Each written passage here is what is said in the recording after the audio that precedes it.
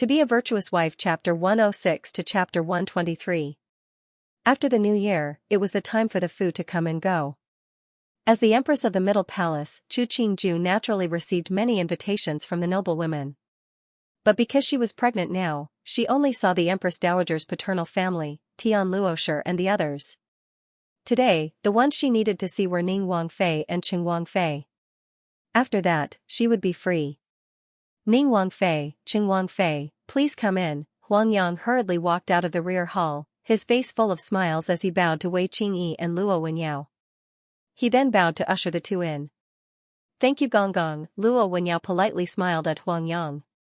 She knew that Huang Yang was someone the Empress could use, so she was very courteous to him. Qing Wangfei is too polite, please. Huang Yang's attitude was even more humble as he slowly walked inside. The Empress knew that the two Wangfei were coming, so she had been waiting since early. Wei Qingyi followed Huang Yang and said a few words of gratitude. When they reached the door of the main room, she didn't speak again. Huang Yang called out, Empress, Ning Wangfei and Qing Wangfei have arrived. Quick, please, Wei Qingyi heard Chu Qingju's voice coming from inside. The curtain in front of them was pushed open. A palace maid with a familiar face came out and bowed to them before ushering the two into the main room. This was the first time Wei Qingyi had come to this place. She could see at a glance that the decorations in the room were very exquisite and there weren't any sharp objects. She must have been worried that those things would hurt the pregnant Chu Qingju. She looked at Chu Qingju, who was sitting at the front. Chu Qingju had combed her hair into a simple bun, with a buyao stuck in the side of her temple. Paired with the black strands of hair, it gave her a languid beauty. Greetings to Empress, Wei Qingyi and Luo Wenyao bowed in unison, their actions full of respect. Between us sisters-in-law, there's no need to be so courteous. Chu Qingju waved a hand for a palace maid to bring over carved round stools for the two. After giving them a seat, she said, It's snowing today, thank you for the trouble of coming to see Ben Gong. Nyang Nyang's words are flattering Chen wife. Wei Qingyi smiled as she said, Chen wife should have gone into the palace long ago to give thanks. It's just that matters have been busy these past few days and delayed.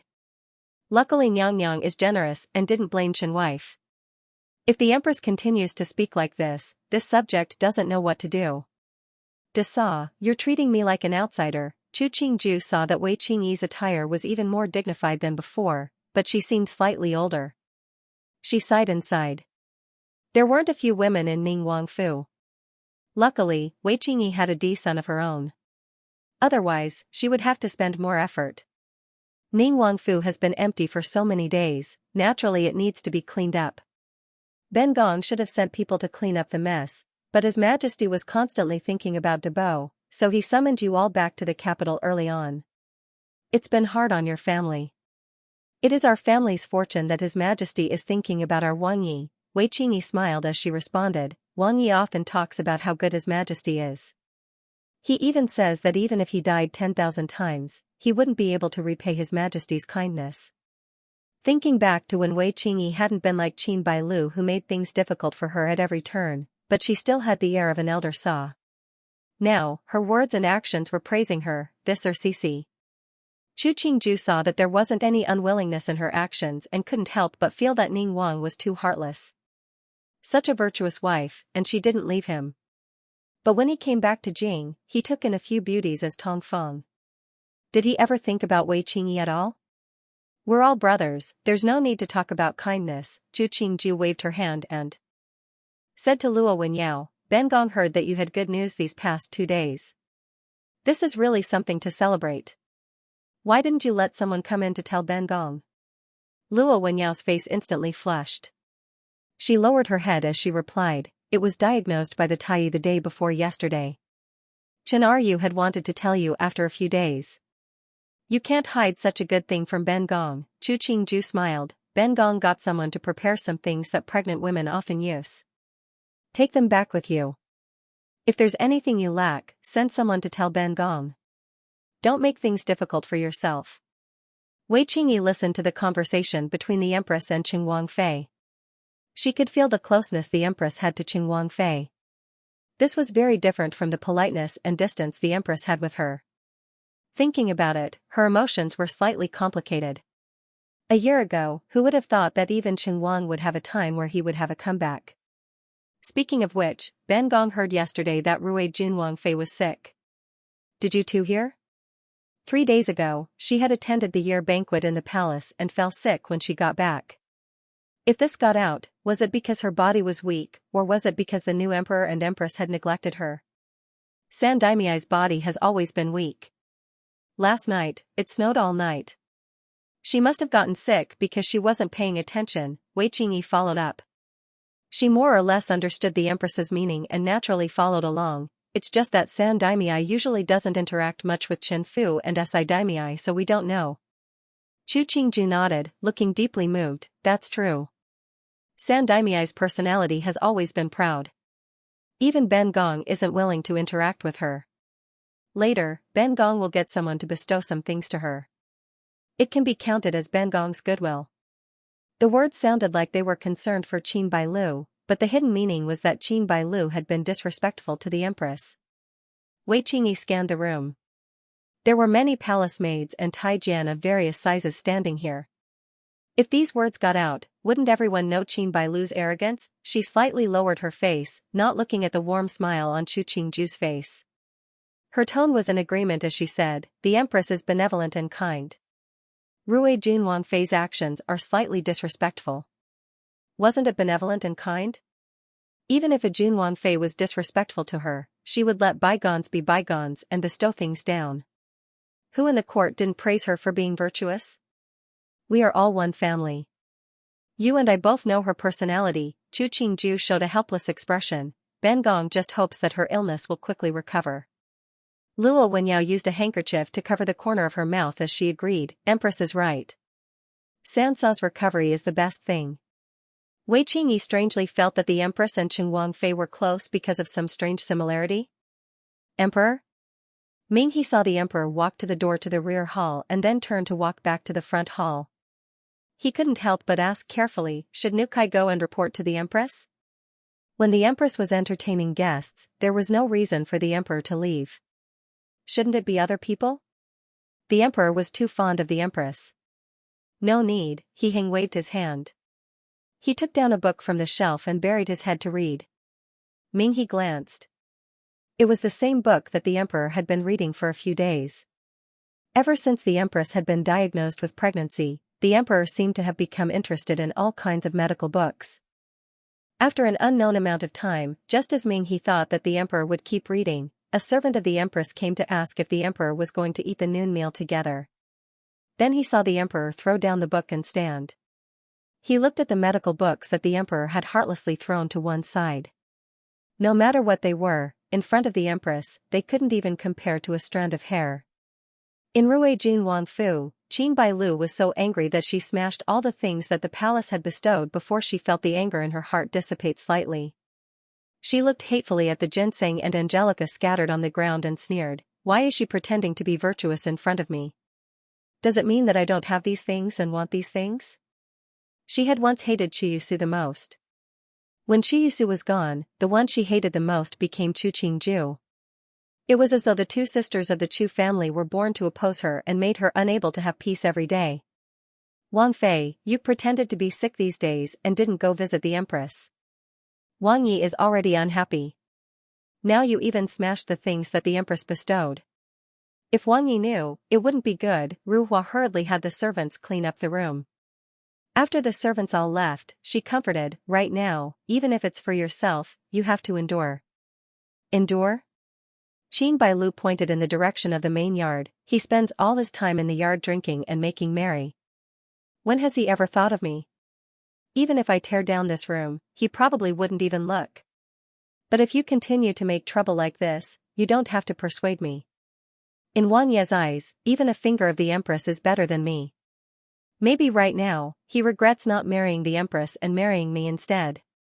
Qin Bailu was so angry she didn't choose her words, the Empress is so noble, so beautiful, what am I? Ru Hua sighed helplessly. She thought of the rumors outside about Wang Fei. Things like being jealous and unvirtuous, arrogant and rude, disrespectful to the Empress.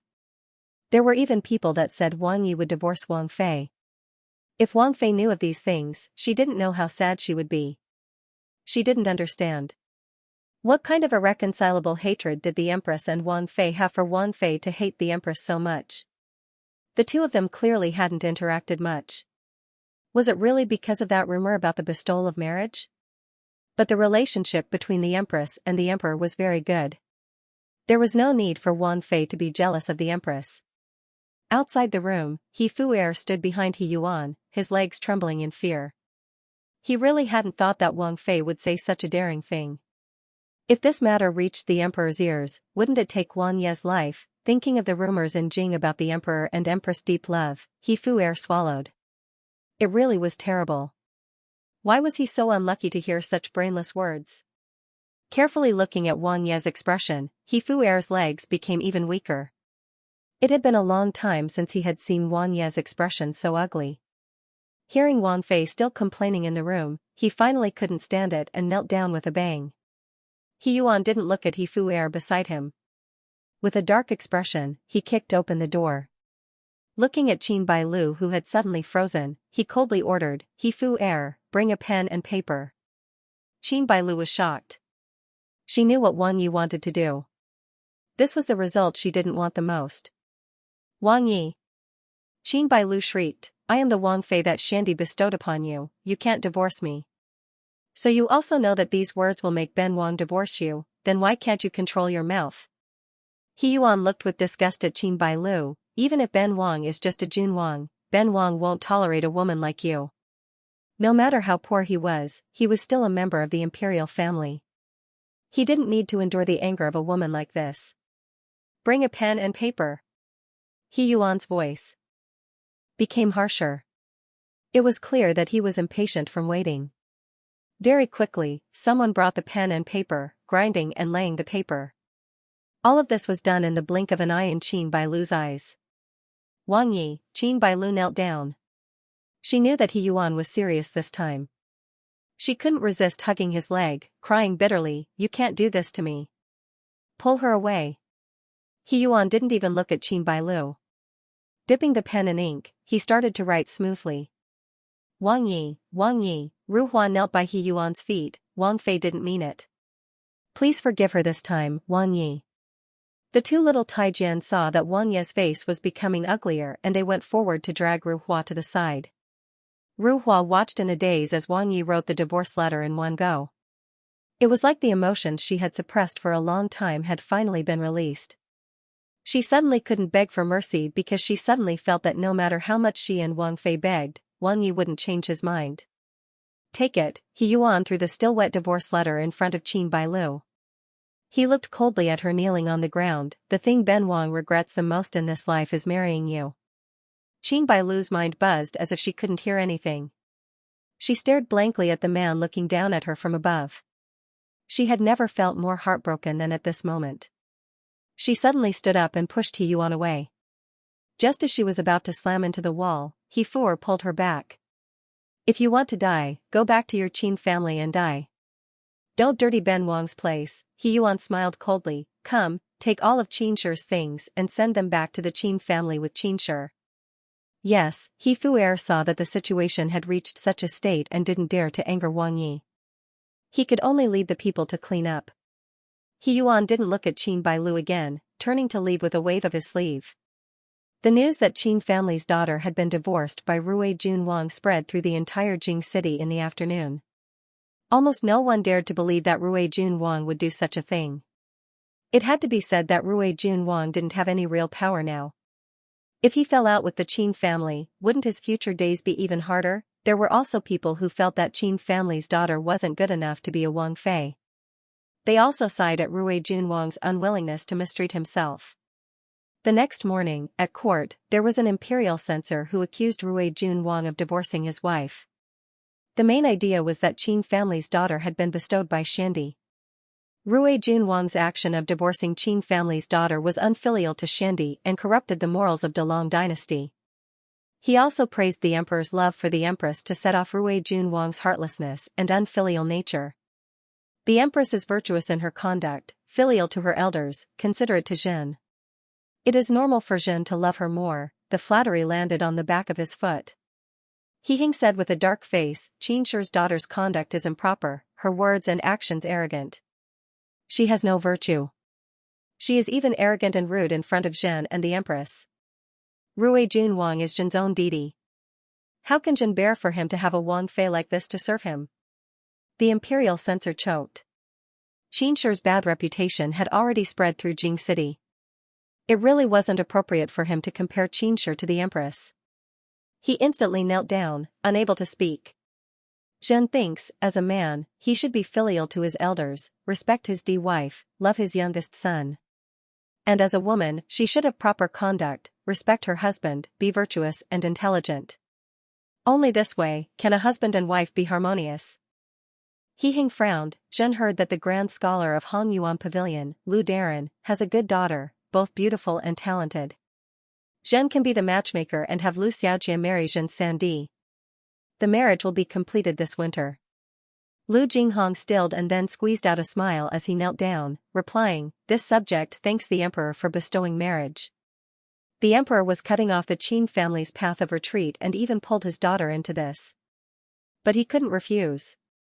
He only hoped that Rui Junwang would treat his daughter better in the future and not end up like he did with Xianxia. Then he would thank the heavens. Lu Yurong knelt as she listened to the Ministry of Rights official recite the imperial decree. Then she respectfully kowtowed with her family. She watched as her father took the imperial decree from the hands of the Ministry of Rights official. The expression on her face was emotionless and people couldn't see what she thought about this marriage.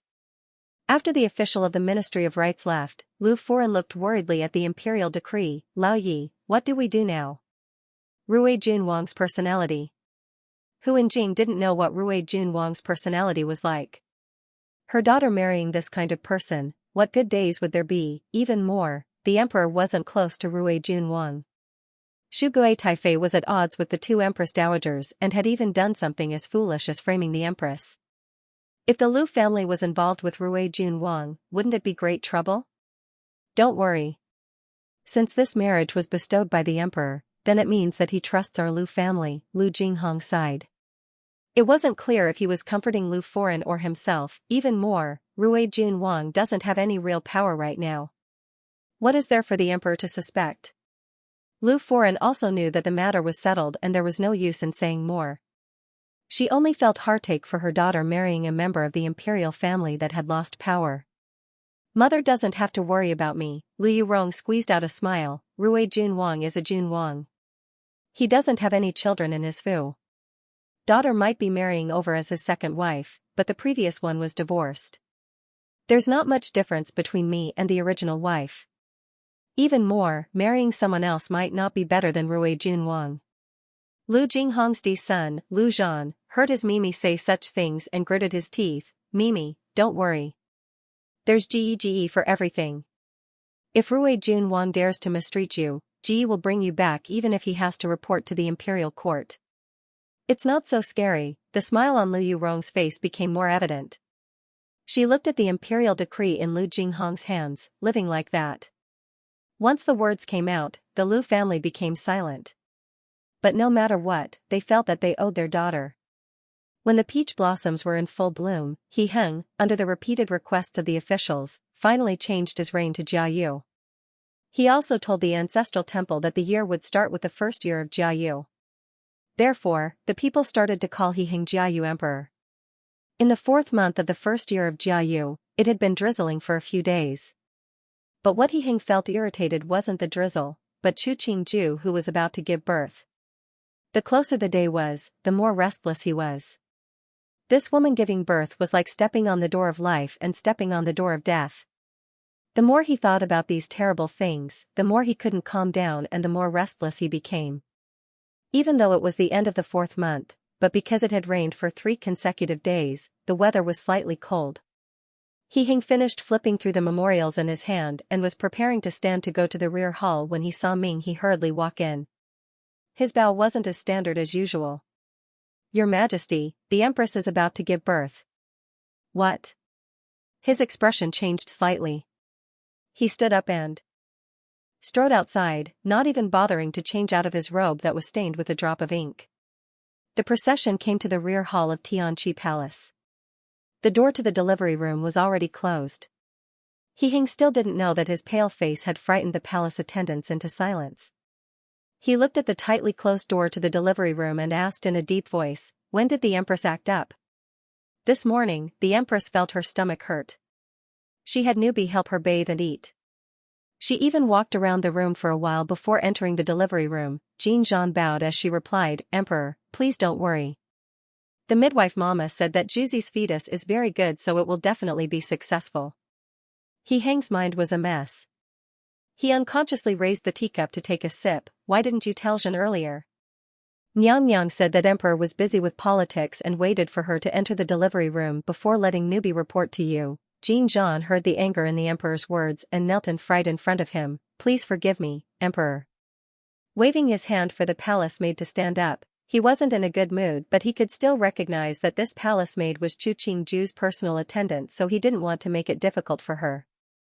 He continued to pour tea into his mouth to suppress the uneasiness in his heart. When Empress Dowager Wei and Muhu Empress Dowager arrived, they saw the Emperor's black face. The room was deathly silent. Even the delivery room didn't make much noise. Their hearts froze and assumed that the Empress wasn't well. They asked urgently, "How is the Empress?" "Empress Dowager, just now, a midwife mama came out to say that the Empress is fine. Just now, she had a bowl of ginseng soup porridge." Jean Jean carefully answered, "But His Highness might have to wait a while before giving birth." This woman suffering giving birth. Empress Dowager worriedly looked around the room and sat down on a chair. She even forgot to invite Muhu Empress Dowager to sit with her. She furrowed her brow as she ordered Jean Jean, "Tell the servants to be careful. If the midwife mama asks for something, you have to immediately send it in, understand?" "Newbie will remember." Jean Jean turned and left the hall, passing on the Empress Dowager's decree to the servants below. Muhu Empress Dowager sat down next to Empress Dowager Wei. She rarely saw Empress Dowager Wei so panicked. She could only comfort, "Mimi, don't worry. These days, the Tai and the pregnancy mama have said that the Empress's fetus is very good. You will have a big grandson very soon." Empress Dowager Wei forced a smile, her gaze still on the door of the delivery room. She didn't even see He Hing bow to her. When He Hing saw the two Empress Dowagers, his mood didn't calm down much. With a belly full of tea, he couldn't resist standing and pacing around the room. After just a few minutes, his forehead was covered in sweat. He didn't know if it was from nervousness or the heat. The palace servants in the room were so scared they didn't dare to breathe. Seeing the Emperor becoming more and more irritated, they wanted to bury their heads lower and lower so the Emperor couldn't see them. "Ah!" Chu Qingju's cry of pain finally came from inside the room. He Hing hurriedly walked a few steps towards the door of the delivery room. In the end, he couldn't hear any sound. He couldn't resist asking, "Why is there still no news?" Ming He looked at the hourglass at the corner of his eyes. It had only been half an hour. Even though he was a Tai Jin, he knew that it wasn't so easy for most women to have their first child. "Why isn't there any sound from the Empress?" He Hing pointed at a palace maid. "Go in and see. The Empress is giving birth. Why would someone who has nothing to do go in?" Empress Dowager Wei stood and walked next to He Hing, barely suppressing the panic inside. "What time is it now? When I gave birth to you, it took an entire night. Don't panic. No one has come out from inside, that means that the Empress is fine. If you were so panicked, wouldn't the people inside also panic?" He Hing carelessly wiped away the sweat on his forehead. He paced twice where he stood. If it wasn't for the broken rules of the imperial family, and the worry of others gossiping about Qingju, he would have charged in already. He wouldn't have needed to stand outside the door in panic. The quiet environment made him feel especially unbearable. After an unknown amount of time, he seemed to hear the midwife mama say something inside the room. He couldn't resist sticking to the door of the delivery room, wanting to see the situation inside through the crack in the door. It was a pity that in order to prevent the wind from blowing in, the curtains were all tightly drawn. Other than a patch of darkness, he couldn't see anything else.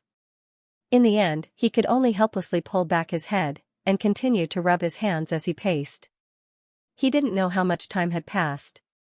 He Hing felt it had been several hours, but in reality, only an hour had passed.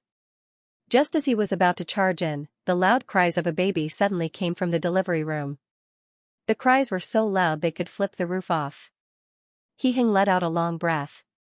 He finally felt his entire body soften. The tea in his stomach made him uncomfortable. "Congratulations, Empress Dowager, Your Majesty," a midwife mama opened the door with a joyful expression and walked out. Behind her was another midwife mama holding swaddling clothes. She knelt in front of the three noble people. "The Empress has given birth to a healthy imperial son. Reward, heavily reward." Empress Dowager Wei walked to the door and took the swaddling clothes from the hands of the midwife mama. She smiled as she looked at the chubby imperial son. "Such a heavy boy, good, good, these eyebrows and ears are like the emperor." "Emperor, come look." Empress Dowager Wei looked in the direction He Hing was standing and then looked around the room. Where was He Hing's figure? She looked at the half-open delivery room door and paused. Then she smiled and shook her head. She and Muhu Empress Dowager started to laugh as they looked at their chubby grandson. After giving birth, Chu Qingju felt that all the energy in her life had been used up.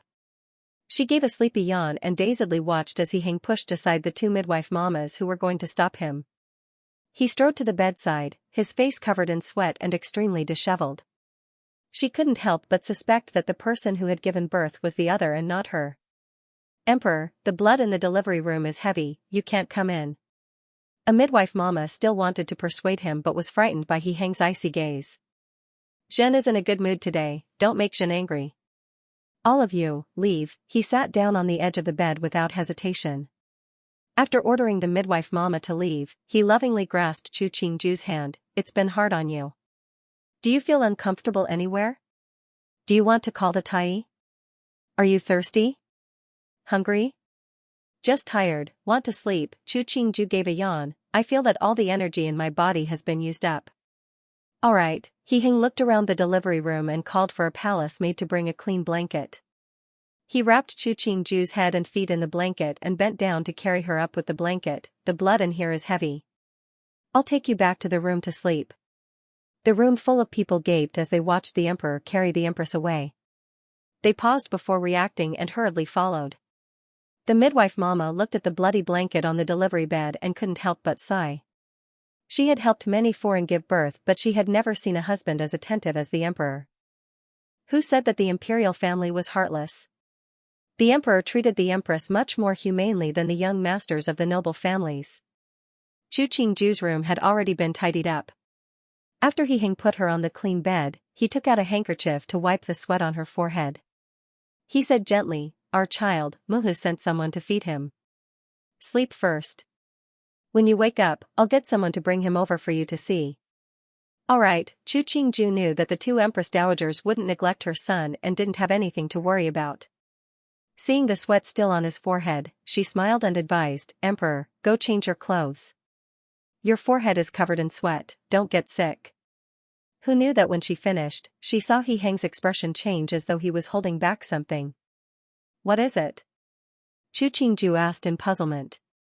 "Zhen drank too much tea just now." He Hing stood and hurriedly said, "Zhen will be back soon." Finishing, he walked in the direction of the side room where the urinal was placed. Chu Qingju first stilled and then gave a muffled laugh. Her mood was unspeakably good. Mu Jin and the others who were serving Chu Qingju in the room saw the empress laugh like this. They didn't know what the emperor had said to her and also laughed. No matter what, as long as the empress was well, they were well.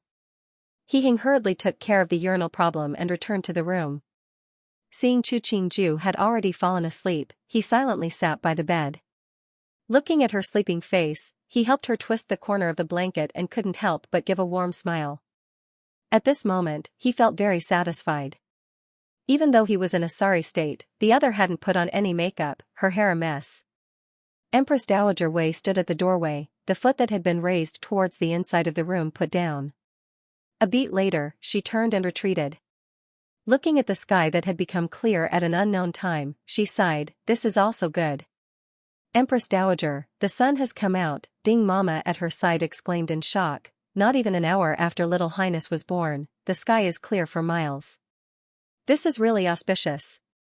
Empress Dowager Wei narrowed her eyes at the sun peeking out of the clouds. She smiled and said, "Ai Jiao's grandson, naturally will have an auspicious life." Ding Mama nodded. Newbie sees that His Highness the Imperial Sun's earlobes are large and fleshy, the glabella bright, the hair black and thick. This is the sign of good fortune. Empress Dowager Wei smiled, clearly very satisfied with Ding Mama's words. The Empress gave birth to an imperial son? After Jiang Yongyu heard Ai Lu's words, she gave a faint smile. Then the clothes I made can finally be put to use. The Emperor hadn't come to her place for a long time. Luckily, the Empress treated her well. For her, as long as the Empress' position was stable, she would have good days. For example, her position. If there wasn't the Empress, what qualifications did she have to be conferred the title of Fei? Newbie heard that the Empress was personally carried by the Emperor to the delivery room. Ai Lu sighed in a small voice. The Emperor treats the Empress so well. This is very good. Jiang Yongyu put away the needle on the little dudu in her hand. On it was embroidered a chubby baby holding a large red carp. The size was perfect for a baby a few months old. If the Empress is good, then we are good. The news that the Empress had given birth to the eldest imperial son quickly spread to the ears of the officials and prestigious families. It caused the upper circles of Jing to become chaotic again. There were those who wrote congratulatory memorials, those who prepared gifts.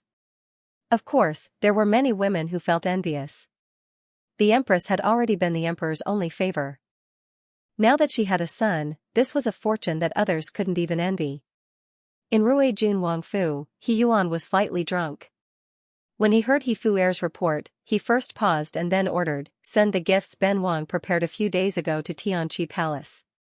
He Fu Er stilled and hesitated for a beat before asking, "But Wang Yi, shouldn't we wait until after the 3 rites are washed before sending? If I want you to send it, then send it.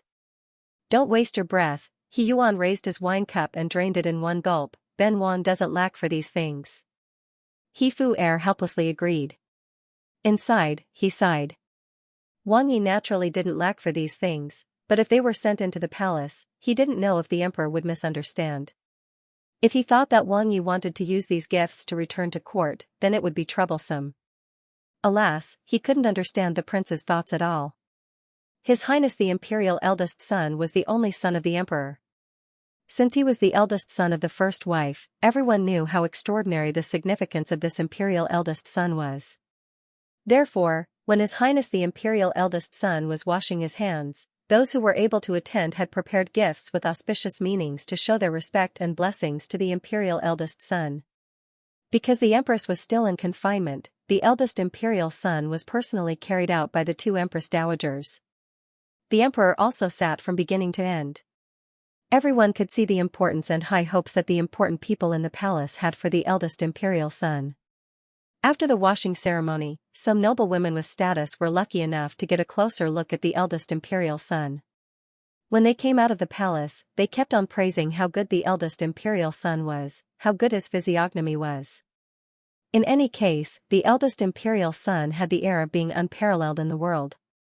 Those who didn't have status that went near the Empress Dowager also kept on praising, as though they would offend someone if they spoke too late. As a result, more and more people in Jing started to flatter the Tian family. But what was unexpected was that the Tian family became more and more low-key. Even the in-laws of the Duke of Zhongyi's Shu sisters that had married also became low-key. People couldn't help but admire the steadiness and composure of the Tian family. When the actions of the Tian family reached He Heng's ears, it made his impression of the Tian family improve. Not long after, he took a chance to reward the Tian family with something, implying that he was very satisfied with the conduct of the Tian family. Jing was always a prosperous place. The 2 sides of the streets naturally had many commoners setting up stalls. As a result, as long as the stall owners saw a tall horse with a bright yellow silk tied to it galloping past, they would know that it was someone from the palace announcing an imperial edict. Occasionally, they would chat with their customers and discuss which official had received a reward from the emperor. After the empress gave birth to the eldest imperial son, our Jing city also became lively. A bun stall owner laughed as he wrapped a basket of buns in lotus leaves and handed it to the customer in front of him. "We can also bask in the joy." Chu Wangji looked with a complicated expression at the cabbage-stuffed buns in his hand. He turned to look at the steed that was moving into the distance. He asked in puzzlement, "That alley seems to be Zhongyi Gongfu?" "That's right." The Duke of Zhongyi is a very good official and is also part of the Empress paternal family. Isn't it normal for the Duke of Zhongyi food to be rewarded? The boss put the steamed buns he had made into the steamer basket and lowered his head to look at the fire in the stove. With a proud expression, he said, "The Empress once bought the stewed eggs that my eldest sister sells. Now, many nobles in Jing visit my eldest sister's stall. They all say that my eldest sister's stewed eggs are very tasty and they like them very much. If this customer is interested, you can also buy a few to try." He pointed at the braised egg stall across the street, his face full of pride. Chu Wangji turned his head to look. As expected, he saw many people surrounding a stall buying braised eggs. He had even seen some of them before. They seemed to be the stewards of the prestigious families. He couldn't believe that the people from the aristocratic families would come all the way here just to buy these things. "Yo, isn't this young Master Chu?" A youth dressed in the robes of a Dongshan Academy student rode on a horse, looking down at Chu Wangji, a disdainful smile on his face. "What good day is it today that I have the fortune to see young Master Chu personally come to buy steamed buns?" The manservant holding the reins for the youth respectfully bowed with his hands in front, replying, "This small one greets young Master Chu." Chu Wangji recognized this youth as the son of the Duke of Zhongyi's Shu sister and instantly felt his face burn. He laughed dryly and bowed, Greetings, young Master Chen." "I can't accept young Master Chu's bow." The youth sat upright on the horse. Chu Wangji didn't dismount after bowing. He smiled coldly, "Your Fu is a wealthy family that doesn't even put the Empress in their eyes. Us poor little families can't accept such a bow." That year at the Empress hairpin ceremony, Xianxia had laughed at his mother like this. His mother had been so angry that she had cried loudly when she returned to the Fu. In the end, she was so ill that she couldn't get out of bed. If it wasn't that Shandi had decreed marriage to Biaojia half a month later, his mother would have been sad for a long time. He hadn't seen his aunt, but he had heard his mother say that his aunt took great care of her and didn't bully others just because his mother was a Shu daughter. So even though it had been more than a decade, his mother would sigh when she mentioned his aunt. Thinking about the family of Chongdegong Fu, he felt disgusted. It was a Duke Fu, but when they did things, they couldn't even compare to a normal family. Also, this young Master Chu had always thought highly of himself in Dongshan Academy. Every time he saw him, his nose would be in the air. Seeing Chu Wangji's destitute state, he felt that this was retribution and his heart felt much better.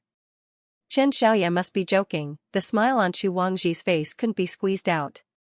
He felt that the stallholders around him were looking at him strangely, as though they were looking at a mouse crossing the street. This made him, who always cared about his face, unable to hold on. He made a careless bow, saying, "This one still has matters to attend to and will leave first. Chen Xiaoya, please help yourself." Squeezing through the crowd, he didn't even notice that the bun in his hand had been squashed. His footsteps became faster and faster, and in the end, he was even sprinting. Only when no one was looking at him did he find a medicine shop, grab a bag of medicine, and slowly walk out of the city. After his father had been pardoned because he had caught a cold in prison, his knees were damaged. Now he could only lie in bed all day. His mother cried every day because his Jiejia was gone. His grandmother finally couldn't endure it and passed away not long ago. The funeral had been paid for by his Jia. Thinking about his parents who were blaming each other, he wanted to turn and leave, never to return to that shabby village house. "Why do you blame me? In the past, it was you who begged to marry me into the Fu. You didn't take good care of your own daughter. Now you blame me for mistreating her. Haven't you thought about what you did before? You evil woman, I really shouldn't have married you in the past. If it wasn't for you, I would be the father-in-law of the country. It's all your evil woman's fault." Hearing the sounds of arguing in the room, Chu Wangji's face showed an expression of disgust. In the end, he put the bun and medicine at the door and turned to leave this noisy place. In the rear hall of Tianqi Palace, Chu Qingju finally came out of her confinement. She could take a bath every day. For her, this was most likely a great matter. At this time, she was wearing a beautiful silk dress. She sat by the bed and slowly fanned her son who was sleeping soundly. Then she finally couldn't resist kissing her son on the mouth. Mu Jin saw the Empress' action and a smile appeared on her face. She walked to the side of the bed to look at the imperial son who was sleeping with his little fists clenched. In a small voice, she said, "Nyang Nyang, Hengfei Nyang Nyang has come to greet you." "Hengfei has come?" Chu Qingju moved her gaze away from her son. She ordered the nursemaid to look after the imperial son before standing to say, "Let's go and see." Jiang Yongyu had been sitting on a chair drinking tea. Seeing Chu Qingju come out, she instantly put down the teacup and stood to give her a bow. "Hengfei doesn't have to be so courteous," Chu Qingju smiled as she sat down at the front. "Please sit. Now that it's the 6th month, it's extremely hot. Why have you come?" "Pinky doesn't have much to do usually, so I made some clothes for His Highness the Imperial Prince.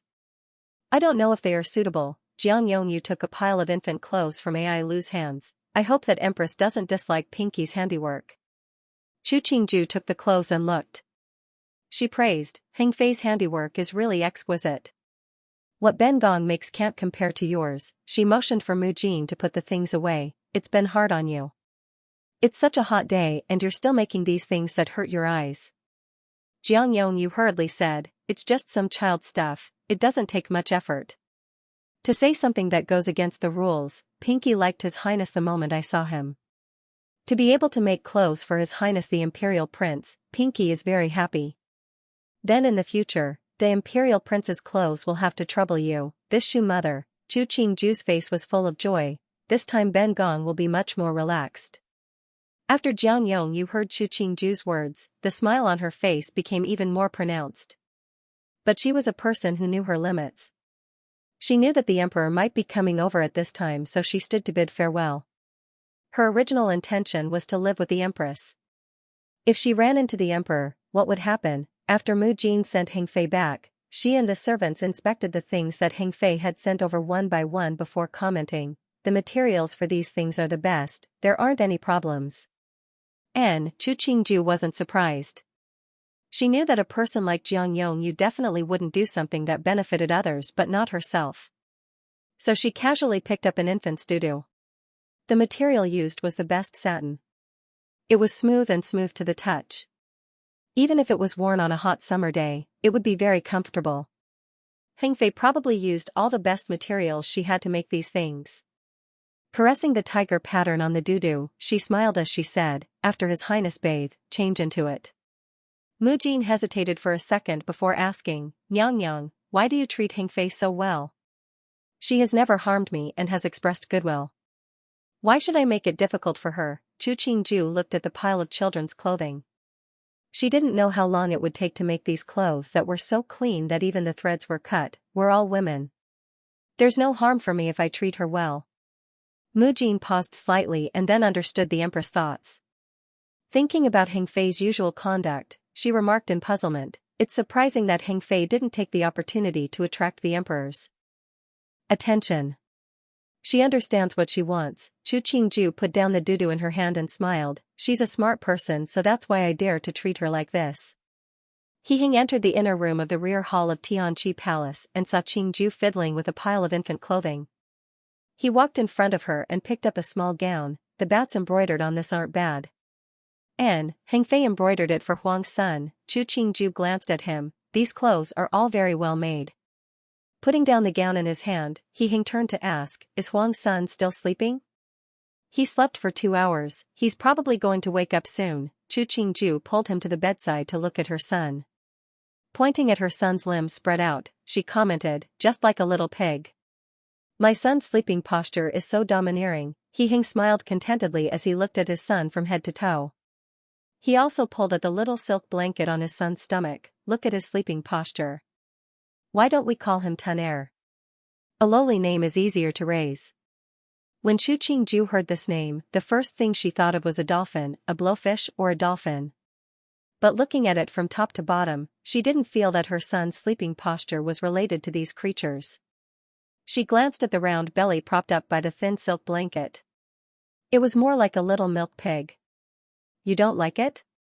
He saw her puzzled expression and assumed that she wasn't happy. He pointed at his son's stomach, commenting, "Look at this stomach, it's like a pig." So Tun had the meaning of pig. She gave a dry laugh. "Call it Tun Tun, I like it." What pig wasn't in the range of her appreciation? Maybe it was that he was woken up by the voices of his unreliable parents. Tun Tun opened his eyes with a pout. After smelling his mother's scent, he snorted but didn't cry. Just as He Heng picked him up, a warm puddle of virgin urine splashed onto He Heng's robe. The nannies at the side paled in fright. But Chu Qingju smiled when she saw the situation. She pointed at He Heng's robe that was dripping with water. Emperor has good luck. Virgin urine is good for warding off evil. This year, our Delong will have good weather. Tun Tun made a sound on his father's body as though he agreed with his mother's words. He Heng helplessly rubbed his son's butt and handed the child to the nannies for them to take the child down to breastfeed. He turned to sit next to Chu Qingju. Don't come over, you're all wet. Chu Qingju raised a hand to stop him but was pressed down on the bed by He Heng, rubbing against her. How can I be the only one to enjoy my son's virgin urine? Qingju also comes to ward off evil. He Heng pressed the person under his body, reaching out to touch the waist that had recovered very well. They all say that after a woman gives birth, the waist would thicken. How come Qingju's waist is still so soft? As he spoke, he stole a kiss on Chu Qingju's face. Chu Qingju reached out to tickle him but was stopped by one of his hands. His other hand took the chance to burrow into her robe. Outside, Mu Jin, Xianxia and the others waited until the laughter of the two mistresses came from inside the room. They motioned for the servants to retreat to the door of the outer room and then lowered their heads to look at the patterns on the floor. About an hour later, the emperor and empress came out again. Both of them had changed into new clothes and seemed to be in a good mood. Xianxia and the others hurriedly served the noon meal. He watched as the emperor personally put food into the empress bowl and thought inside, the Darren of the previous court probably wouldn't have thought that the emperor would have such a side. He looked at the empress who was at ease enjoying the emperor's service.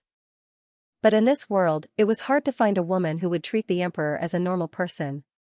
The empress was hard to find. As the sun set in the west, Yuping Palace was bustling. It turned out that the emperor and empress had bestowed many things down, causing the entire palace to be filled with joy.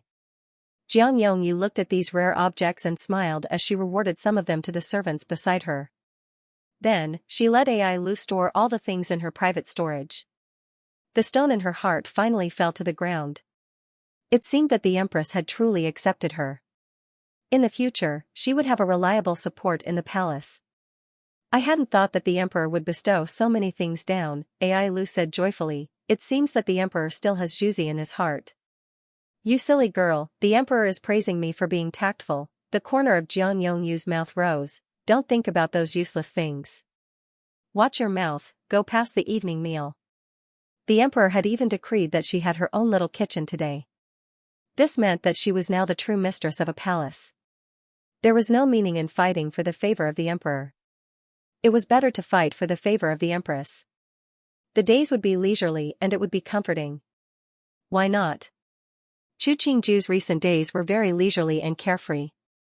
Every day, she teased her son and tasted good food. She felt that her body and mind had touched the door to a new world.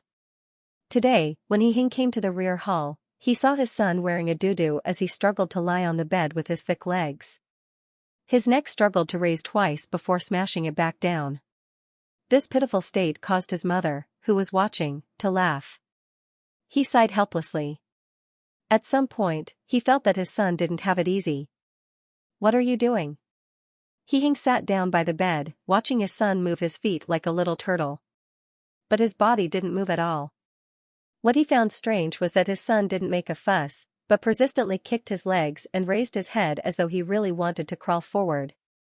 Nothing, just letting him exercise his legs and neck.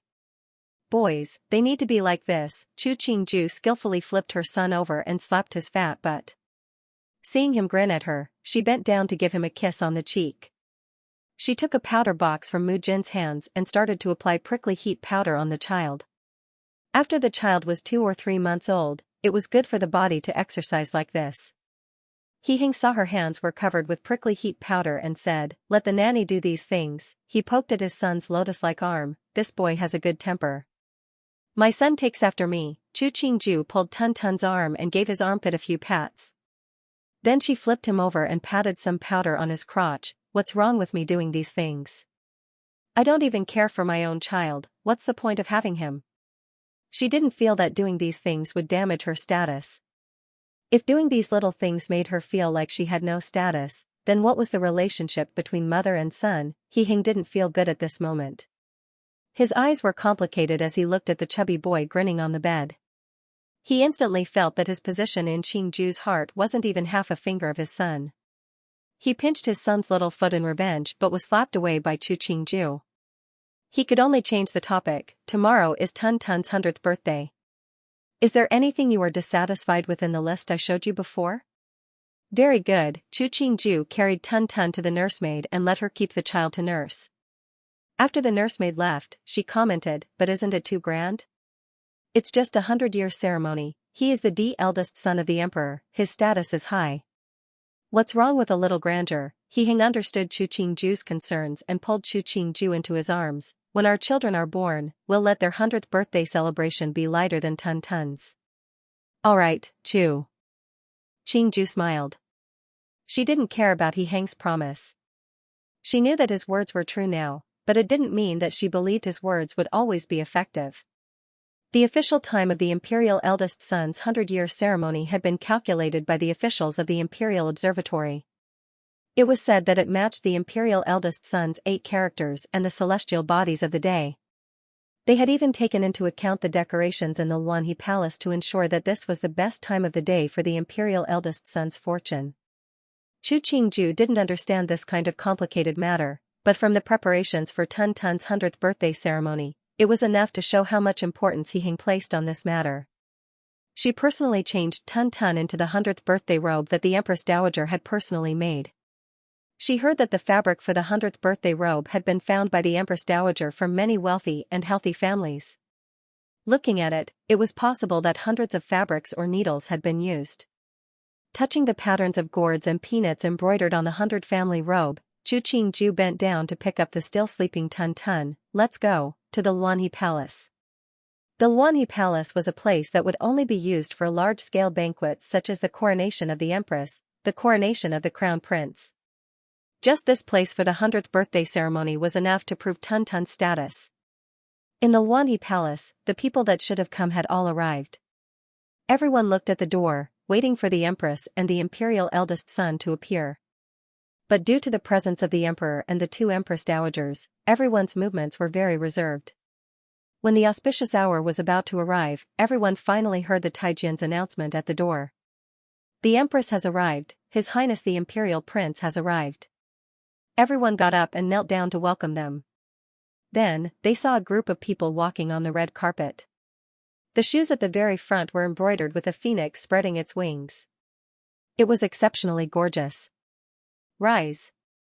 Everyone stood and saw the Empress carry His Highness the Imperial Prince as she sat down on the phoenix chair to the right of the Emperor. She was wearing a complicated phoenix robe, her eyes bright and spirited, unspeakably beautiful and dignified. Some people said that when a woman gave birth, it was like a dried plum, sour and tasteless. But the Empress didn't look like she had given birth to a child at all. If it wasn't for the fact that her hair was tied up in a married bun, people would have believed that she was a young girl. Instantly, some people sighed. No wonder the Emperor loved her so much. This kind of woman, placed in any family, she would be a beautiful woman that men would like. The annual ceremony wasn't a complicated process. Since the child was still young, who would come up with a pile of rules to torment the child? It was just that the Emperor and Empress personally prayed to the heavens to bless the child, and personally put on the longevity lock and longevity bracelets to show that the child's life and fortune were tied down. The 2 Empress Dowagers then put on the tiger head shoes and tiger head hat for the child, and touched the child's head and feet to express the blessings of the elders. Then it was over. After the entire process, Tun Tun was carried away by the nursemaid.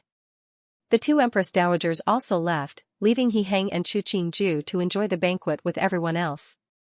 The names of the dishes at the banquet all carried auspicious names. The taste was secondary, but everyone still understood the importance the Emperor placed on the Empress and the imperial eldest son. No one dared to force the Emperor to drink, but they said many auspicious things about the imperial eldest son to the Emperor and Empress. It pleased Hang so much that he couldn't resist drinking a few more cups. Qingju saw him like this and was worried he would get drunk. She had him drink some soup to suppress the effects of the alcohol. But looking at He Heng's happy expression, she felt that the effect of the soup wouldn't be that great. Chen Di toasts the emperor, wishing emperor and empress to live to a ripe old age, wishing His Highness the imperial eldest son to be happy, long and healthy. Just as the banquet reached its end, He Yuan raised his wine cup and stood. He said to He Heng, Chen Di toasts first. He Heng looked at He Yuan, who was raising his wine cup high. Raising his cup, he slowly stood and smiled faintly, replying, "Many thanks, San Di." The two brothers looked at each other and smiled. They raised their heads and drained the cup of wine. Chu Qingju looked at the two but didn't see much mirth on their faces. She looked at the people sitting far below. She was separated from these people by the height of 9 steps, and the distance between them was even further. This was probably the difference between the imperial family and normal officials. After the banquet, He Heng was drunk as expected. Even though his actions were the same as usual, but Chu Qingju could feel from his eyes and words that the other wasn't very clear-headed. Returned to the rear hall, when He Heng pulled Chu Qingju onto the imperial carriage, he didn't forget to say to Xianxia, "Let the nursemaid take good care of the imperial son." Chu Qingju smiled. It was like this, but he still remembered to mention Tun Tun. The imperial carriage's forward speed was not fast, not slow, and very steady. Chu Qingju only felt it sway slightly and couldn't feel anything else. She looked at the person beside her and raised 2 fingers at him. "Emperor, how many?" He Heng grasped the 2 fingers she had raised in his palm. He smiled as he replied, "I'm not drunk, don't worry." The other's palm was slightly hot. Chu Qingju reached out to touch his forehead. She smiled helplessly as she said, "It's good that you're not drunk. Drunkards would never say they were drunk, just like how many people who had done wrong weren't willing to admit they had done wrong." "You don't believe me?" He Heng raised his head to look at her, his eyes burning. For some reason, there was a tinge of grievance and dissatisfaction. "You never believe me." "How can I not believe you?" Chu Qingju saw his grievance and laughed, "You're not drunk, and I didn't say I didn't believe you, right?" "Many times, you don't believe me." He Heng leaned his head against Chu Qingju's chest. "I said that I would always treat you well, but you didn't believe me. I said that in the future, I would only have you as my woman, but you didn't believe me. I said that in the future, I only want you to bear children for me, but you still doubt me. Why don't you believe me?" Chu Qingju's hand that had been gently caressing He Heng's back slightly stilled. She lowered her head to look at the man who was accusing her. A beat later, she laughed lightly and said, "Emperor, you're thinking too much." "I'm not thinking too much, I know very well." He Heng's arms wrapped around her waist, tightly hugging her. "We still have a few decades in the future. There will be a day when you will believe Zhen's words." His voice was slightly muffled. Chu Qingju knew that he was almost asleep. She patted his back as though she was comforting Tun Tun. She said in a light voice, "There is no reason to believe in this world. If Emperor wants me to believe, then you have to always be good to me. Only time will prove." The man in her arms grunted something. Chu Qingju didn't hear it clearly. She only lightly patted the man's back, the expression on her face calm and serene. Outside the imperial carriage, Xianxia and Ming He didn't seem to hear the movements inside. The two didn't even exchange a glance, but the expressions on their faces were much more cautious. The weather in August was still very hot. After He Heng was helped onto the bed to sleep, Chu Qingju had the palace servants move away the ice basins in the 2 rooms. If he was drunk and it was too cool, he would suffer when he woke up. Taking the handkerchief that Mu Jin handed over, she personally wiped He Heng's hands and face clean. She said to Yin Lu, "Have the servants prepare the sobering tea. If the emperor wakes up, he has to use it." Yin Lu silently retreated. The other people detected that something wasn't right with the empress. Even though they didn't know what had happened, but no one dared to ask. They only served even more diligently. In Fushou Palace, Empress Dowager Wei was playing with Tun Tun, who had just woken up. Hearing the servants report that the emperor was drunk and had been sleeping in the rear hall of Tianqi Palace in the afternoon, she unconcernedly waved her hand, remarking, "Today, the emperor is happy. What can happen if he drinks more? Isn't there still the empress to take care of him?" She smiled as she looked at the finger that was being pinched by her grandson. "Tun Tun, don't you think grandmother is right, ah?" "Ah." Ah. Tun Tun innocently kicked his chubby little legs, drooling from laughter. Empress Dowager Wei wiped the drool at the corner of her grandson's mouth. She was in a good mood as she said, "Tell the servants not to keep an eye on these things. It's fine as long as the emperor and the empress have a good relationship. Ijia is too lazy to listen to anything else." Ding Mama looked at the Imperial Highness who was being teased by the Empress Dowager and bowed, replying, "Newbie will remember." When He Heng woke up, the sun was already setting. He rubbed his slightly aching forehead as he sat up on the bed. Looking at the room, he recognized it was Qingju's room. He thought for a while but couldn't figure out how he had ended up on the bed. The emperor has woken up? A blue and white porcelain teacup was handed to him. "Drink the sobering tea." He raised his head to look at Qingju. The setting sun shone on her body through the window. Because of the backlight, he couldn't see the expression on her face, but he was strangely sure that the other had a smile on her face. Maybe it was this strange certainty that made him obediently take the teacup. In one gulp, he drank the entire cup of disgusting sobering tea. In the end, he squeezed his slightly hoarse throat to ask, "It's already this late?" "Yes, you drank a bit too much at the banquet." Qingju took the empty teacup from his hand. "I had the kitchen prepare some light dishes. Get up and eat some." He Heng put on his robe but still felt dizzy. He furrowed his brows as he looked inside the room, discontentedly asking, "Where did the servants go? How could they leave you alone in the room? Are you not a person?" Qingju glared at him. "You slept just right. I had them all leave to avoid waking you." He Heng felt refreshed by Qingju's glare. He thought in puzzlement, something wasn't right. Why was Qingju's gaze on him a bit gentler? Was it that he hadn't completely woken up, or had he woken up in the wrong way? The hot summer gradually passed. The Zhuzi of the palace changed out of their silk garments, threw away the fans in their hands, and changed their hairpins from jade to other types. There were some palace maids with ulterior motives that wanted to attract the attention of the emperor and worked on their clothing and jewelry. However, they had to follow the rules of the palace. It was a pity that because the emperor's entire heart was on the empress, no one attracted the emperor's attention. Kuei Yuan Palace had been renovated a long time ago. The night pearls inlaid in the rooms had all been taken down by His Highness the Imperial Prince and replaced with beautiful glass lamps. All of this was because an official from the Ministry of Works had carelessly said that night pearls could be harmful to the body. Everyone knew that night pearls were rare items. Many people didn't understand why the empress didn't use night pearls, so many people outside quickly praised the empress for her frugality. He Heng felt that this beautiful misunderstanding should continue to be beautiful. Even though some people knew that it wasn't in accordance with the rules for the empress to always live in Tianqi Palace, but the emperor had said long ago that Kuei Yuan Palace hadn't been renovated for long and it wasn't good for newborn children. Because the 6th month had passed, the good day to move would have to wait until the 2nd month of next year.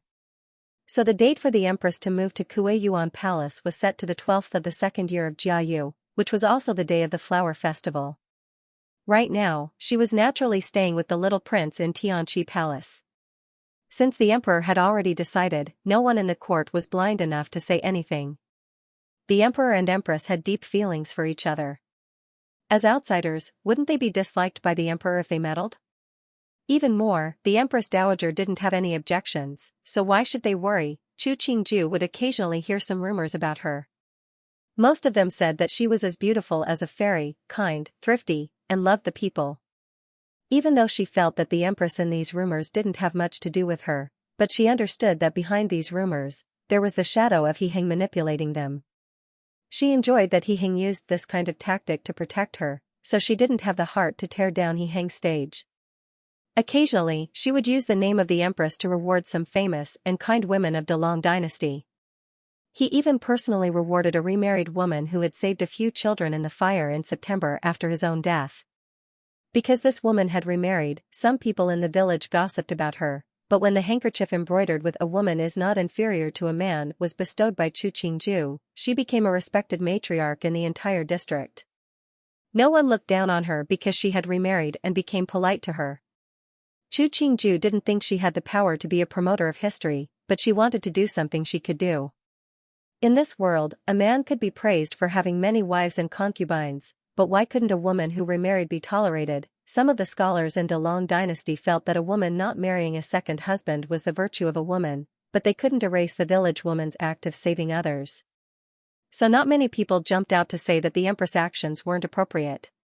Even more, the empress had praised the village woman's act of saving others, and hadn't praised the village woman for remarrying well. It wasn't appropriate for them to jump out and criticize. So this matter passed like this. Chu Qingju continued to be the mistress of the Hogong. When she was bored, she would listen to music, listen to the interesting events of the court, and then pick one or two things to praise, reward them with gifts, and tease her son. These days passed very comfortably. After the Empress Dowager and Chu Qingju's marriage passed, it was He Heng's birthday. Because it was the first birthday He Heng had after ascending to the throne, even if this birthday didn't want to be grand, it would become grand. Not just the prestigious families and officials of Delong, even some of the smaller subordinate countries around sent envoys to celebrate the new emperor's birthday to show their respect and sincerity towards the new emperor. Because Delong dynasty was a strong and prosperous country, there were many subordinate countries that were subordinate to Delong. Chu Qingju flipped through the customs of these subordinate countries and the tributes that these countries had given to Delong in recent years. Instantly, she felt that Delong was very strong and awesome. What interested Chu Qingju was that among these subordinate countries, there was a place called the country of Jing. The present king of this country was a queen. The people that had come to pay tribute to Delong this time were her son and daughter.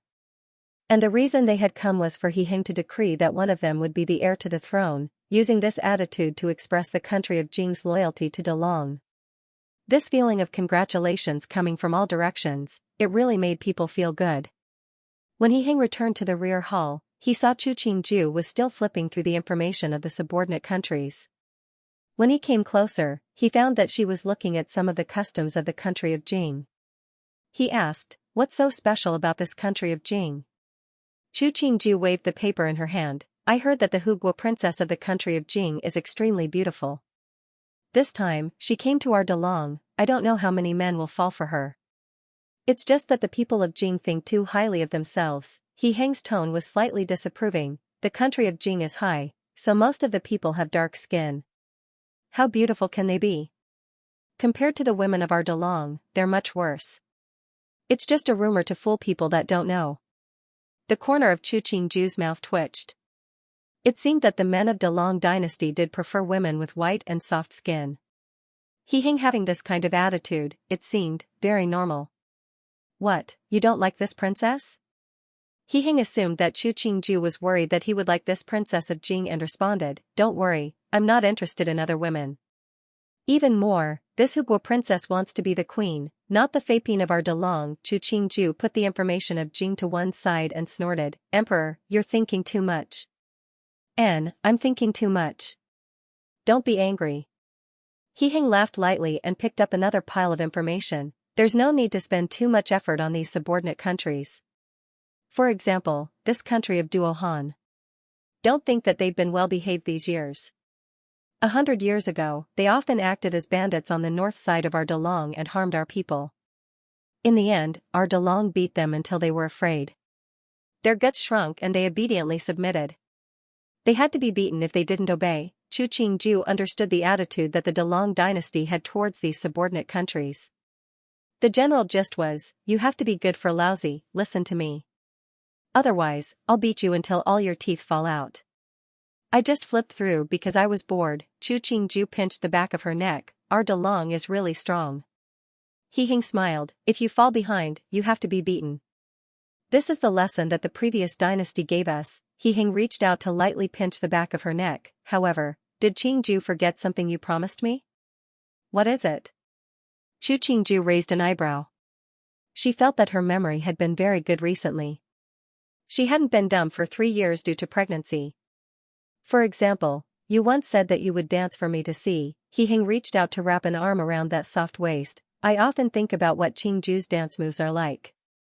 "Then I also said at the time that it would depend on your performance." Chu Qingju smiled lightly. Seeing He Heng's disappointed expression, she smiled and said, "All right, seeing that you have been well behaved recently, I'll let you see in 3 days. Be obedient and wait for Ben Gong." He looked at her eyes that suddenly became more spirited and his disappointment turned into a smile. Many thanks to Empress for her grace. What are these? In the evening, Mu Jin saw a palace maid come out with a pile of paper. There were still traces of ink on the paper.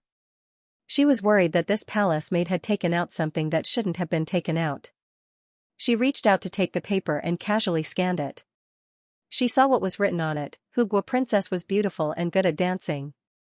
She furrowed her brow and asked, "Who told you to clean?" Mu Jin Jia, Nyang Nyang told newbie to clean, the palace maid obediently replied. Mu Jin saw that this palace maid wasn't very old and seemed to be clever. She tore the things in her hands into a ball. Take it and burn it. It's all useless stuff. No matter what it was, as long as it was something that came out of Nyang Nyang's place, she liked the servants to clean it. Yes, the little palace maid took the ball of paper and carefully held it in her hands as she hurriedly retreated. It was clear that she was in a hurry to burn these things. Still too inexperienced. Mu Jin sighed. Clever, but her methods of doing things weren't mature enough. She still needed to be polished. Entering the room, she saw the Empress practicing bending down. She habitually went forward and said, "Nyang Nyang, newbie, and Jin Zhan have already picked out the cloth. Jin Zhan's craftsmanship is better than newbie. She and Yuzhan made the clothes together. Newbie has already prepared the things you wanted. Do you want to take a look? I don't need to worry about your work." "There's no need to go through it again," Chu Qingju smiled as she responded, "You only need to follow my orders and decorate the Xianxia hall by tomorrow night." Newbie understands. Mu Jin didn't ask why the Empress was preparing these things. As a servant, she was very clear about her position and knew what she could say and what she couldn't. Chu Qingju recovered her standing position but didn't immediately sit down. She wiped the sweat on her forehead as she ordered, "Get someone to bring water in, I want to bathe." After Mu Jin left, Chu Qingju walked to the window to look at the wutong tree outside and sighed. It had been almost 2 months since Heng had gotten drunk. Every time she thought of Heng's aggrieved and dissatisfied expression, she felt that she had been too cold to Heng. But she was a person that was more rational than emotional. It wasn't her style to make her lose her rationality to treat a man. What she could do was that when the other treated her well, she would treat the other well. If the other was heartless, then she wouldn't lower herself to curry favor. In this world, without anyone, the sun would still rise. The autumn night was as cold as water, but the moon was exceptionally bright. After Heng finished taking care of state affairs, he hurried back to the rear hall. He was still thinking about the dance that Chu Qingju had promised him.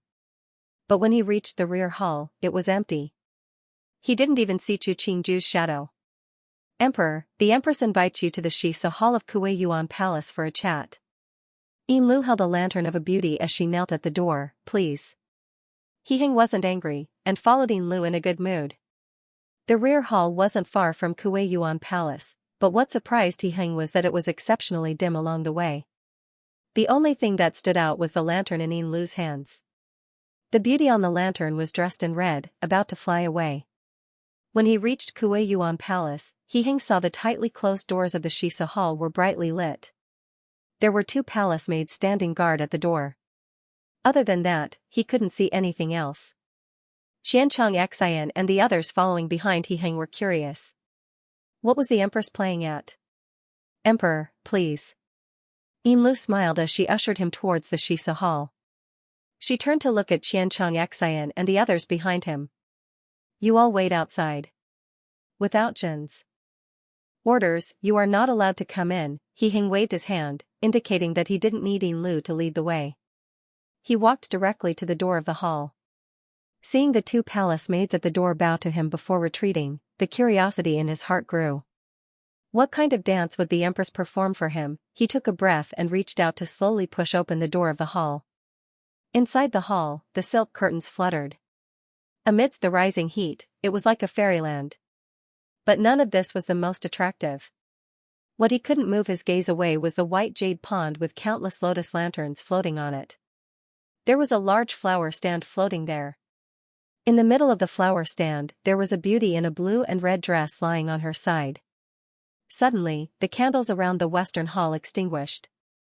Only the luminous pearls on the lotus platform floating above the hot spring and the flower lanterns illuminated the water. It was as though in the world, only the woman on the flower platform existed. As the sound of the zither rang out, the person on the flower terrace moved. Her red sleeves seemed to cut through the dark night, rippling in the air like water.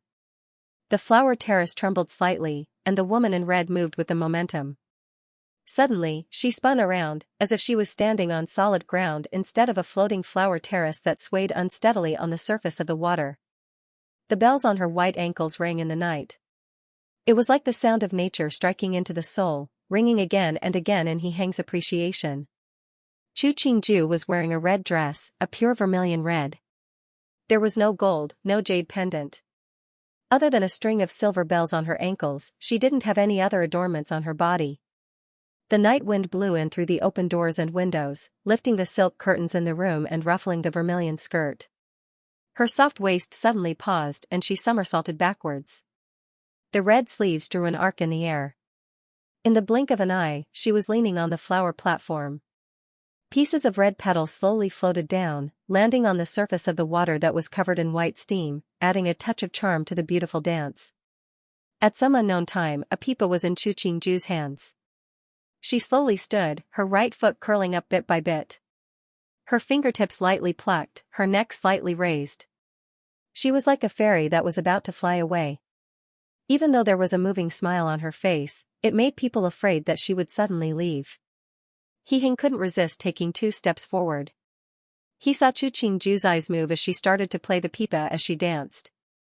When the song finished, a red silk suddenly floated down. Chu Qingju reached out to grab it. Her feet pushed off and she flew out of the flower platform amidst the rain of petals. Qingju. Hang pushed aside the layers of silk curtains. When he saw the person smiling faintly on the bed, his heart jumped. He murmured, "The ancients said that the wind blows and the celestials close float, like the song of a rainbow dancing. Only today do I know how beautiful it is." Chu Qingju turned and changed to lean on the bed. Her eyes were like silk as she asked, "Is Emperor satisfied with this dance of mine?" One dance to topple a city, Hang walked next to the bed and reached out to take the white jade hairpin in her hair.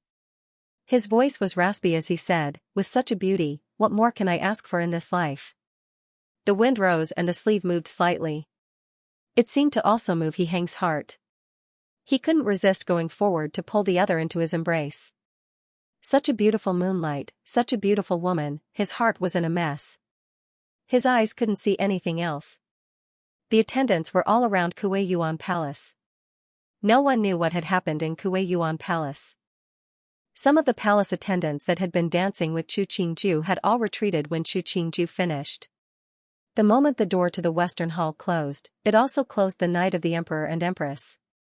The moonlight was still the same, and the people were still the same. However, for Mu Jin and the others who were waiting outside, the emperor did not come out of the west hall. This meant that the emperor would not come out before dawn tomorrow. Mu Jin turned her head to look at the western side hall. Not just the emperor, even she, who was also a woman, was dumbfounded when she saw the empress change into that red dance dress. Maybe, there were women in this world that didn't necessarily have the most beautiful appearance in the world, but they had the ability to charm people's hearts, just like the empress. When Chu Qingju woke up in the morning, the sky had started to brighten. She looked at the man who was holding her in his embrace. She reached out to push aside the hair on her forehead. When their eyes met, she found that the other had woken up long ago, his eyes extremely gentle. "Awake?" Hang reached out to stroke Chu Qingju's hair. He smiled lightly and asked, "Call someone in to serve?" Chu Qingju gave a yawn. She looked through the layers of silk curtains to look out the window. She lazily leaned her head against Hang's chest. "Don't want to get up." "A beauty in my embrace, I don't want to get up either." Hang's hand lightly brushed across Chu Qingju's back. He sighed unwillingly. "I finally understand the reason why the emperor doesn't have morning court. The emperor is willing to be that incapable ruler, but I don't want to be that demoness that brings calamity to the country." Chu Qingju pinched his waist. She stood and pulled a red outer robe from the side to carelessly put it on. She threw down her soft and silky hair, revealing her white thighs. She walked through the layers of silk curtains and stepped into the hot spring. The red outer robe floated in the water. He Hing put on the robe and walked to the edge of the spring. He watched as she swam a circle in the water in a way that would cause one's imagination to run wild. He turned and took out a large and clean cotton cloth. He crouched down and reached out a hand. Come up quickly. If you get out of the water, you'll get cold. Chu Qingju swam in front of him. Looking at the hand that was reaching out to her, she suddenly pulled He Hing into the water. Ming He and the others, who were waiting outside, heard the sound of water falling from inside the hall. Occasionally, they could hear the laughter of the emperor and empress. They could only silently bend their waists even lower, their heads even lower. The final result was that He Hing's court time was half an hour later than usual. But at such a short time at night, no one thought too much. The only thing that the court officials didn't understand was why the emperor's mood was exceptionally good today.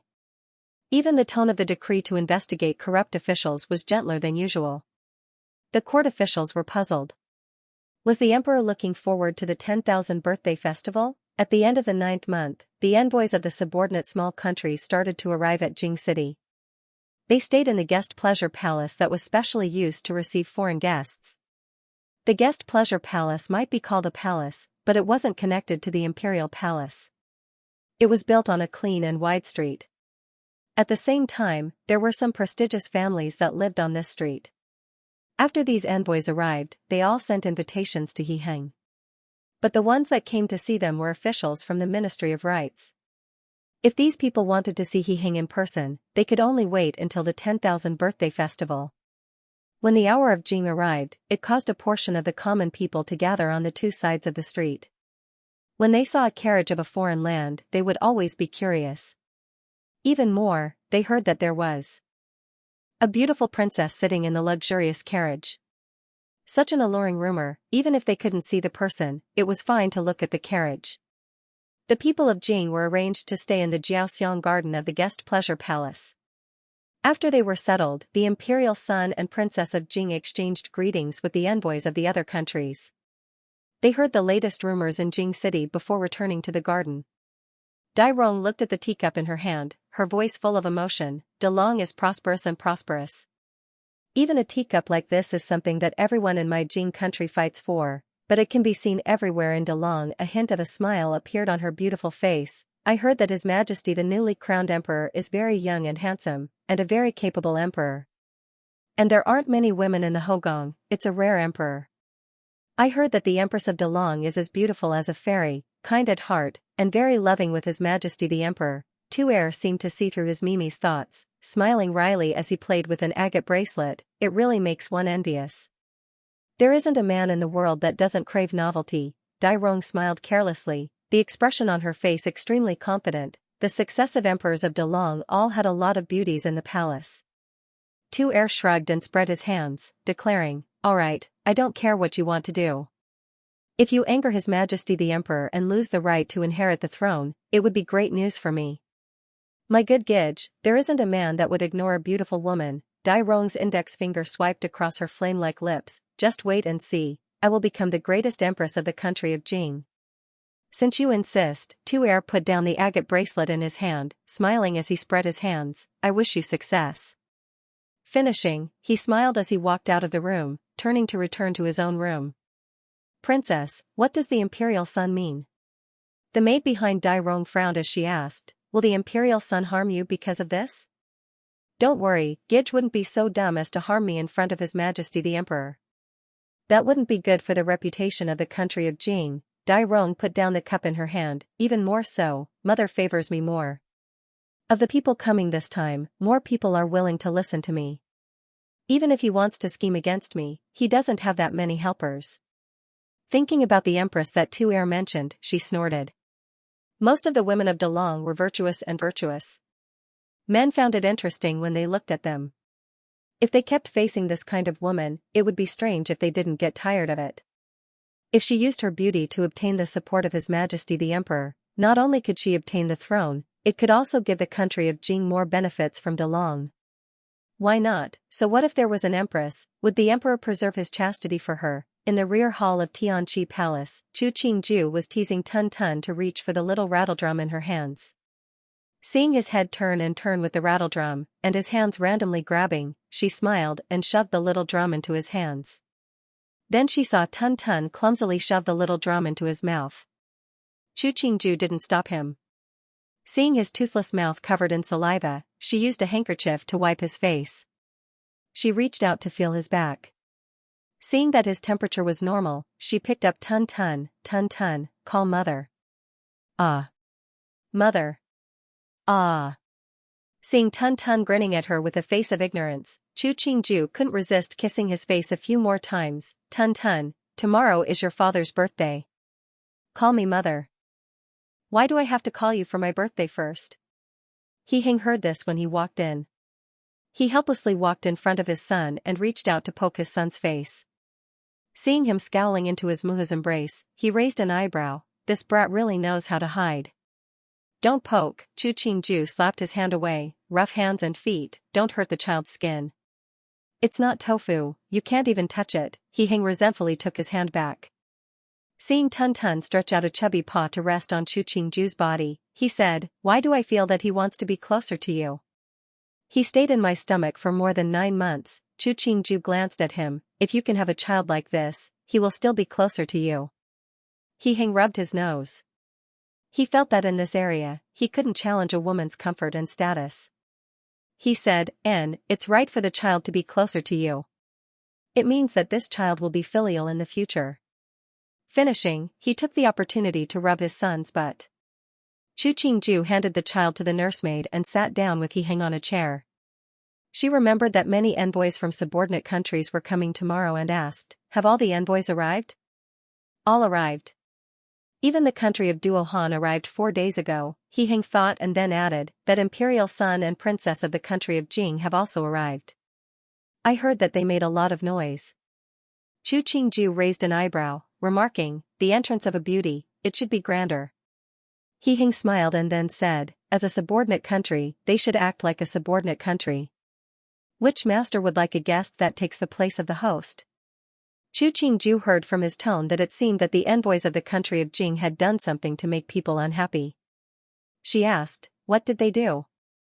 I heard that when they entered Jing, they caused a ruckus. They even came in a grand carriage pulled by 12 steeds. He's brow furrowed. Shandy hasn't been gone for 3 years and they're already singing and dancing. They really have no manners. Chu Qingju finally understood. Even though it was already past the mourning period, but the envoys of the subordinate countries that came this time, in order to express their loyalty, would definitely express their grief at the passing of Shandy. So He was dissatisfied with the performance of the country of Jing.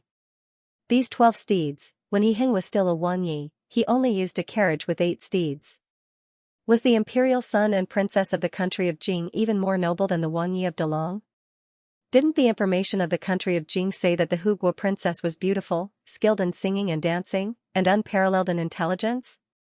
Why did the things that she did not seem to suit He's intentions, or was it that this was a method that the Huguo princess used to attract the attention of the new emperor? It was a pity that no matter what her intentions were, this method was for the blind to see, and it made He dissatisfied. It really made one sympathize. On the day of the emperor's birthday, all of the attendants in the palace were on full alert. No one dared to make any mistakes. If they offended the higher-ups, even if they didn't die, they would lose half a layer of skin. The palace maids and Taijian under the jurisdiction of the Department of Household Affairs were all properly taken care of. Even the inside of Luanhe Hall was scrubbed over and over again. The white marble steps outside were wiped clean, not a speck of dust could be found. The weather today is really good. A blue-robed Taijian raised his head to look at the sun hanging in the sky. He lowered his voice to say to his companion beside him, hey, did you hear, the princess of the country of Jing is so beautiful that she's preparing to dance at the banquet. What's so strange about that? His companion used the rag in his hand to carefully wipe the pillars of the corridor. Just the princess of a small country, is it worth it? For you to be so curious? You blockhead, a perfectly fine princess, why would she dance and dance in front of the emperor? The blue-robed Taijian said exasperatedly, her thoughts aren't simple. Isn't there the empress? His companion bent down to clean the rag in his hand in the bucket. Just the princess of a tiny country, there's nothing to be curious about. No matter how good a woman is, it can't compare to a fresh woman, who is talking nonsense. A steward eunuch wearing a dark blue robe with water patterns walked over with a few young eunuchs. He expressionlessly pointed at the blue-robed eunuch. "Drag him away, drag him away. An idiot who talks nonsense about his master. Even if he lives, he will only make trouble for the others." The blue-robed Taijian didn't have time to beg for mercy before his mouth was gagged and dragged away. His companion beside him had already knelt on the ground in fright. "You brat, at least you know what's good for you." The steward Taijian rubbed his beardless chin and waved his hand. "Continue to work. If I hear anything I shouldn't hear again, what happened just now will be a lesson. At that time, don't blame me for not warning everyone." "What are they doing?" Jin Zhan, dressed in a blue palace dress, saw a Taijian being dragged away from a distance. When she came closer, she found that the expressions of the Taijian and palace maids present weren't right. She asked, "What did that Taijian do?" "Jin Zhan Gunyang, it's just a boy whose brain is muddled, nothing major." The steward Taijian saw Jin Zhan and instantly squeezed out a smile. He went forward to greet Jin Zhan. "Does Jin Zhan Gunyang have any orders for us?" Jin Zhan saw that the steward Taijian wasn't willing to mention the previous Taijian and didn't force it. There were many things that couldn't be said in the Hogong. She immediately said, "The Empress said that in consideration of everyone's hard work, everyone should go to the kitchen later to receive a bowl of lily meat porridge to drink to warm their bodies. The weather of this October will be cold at night." Many thanks to the Empress for her grace. The steward Taijian instantly had a grateful expression. He made a full bow towards Xianxia Palace, and said a few more good things about the Empress before closing his mouth. Jin Zhan didn't linger. After exchanging a few more pleasantries with the steward, she left. The steward Taijian looked at her back and sighed. Right now, the Empress' quarters were filled with flowers. If he could get on the Empress' side, he wouldn't need to be a steward. It was a pity that the Empress was surrounded like a metal bucket. A normal person couldn't even show their face in front of the Empress. Other people said that the Empress was benevolent, but based on his experience of serving in the Hogong for more than 20 years, the Empress wasn't a simple person. When Chang de Gongfu had fallen, her reputation hadn't been damaged, but had become better. This wasn't something a normal woman could do. And the incident of Han Liangdi's accidental death, everyone knew that it had been done by Shugui Taifei and Ping Kairan. The Empress had also been cleared of suspicion due to the tight security of Tianqi Palace. But he felt that the matter wasn't so simple. The Empress Dowager of the two palaces didn't get along with Shugui Taifei. Many people in the Hogong knew that after the new emperor ascended the throne, Shugui Taifei's people had been cleaned out. It wouldn't have been easy to work with Ping Kairan. Then, who was it that made it so easy for them to work together? The steward eunuch's shoulders trembled slightly. He didn't dare to think about it anymore. As a small steward eunuch, he had to do his job honestly. He had already lost his family jewels, so he didn't want to lose his life as well. "Nyang Nyang, do you think this is appropriate?" Yuzhan and Yin Lu took out a mirror for Chu Qingju to clearly see what was in front of her and behind her. She carefully asked, "Is there anything that isn't appropriate?" Chu Qingju's index finger lightly brushed the red flower on her forehead. She lightly smiled and commented, "Very beautiful. Yuzhan's craftsmanship is getting better." Taking out a phoenix spreading its wings Buyao from the treasure box and stuck it in her hair, Chu Qingju slowly stood. "It's late. Let's go to the main hall and meet with the emperor." After he had changed his robes, he heard the servants say that the Empress had arrived. He didn't hesitate and let the servants welcome the Empress in. He stood in front of the large mirror and let a bunch of palace maids and Taijian arrange his clothing. "Greetings to the emperor." Chu Qingju walked behind He Heng and examined him from head to toe. The beauty of a dragon and the beauty of a phoenix, natural talent, it really makes one sigh in admiration. The ancients had a poem about a bandit gentleman, like cutting and learning, like carving and grinding. C111111, he 111111, in the end, it cannot be C11. The emperor is worthy of this phrase. The palace servants in the room heard the Empress tease the emperor and jumped in fright. But they didn't dare to show any change on their faces. "With pearls and jades at my side, I feel I am unpresentable." He Heng wasn't angry when he heard this. He smiled and turned to look at Chu Qingju, who was wearing the vermilion phoenix robe with wide sleeves. "With Chu Qingju here, everything else in the world is just so." the palace servants silently lowered their heads. So the emperor and empress were playing a game of you praise me, I praise you. As palace servants, it was better for them to be deaf and unable to hear. Luanhe Hall was brightly lit. Those that had the status to sit in the hall all had a happy expression on their faces as though it was their birthday. He Yuan sat to the right of He Ming, lazily swirling the exquisite and fine porcelain wine pot. Occasionally, he would take a sip or two, a disdainful smile on his face. Of the people sitting here, how many were truly happy for the emperor's birthday?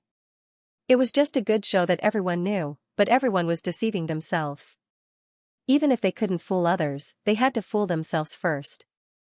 The emperor has arrived, the empress has arrived. He tilted his head to look and saw the emperor and empress walk in hand from outside the hall. One was wearing a black brocade robe with red edges, the other was wearing a vermilion floor-length skirt. Yet they were unspeakably beautiful. His hand gripping the wine cup froze slightly. Then he stood with everyone else to kneel to welcome the emperor. Looking at the scarlet skirt meandering in front of his eyes, he felt as if something had swept across his heart. It was unbearably sour, but it also felt as if there was a breath that he couldn't get out. It was so stuffy that it made his head buzz. Everyone, please rise, He Hing held his hand as he and Chu Qingju sat down on the large two-seater chair. He said with a slight smile, it's just Zhen's birthday. For everyone to work so hard, Zhen is very grateful. Everyone hurriedly kowtowed to express that the emperor was being too serious. They were truly happy for the emperor and how loyal they were. When the emperor said thanks, they didn't dare to accept the words of thanks. After the officials performed the 3 bows and 9 kowtows to celebrate the birth of the emperor, they were given a seat by the emperor. After that, it was time for the envoys of the subordinate countries to enter the hall to pay their respects. This was also the part that the officials liked. Chu Qingju noticed that the order in which the subordinate countries entered the hall was particular. It seemed that the earlier the envoys came in, the more favored they were. After 7 or 8 subordinate countries offered their gifts, Chu Qingju finally heard a name. That interested her. Jing's imperial son Tu Er, Dairong princess present. Summon. Chu Qingju held a smile at the corner of her mouth as she looked towards the door. She saw a male and female dressed in the attire of a different race walk in. Both of them looked very young. Behind them were 2 servants. Jing's Tu Er, Dairong, congratulate His Majesty the Emperor for a long life, and for Delong to prosper. Dairong walked to the center of the hall and made a full greeting of her country. Thinking that the country of Jing was arranged to be the second last to enter the hall, she felt discontent. Even a small country like the country of Wei was arranged in front of her country of Jing. The rights officials of Delong were looking down on them too much. Xianxia looked at the emperor. Seeing the emperor slightly raise his hand, he shouted, "Excused, rise." Many thanks to the honored His Majesty the Emperor and the Empress. Tu Er bowed and stood with his Mimi. He used the movement of standing to quickly glance at the Empress. He saw a woman even younger than his Mimi, wearing a grand gown that was redder and more beautiful than a fresh flower. So stunning that he almost couldn't move his gaze. This was the first time he saw a woman that was more suited to wear red than his Mimi. Both of you have come from afar, Zhen is very grateful to both of you. He Hing raised his hand, please sit. The honored His Majesty the Emperor is too polite. It is the good fortune of the country of Jing that this one and Mimi can come to celebrate your birthday. This one's mother has prepared a birthday gift for His Majesty the Emperor. I hope that His Majesty the Emperor will not dislike it. Tu Er turned to take the gift box from the servant and raised it with both hands, for the honored His Majesty the Emperor to look. Xianxia walked down the 9 steps of stairs and took the gift box from Tu Er's hands. He first quickly opened it to check if there was any poisonous smoke or hidden weapons before he bowed and presented it with both hands in front of He Hing. He Hing took the gift box and saw inside was a lotus flower ornament carved from a whole piece of mutton fat jade. He closed the box and said, "The Queen of Jing has worked hard. Please sit." Tu Er couldn't see the emotions on He Hing's face and could only sit down with his Mimi. Because his heart was in a mess of worry, he didn't even notice what gift the country of Duo Han had sent after him. Since there was a birthday banquet for envoys from subordinate countries, naturally there would be songs and dances that represented the prosperity of Delong. Many of the envoys looked at the beautiful song and dance of the dancers of Delong and almost forgot to raise their chopsticks. Their faces were full of amazement, and it greatly satisfied the vanity of many of the officials of Delong. Chu Qingju looked at He Heng beside her and found his expression was calm, as though these envoys of the subordinate countries hadn't seen the world and didn't please him. She nodded inside. These envoys might be from subordinate countries, but they were all nobles of each country. They wouldn't show such an embarrassing appearance just because of a song and dance. They were just pretending to be like this to please the emperor and officials of Delong. To be an envoy, how many of them had a face? The dances of your country really move one's heart. This little girl wants to perform a dance of the country of Jing for everyone. Will your majesty the emperor allow it? For example, this one, her face wouldn't be thin. Chu Qingju looked at the red-clothed Huguo princess who spoke, the smile on her face becoming brighter. No one felt it was strange at what the princess of Jing had suggested. There were even officials that gave what they thought were ambiguous smiles, as though they had seen through what the princess of Jing was thinking and were waiting to see a good show. A princess of a small country proactively dancing in front of so many people, if she said she didn't have any other intentions, who would believe it? But right now, the empress was present. This princess of Jing's actions were too direct. Seducing the emperor in front of the empress, was she relying on her good looks, or did she have no brains? After He Heng heard the princess of Jing's words, he didn't immediately agree. He looked at Chu Qingju beside him as though he was asking her if she was interested in the dance of another race. Ben Gong has heard that the Huguo princess of Jing country is devastatingly beautiful and can dance the most beautiful dance in the world. Today, I have the fortune to see princess. If I can't see princess dance, to us, it would be a kind of regret. Chu Qingju gave a dignified smile. Princess, please dance. Dai Rong hadn't thought that the one speaking would be the Empress of Delong and not the Emperor. She first stilled and then stood to bow, replying, "Many thanks, Empress Nyang." Finishing, she took off the boots on her feet and then took off the wide robe on her body, revealing an exotic and beautiful attire. When the men and women present saw this, they were slightly shocked. But thinking of the different customs of each country, they didn't show too blatant an expression. But inside, they couldn't help but compare this Huguo princess to the dancers. At this kind of occasion, the females of prestigious families wouldn't lower themselves to perform. It was the dancers and singers who would come out to add to the fun. And, the most beautiful dance in the world? A tiny country dared to boast like this, they were really looking at the sky from the bottom of a well. Chu Qingju looked at the exposed arms and flat stomach after Dai Rong took off her outer robe. She smiled as she raised the teacup. She swept her eyes across the musicians of Jing who were coming in from outside the hall. She bent her head to say in He Heng's ear, "The waist of the princess of Jing looks very enchanting, like a willow branch.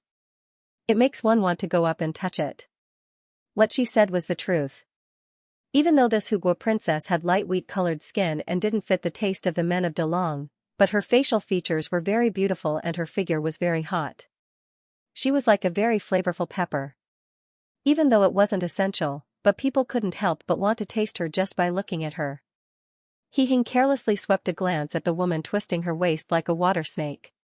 He remembered how Chu Qingju had looked when she was flying in her red dress. He laughed lightly by her ear. Compared to Qingju, you're just SOSO. In his view, this Huguo princess did have some taste, but she wasn't a rare beauty. Instead, it was the faint charm that Chu Qingju exuded from her dance that moved his heart. Women with taste should be old wine, and the more one tasted, the more fragrant it became. Not this kind of strong wine. At the beginning, there was some taste, but if he drank a few more mouthfuls, what difference was there between it and the Shadozi wine on the roadside? The more Dai Rong danced, the hotter her movements became. Like a poisonous snake, she unconsciously attracted the gazes of many men. Many men looked at her twisting waist, and there was only one word left in their minds, a beauty. As the drumming became more urgent, Dai Rong's bare feet spun faster and faster. The moment the drumming stopped, she curled her toes and put her hands together. It was as though an enchanting goddess had taken back all her magic and once again became a noble princess. He Heng was focused on talking to Chu Qingju.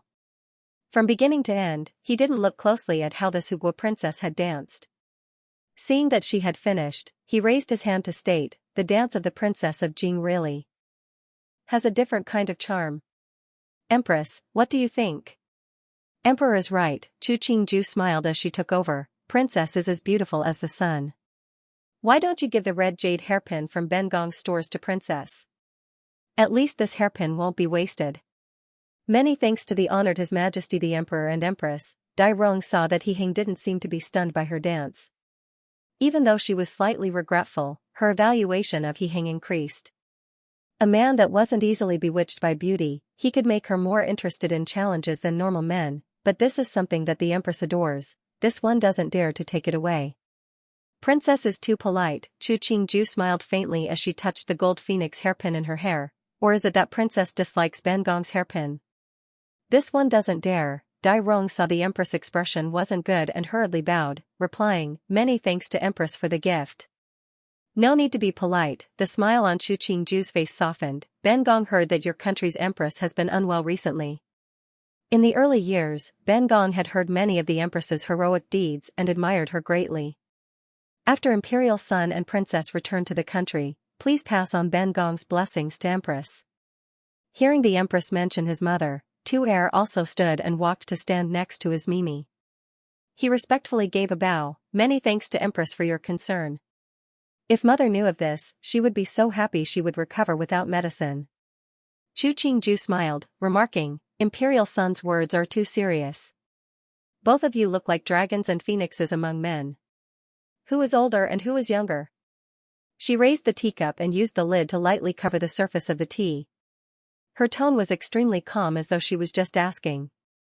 Empress, this one is the elder. Tu Erh remembered that he had called Dai Rong Mimi in the hall before. Even if he hadn't called her that, but as an envoy, De Long should have known who was the elder and who was the younger. But the Empress was asking in front of him, so he could only answer honestly. So it's like this, Chu Qingju nodded. She turned to He Hing and said, doesn't the Empress have a matter that she needs Emperor to decide on? Xie feels that the atmosphere right now is just right, and with all the officials and envoys present, it is suitable to end this matter. Everyone present quieted down, their gazes moving back and forth between Tu Erh and Dai Rong. Even though everyone knew what matter the Empress was talking about, but no one had thought that the Empress would bring it up so directly. But thinking that the letter had been written by Her Majesty the Empress, it was normal that the Empress had read the letter. If the Empress didn't mention it, Zhen would have almost forgotten. He Hing naturally didn't need to spend too much effort on this kind of small matter. Even more, he was leaning towards Tu Erh succeeding the throne. A woman like Dai Rong was too ambitious. For the De Long dynasty, they didn't need an overly ambitious king of a subordinate country. Not long ago, the Empress sent a letter and hoped that Zhen would choose one of the two as the successor. In Zhen's view, both of them are rare and talented people. It really is hard to choose. At this time, the officials that had received benefits from Dai Rong didn't dare to make a sound. They weren't dumb. Just now, the Empress had hinted that Imperial Prince Tu Erh was the elder and Princess Dai Rong was the younger. If they didn't have eyes and spoke up for Princess Dai Rong, wouldn't that be making things difficult for the Empress?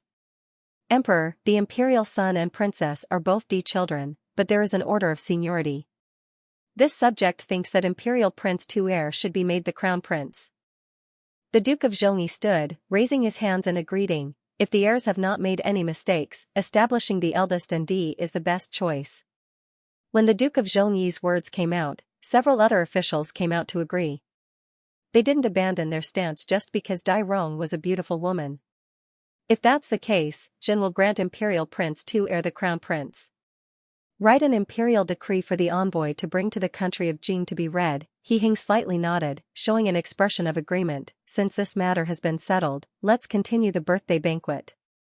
Dai Rong hadn't thought that her position as the crown princess would slip away without a sound. Before she came, her mother had clearly hinted that the Emperor of De Long thought highly of her. Why didn't she see that the Emperor had any intentions of protecting her now? She was clearly the princess of the country of Jing that was the most respected by the people. Her mother even had Hugua as her title. Why did the Emperor turn around and make her older brother? Tu Erh hadn't thought that the position of crown prince would come so suddenly. He first paused and then remembered to kneel down in thanks. He didn't know if he was thinking too much. He always felt that if the Empress hadn't said those words, maybe the position of crown prince wouldn't have anything to do with him. but why did the empress help him? He suddenly stilled.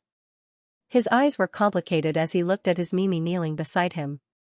He had heard that the Empress of Delong admired capable women. If Mimi hadn't performed this dance, and was closer to the Empress, what would he have had? He had said long ago that Mimi would use the wrong method, but she thought that the women of Delong were all docile and virtuous. She didn't think that even the women of the country of Jing had a myriad of changes, much less the vast Delong. How could there be women that were the same in this world? Mimi had lost because she was too proud and confident.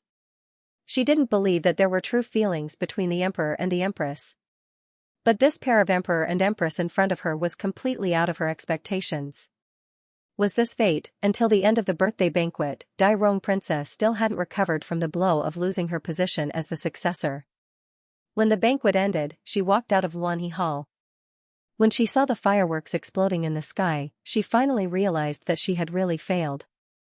Guji had already become the successor recognized by the Emperor of Delong. What was the use of a princess that couldn't inherit the throne? After she returned to the country, she could only find a Fuma, then have children and slowly die of old age in the Princess Fu. Days like that were too terrifying. She wanted to be the high and mighty empress. If she couldn't become empress, then wouldn't her previous pride become a joke? Raising her head to look at the brilliant fireworks, she heard that even though the method to make this kind of fireworks wasn't hard, but it was very particular about the amount.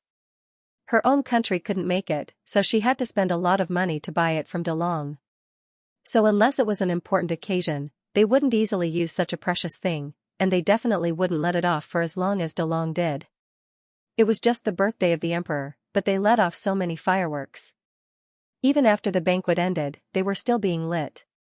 It was as though these things weren't worth anything, and even a child on the side of the road could light them up to play with. The prosperous Delong, the bitter and cold country of Jing. Dai Rong princess's steps paused. She turned her head to look at the luxurious and exquisite Luanhe Hall behind her. Even the jade steps and pillars outside the hall were so exquisite and extraordinary. Just what kind of luxurious and exquisite life did the women living in the imperial palace live? Not far away, a group of people carried beautiful palace lanterns and surrounded a Luan carriage that was so beautiful that people couldn't take their eyes off it. Behind the carriage, there were many palace maids dressed in beautiful clothes. Such a luxurious scene made her slightly stunned. She couldn't help but ask Luan and the guards outside, who was sitting in that beautiful carriage. The guard saw it was the princess of a subordinate country and politely answered, "That is the imperial carriage of the empress." Because the empress has already left with the emperor, most of the servants have already left with the imperial carriage. This kind of procession was when there was no one? Dai Rong princess was slightly shocked. If the empress was sitting inside, what kind of grand scene would it be? Was this the life in the imperial palace of Delong? No wonder mother always talked about how prosperous Delong was. She had thought that mother was exaggerating too much. Now that she had personally come to Delong, she knew that the real Delong was even more prosperous and exciting than what mother had said. She dazedly looked at the imperial carriage moving further and further away. She couldn't help but be slightly dazed. If she could live such a luxurious life in the future, how good would that be? Right now, she couldn't be the future emperor of Jing, but if she could be an imperial fae in Delong and live such a luxurious and exquisite life, it wouldn't be a bad choice. Didn't they say that the women favored by the emperor of Delong were nobler than the empress? If she could become a woman even nobler than the empress, at that time, why would she need to send gifts to the little officials of Delong to curry favor? What was the throne of the country of Jing? Even if her brother became the emperor, he could only obediently bow when he saw her. Even the empress wouldn't dare to use that lofty attitude to treat her. The news that the princess of the country of Jing had performed a dance at the birthday banquet quickly spread throughout Jing City. Many people that liked to join in on the fun started to speculate about the dance of the princess, her beauty. Some people even started to say that the emperor would take the princess into the Hogong. The people of Jing City had seen many things and naturally guessed that the princess of the country of Jing wasn't purely performing a dance, but wanted to show off herself in front of the emperor. A woman that worked hard to show off her good points in front of another man, if she didn't have any other thoughts, it would really be suspicious. In a short period of time, the rumors about the princess of the country of Jing increased. Some people said that they saw the princess of the country of Jing buy clothes and jewelry from a certain store, and then saw her buy perfume from a certain store. All of these rumors had one similarity: it was that this princess was very beautiful, and could cause people to lose their souls at a glance. The rumor spread more and more. It gradually became that the Dai Rong princess of the country of Jing was extremely beautiful, and her heart was in love with the emperor. But the emperor was hindered by the empress, so he didn't take Dai Rong princess into the palace. The empress had been married to the emperor for 2 to 3 years. She even had a child, but she still took the position that the emperor didn't allow him to take a Heifei. Wasn't that too domineering? Some men felt that the empress wasn't virtuous enough. Some women had a bit of jealousy and said that the empress wasn't generous enough. In the end, Dai Rong princess seemed to be the innocent and infatuated girl from another clan, and the empress was the malicious first wife that used her status to bully her. When the rumors outside reached Chu Qingju's ears, she was playing with Tun Tun on the little drum. After hearing Huang Yang's report, a hint of a smile appeared on her face as she commented, "Such a good story. When did the emperor feel pity for a beauty like Dai Rong princess, and when did he have to abandon her?" When the entire room heard this, they all held their breaths and stood at the side, afraid that the empress would be angry. The emperor, as the master of Delong, does he need to hesitate when he wants to take a woman? What to control the court, what to balance the Hogong? Chu Qingju snorted, only a useless emperor would rely on women to govern the court. Ben Gong thinks that the people who spread these rumors have ulterior motives. An unfounded rumor that involved the entire court and Hogong. Even some of the important officials that He Hing used were dragged in. These officials became rebellious officials that took over the court. She, the empress, was the mastermind behind these people, and He Hing became the painful emperor that was controlled by others. There were many nobles and aristocratic families in the capital. Usually, there would be all kinds of news. This time, the statements were so uniform that there must be someone behind the scenes. These rumors were aimed at her and Zhongyi Gongfu. If He Hing had the slightest bit of displeasure towards her, then when this rumor reached his ears, the displeasure would turn from a little bit to a lot. This method was not brilliant, but it was very effective. It ruined her reputation, affected the reputations of several officials in the imperial court, and even involved the vassal states. Right now, the envoys of the vassal states were still in Jing. If that Dai Rong princess just peacefully returned to the country of Jing, what would the envoys of the vassal states think? Thinking about it, Chu Qingju furrowed her brows. She saw Tun Tun's meaty claws grab the rattledrum and laugh because it made a sound. Her brow slowly relaxed and she reached out to caress Tun Tun's face, suggesting, "Since there are so many rumors, why don't we let the rumors spread even more?" Huang Yang hesitated. "Nyang Yang, you mean, right now, there are so many rumors in Jing, and it coincides with the emperor's birthday. Are there people purposefully spreading the rumors? This kind of intention to shake the foundations of Delong, it's too scary." Chu Qingju sighed, "As a person of Delong, I really hate this kind of people." Huang Yang heard this and his eyes lit up. He instantly responded, "Nukai understands." Half a day later, some people in Jing started to be suspicious. Everyone knew that the empress was virtuous and kind, and had a deep love for the emperor. The emperor's imperial edict of conferring the empress had even written that it was the favor of the heavens to obtain the empress. So how did it become that in just a few short days, the empress was cruel and jealous, and the emperor and empress appeared to be united but were actually apart?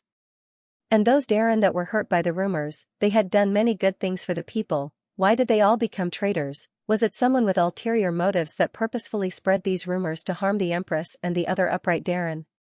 Who was behind these rumors? Were these people the enemies of Delong, or the traitors within Delong? There had never been a lack of intelligent people in Jing. When the original rumors had spread, they had detected that something wasn't right.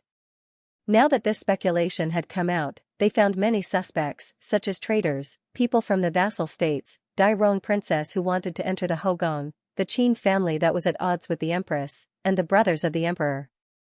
Gradually, more and more people started to doubt the previous rumors. They were filled with righteous indignation, and rolled up their sleeves in an attempt to catch the mastermind behind the scenes. As to whether these people were truly angry or just joining in on the fun, it was up to the benevolent to see. In the imperial study, He Hing looked at the officials at the head of the table. They were all traitors that were in cahoots with the empress in the rumors. Thinking about those messy rumors, He smiled and comforted, "Beloved subjects, you don't have to blame yourselves. Zhen has never cared about this kind of false rumors. Zhen has eyes to see what kind of people you are, and not to listen to those rumors." Tianjin's expression was grave as he stepped forward and raised his hands, declaring, "It was this subject's incompetence that caused these rumors to spread, and caused the reputation of emperor and empress to be tarnished. Emperor, please punish us." He was the vice minister of the judicial office. Even though he wasn't directly related to this matter, but he was still somewhat related. Commander Sun of the Imperial Guards felt bitter. As the traitor that worked with the empress, he didn't just get hit by the rumors, he might even be punished by the emperor for not stopping the rumors in time. When Tianjin had begged for forgiveness, he had knelt down first. This matter was directly related to him. Zhen has said, "Beloved subjects, you don't have to blame yourselves." He stood from the imperial desk and personally helped the two up. "You are all pillars of the country. Zhen still hopes that you will do more for Delong. How could I punish you for such a small matter?" The hearts of the people present warmed. It was the good fortune of the officials to encounter such a wise ruler as the emperor. In a flash, many of the old men had tears in their eyes as they knelt down to thank the emperor for his grace. Inside, they decided to investigate the previous matter. Even though it had become a small matter because of the emperor's trust in them, but they couldn't tolerate this kind of thing happening again. There is only one matter that Zhen is very worried about. The empress is a virtuous person, but her reputation has been tarnished by someone with ulterior motives. He sighed, "I hope that everyone will work hard to find the mastermind behind the scenes. At least, we can give justice to the beloved subjects and the empress." "Emperor, please don't worry. Chan and the others will definitely investigate this matter." Commander Sun raised his hands. "Right now, many people in Jing are starting to detect the evil intentions of the mastermind. Not many people believe the rumors. The empress' benevolence and virtuousness can't be covered up by someone else's slander." Luo Chongqing raised an eyebrow as he looked at Commander Sunday. "Who said that military generals didn't have enough brains? Wasn't this one's flattery very good?" He raised his head to look at the emperor. As expected, the smile on the emperor's face had grown. He took a step forward, stating, "Right now, many people in Jing are starting to suspect the princess of the country of Jing, and the country of Duohan, as well as the Wang Yi. This subject thinks that since the emperor has treated the Wang Yi so well, they wouldn't do such a disdainful thing." Luo Chongqing would say this because this kind of speculation wasn't good for the unity of the imperial house, and also because his granddaughter was married to Qingwang. But no matter the reason, his suggestion wasn't wrong. He nodded, replying, "Zhen's brothers are all loyal people. Zhen believes that they aren't that kind of people." Not long after the Darren left the imperial study, many people in the capital learned of the emperor's words.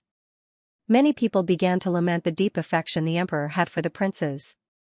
They also felt that if the princes were not loyal to the emperor, then they were truly cruel and unscrupulous people. In Qingwang Fu, after He finished listening to the servant's report, he finally released a breath. He walked to the room of Wang Fei, who was still in confinement. Seeing her holding the child, he smiled and asked, "Wang Er is still sleeping?" Luo Wenyao saw him come in with a smile and handed the child to the nursemaid. "Did something good happen?" He narrated the events from beginning to end. At the end, he sighed, "The emperor and the empress have treated us so well, but what I can do for the emperor is limited. Wang Yi and the emperor are blood brothers, the relationship can't be calculated like this." Luo Wenyao comforted, "A few days ago, Mu Jin, one of the empress attendants, specially came to see Xia and gave me many things. Is all this because the empress is waiting for Xia to return the favor?" "I was too narrow-minded." He smiled as he went forward to hug her. He didn't mind the filth of her confinement and sighed, "With Yao Yao here, I don't have any worries." Luo Wenyao laughed lightly, the happiness on her face clearly visible. She had her husband's favor and a son, what reason did she have to be unhappy? In the rear hall of Tianqi Palace, Chu Qingju took off her hairpins and ornaments. She rubbed her shoulders as she commented, "The weather is gradually getting colder." Jin Zhan and Yuzan put the hairpins and ornaments back into their boxes. Mu Jin used a rhinoceros horn comb to straighten Chu Qingju's hair.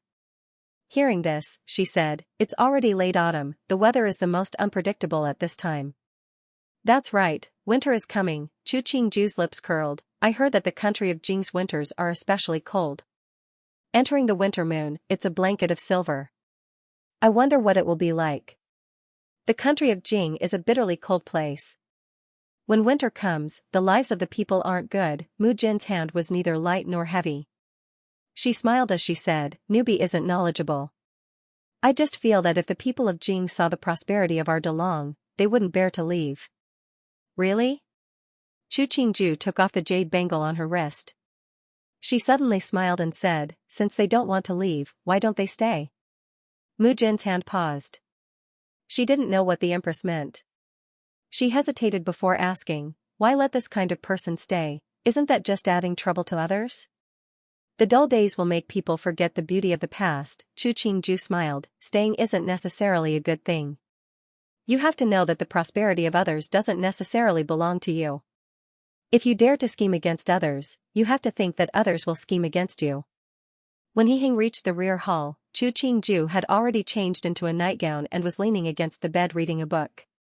He furrowed his brows as he came forward to warn, "Reading so late, don't hurt your eyes." Chu Qingju obediently closed the book in her hands. She smiled as she replied, "Wasn't it boring, waiting for you to come back to sleep?" This one sentence caused He Hang's thoughts to move. He took off the robe on his body and devoured the beauty. After the two finally laid down on the bed in satisfaction, Chu Qingju leaned against He Hang's chest. "I see that your complexion hasn't been very good these past few days. Is it because of the rumors outside the palace?" "It's just some rumors. When these people get tired of it, no one will spread it. Don't let these things affect your mood, it's not worth it.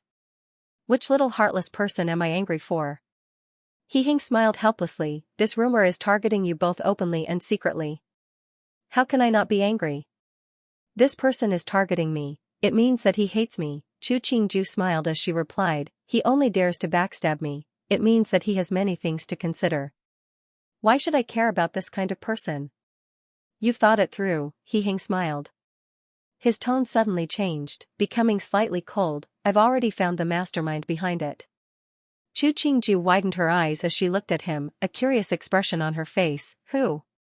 "The Qing family and the Princess of Jing." He Hing smiled coldly. "The people from these two sides can gather together, they really have skill."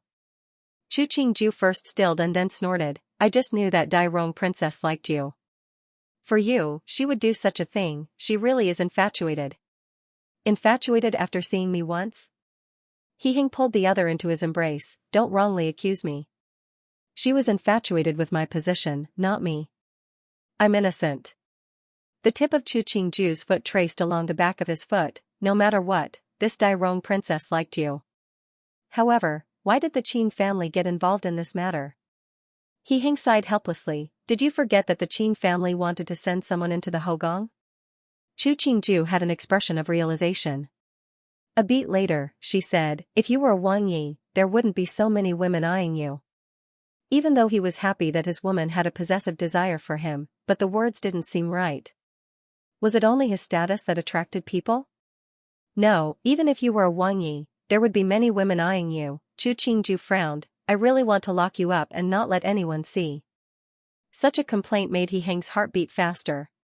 He flipped over and pressed the other against his body, lightly kissing Chu Qingju's ear. "I was yours to begin with." Chu Qingju's eyes met his. Looking at his eyes filled with deep emotion, she reached out to hug his neck. You are mine." When she woke up in the morning, Chu Qingju looked to the side. It was already empty. Light came in through the cracks in the window. She rubbed her forehead as she sat up. It was getting late. The palace attendants waiting outside heard the movements in the room and came in with washing things to help her get up and dress. After everything was prepared, she sat at the table and started to leisurely eat breakfast. "Mu Jin, how many days until Qing Wangfei finishes her confinement?"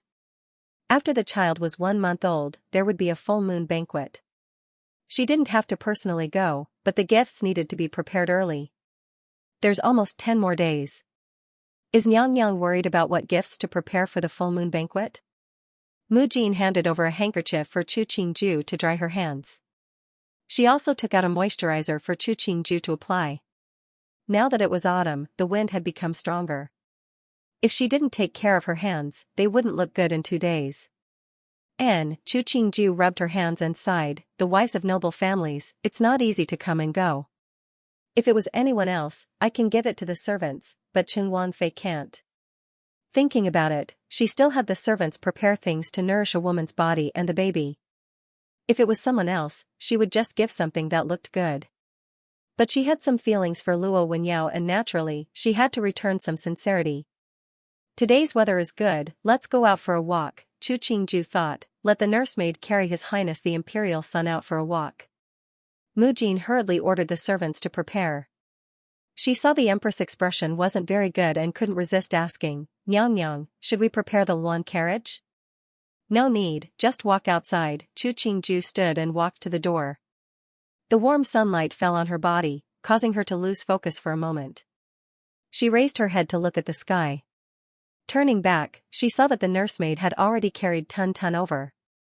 She smiled, let's go. When the Empress went out, even if she didn't have an entourage, there were still many attendants. Even more, there were a few servants to serve Tun Tun behind her.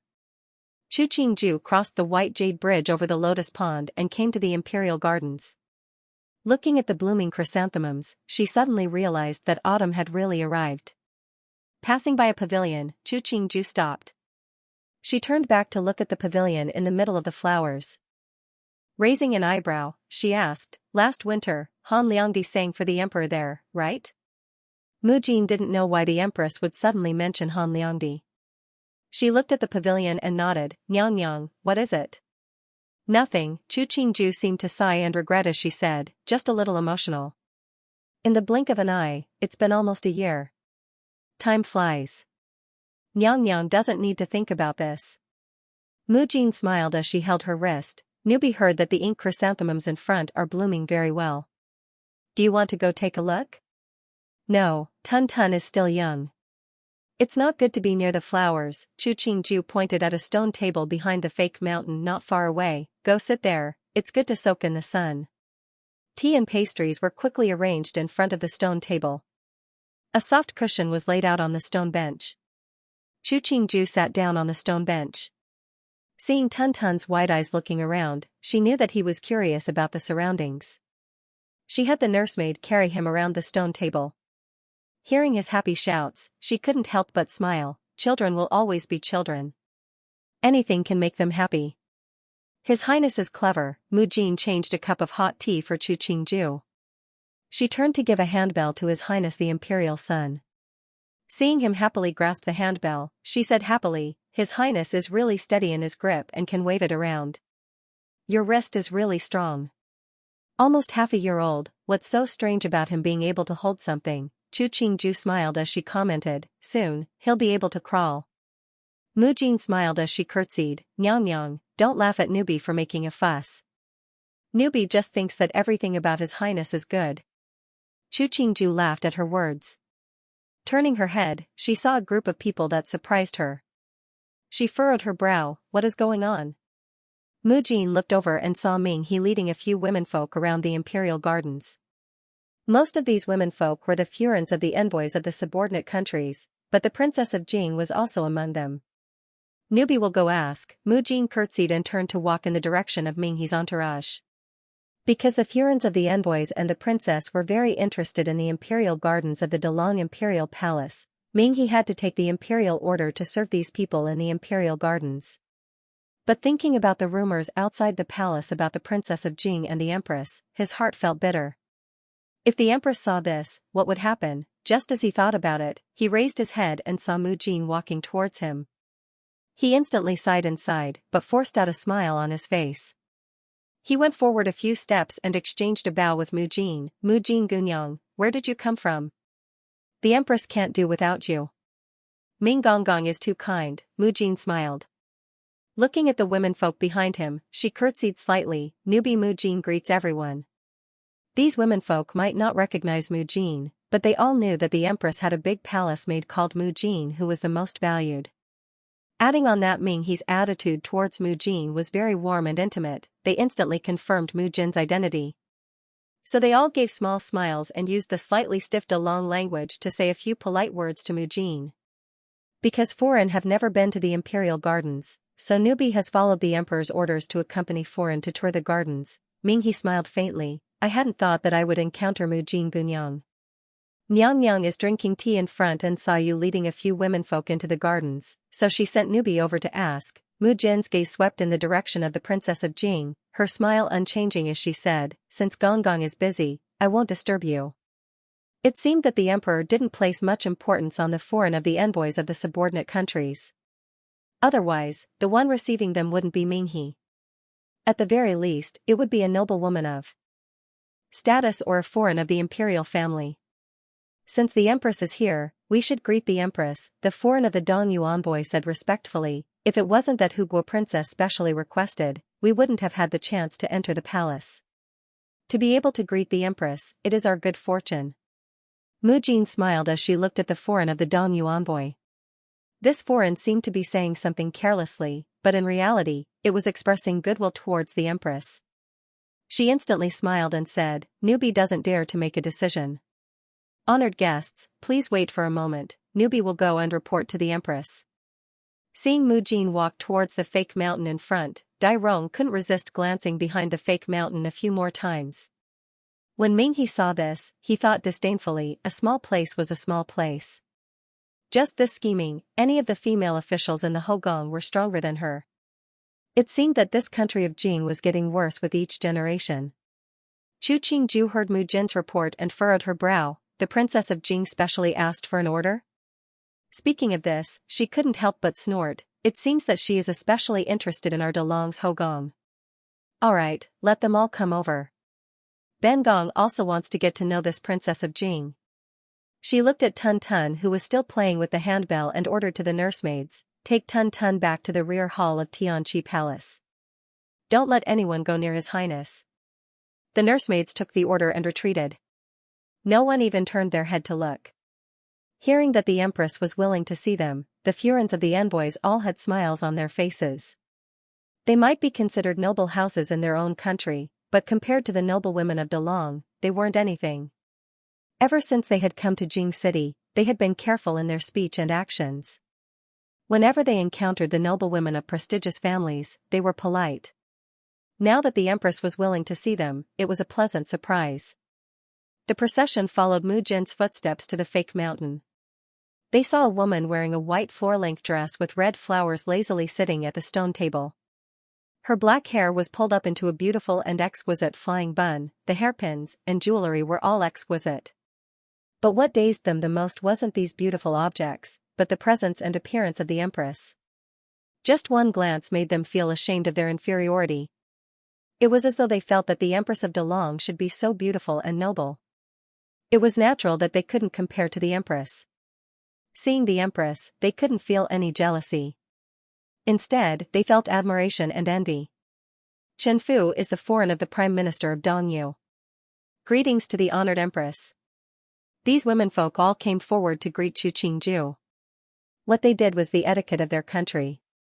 Before these people had arrived, Chu Qingju had already understood some of their customs, so she politely gave these womenfolk a seat. Dai Rong of the country of Jing greets the honored empress. It was the first time Dai Rong saw the empress of Dalong at such a close distance.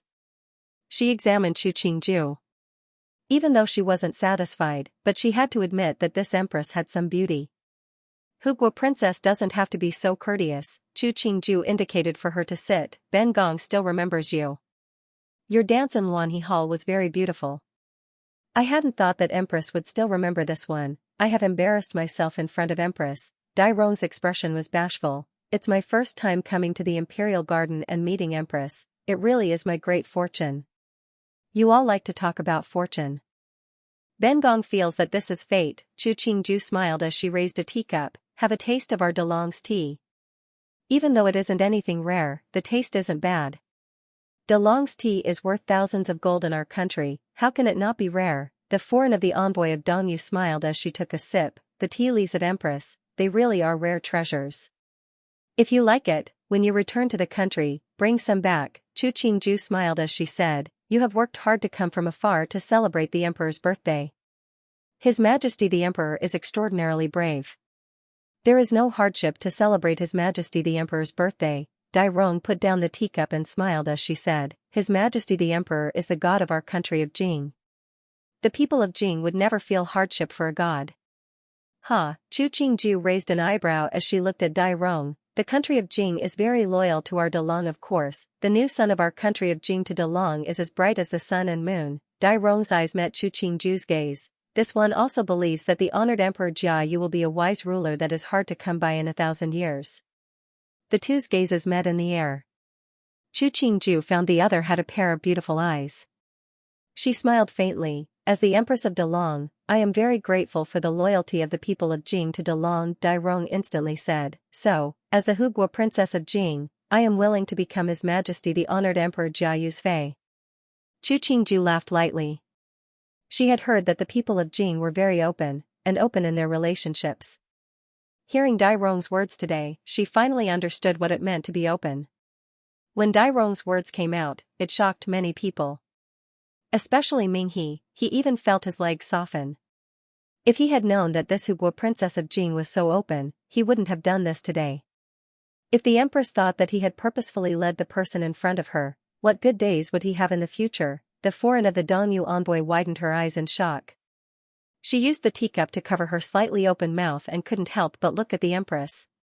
How would the Empress resolve this matter? Chu Qingju was slightly surprised at Dai Rong's act of offering herself to the bed, but she quickly calmed down. She had heard of the valiant customs of the country of Jing. Even though she hadn't thought that this Dai Rong princess would directly say such a thing, but she wasn't so surprised that she would lose her composure.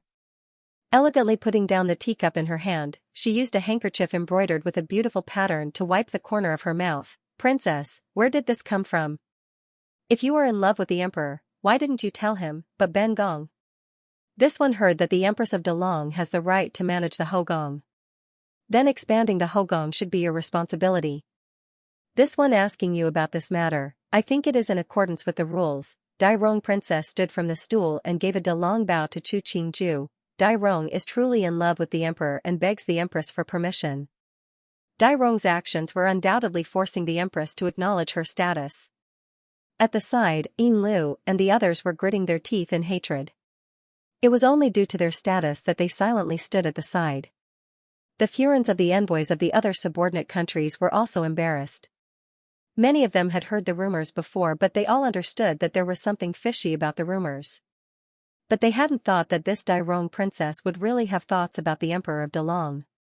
At this moment, they began to regret coming to the garden with Princess Dai Rong. After this kind of thing happened, they really didn't know what kind of expression to make. Dai Rong princess is right, Ben Gong has the right to expand the Hogong. Chu Qingju smiled as she stood, looking down at Dai Rong, who was kneeling in front of her, but Ben Gong is also the wife of the Emperor. Naturally, Ben Gong wouldn't ignore the wishes of the Emperor and take other women into the palace. If Princess truly loves His Majesty, why don't you tell His Majesty your feelings? If His Majesty is willing to accept you into the palace, Ben Gong will naturally be happy to have another woman in the inner palace to serve His Majesty. Dai Rong didn't think that the Empress would push the matter onto His Majesty the Emperor. After a slight pause, she said, if that's the case, why don't I ask the Empress to tell His Majesty this sincerity on my behalf? I will thank the Empress first. Finishing, she flicked her sleeve and knelt down, even taking a posture of prostrating herself on the ground. Ming He saw the almost shameless actions of the Princess of Jing and imperceptibly glanced behind him. At this time, the Emperor was about to leave court. He didn't know if Xiao Ganzi would be able to invite the Emperor over. If this matter didn't go well, it would become big. Fortunately, Her Majesty the Empress was prudent in her actions. If she had thought wrongly, she would have lost face in front of the affiliated countries. Since it's sincere, why let someone else say it? Wouldn't that taint the true feelings? Chu Qingju walked forward a few steps and extended a hand in front of Dai Rong. She smiled slightly. Princess, please stand. The country of Jing might be a subordinate country of Dalong, but you are still a princess of a country. How can you give Ben Gong such a great bow? When the foreign of the Dongyu envoy heard this, she felt embarrassed on behalf of Dai Rong. The Empress was mocking her for lowering her status to be shameless. A good princess, no matter how small the country was, it was still a country. Her words and actions represented the country. Right now, she was bending her knees just to enter the inner palace of Delong to be a Fapine. If the Queen of Jing knew of her actions, what would she think? Dai Rong might have a high opinion of herself, but she wasn't stupid. She naturally heard the hidden meaning in Chu Qingju's words. Looking at the other's extended hand, her tone was respectful as she replied, "I don't dare to trouble Empress." She then stood up and sighed sorrowfully. "As a woman, how many times do I have the chance to see His Majesty? It's just a delusion that I hope to be able to accompany His Majesty. Princess has only seen the Emperor a few times and your heart is already in love. You really are infatuated. Ben Gong has to look at you." Chu Qingju's face showed traces of a smile, seemingly mocking and proud. "If that's the case, why don't Ben Gong give you a chance to tell the Emperor your feelings?" After she finished speaking, her eyes looked towards the side of the fake mountain. Standing there was He Hing dressed in a black dragon-patterned robe. The other's expression was frighteningly calm. Dai Rong seemed to have sensed that someone was behind her. She turned her head to look. She didn't expect that it would be the Emperor. She was surprised for a moment before she reacted. Revealing a sweet smile, she bowed, "Greetings to the Honorable Emperor." The foreign of the other subordinate countries also stood and bowed. They were all married women and naturally had the ability to read body language. So with just a casual glance, they could see that His Majesty the Emperor's expression wasn't very good and seemed to be faintly angry. The atmosphere seemed to have returned to when Dai Rong Princess had offered herself as a pillow. He Hing walked to sit down next to Chu Qingju. Looking at the seductively dressed Princess of Jing, he said in a heavy voice, "Foreign, please rise." Dai Rong's body swayed as she prepared to stand. She hesitated, but in the end, she still maintained her bowing position. He Hing didn't seem to see her state. After exchanging a few words with the Furins of the envoys, he didn't speak again and silently drank tea at the side. The Furins of the envoys didn't know if they should leave or obediently sit. They carefully looked at the Princess of Jing, who was still maintaining her bowing position and didn't dare to breathe loudly. They were all subordinate countries. If they encountered a natural disaster, they had to rely on Delong's aid. Who dared to be disrespectful in front of the Emperor of Delong? Not to mention a bow. Even if the Emperor of Delong found a reason to take one of their lives, they didn't dare to say anything. Luckily, the successive emperors of Delong weren't tyrannical, so these years, the days of the subordinate countries had been relatively peaceful. But if they really angered His Majesty the Emperor, other than the destruction of their country and their families, there was no other way out. Chu Qingju also detected that the atmosphere wasn't good and asked, "Why did the Emperor come?" "Zhen heard that you came to the garden and came to see." He Hing's tone became much warmer. He looked at Chu Qingju. Seeing that her expression was normal and wasn't angry at the actions of the Princess of Jing, he smiled and said, "Zhen is waiting to eat the noon meal with you." When the foreign of the Dongyu envoy heard this, she couldn't help but feel disdain towards Dai Rong.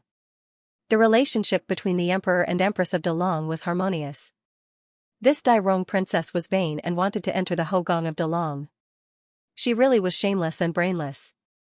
Right now, she was the princess of the country of Jing. The Empress would still be polite to her.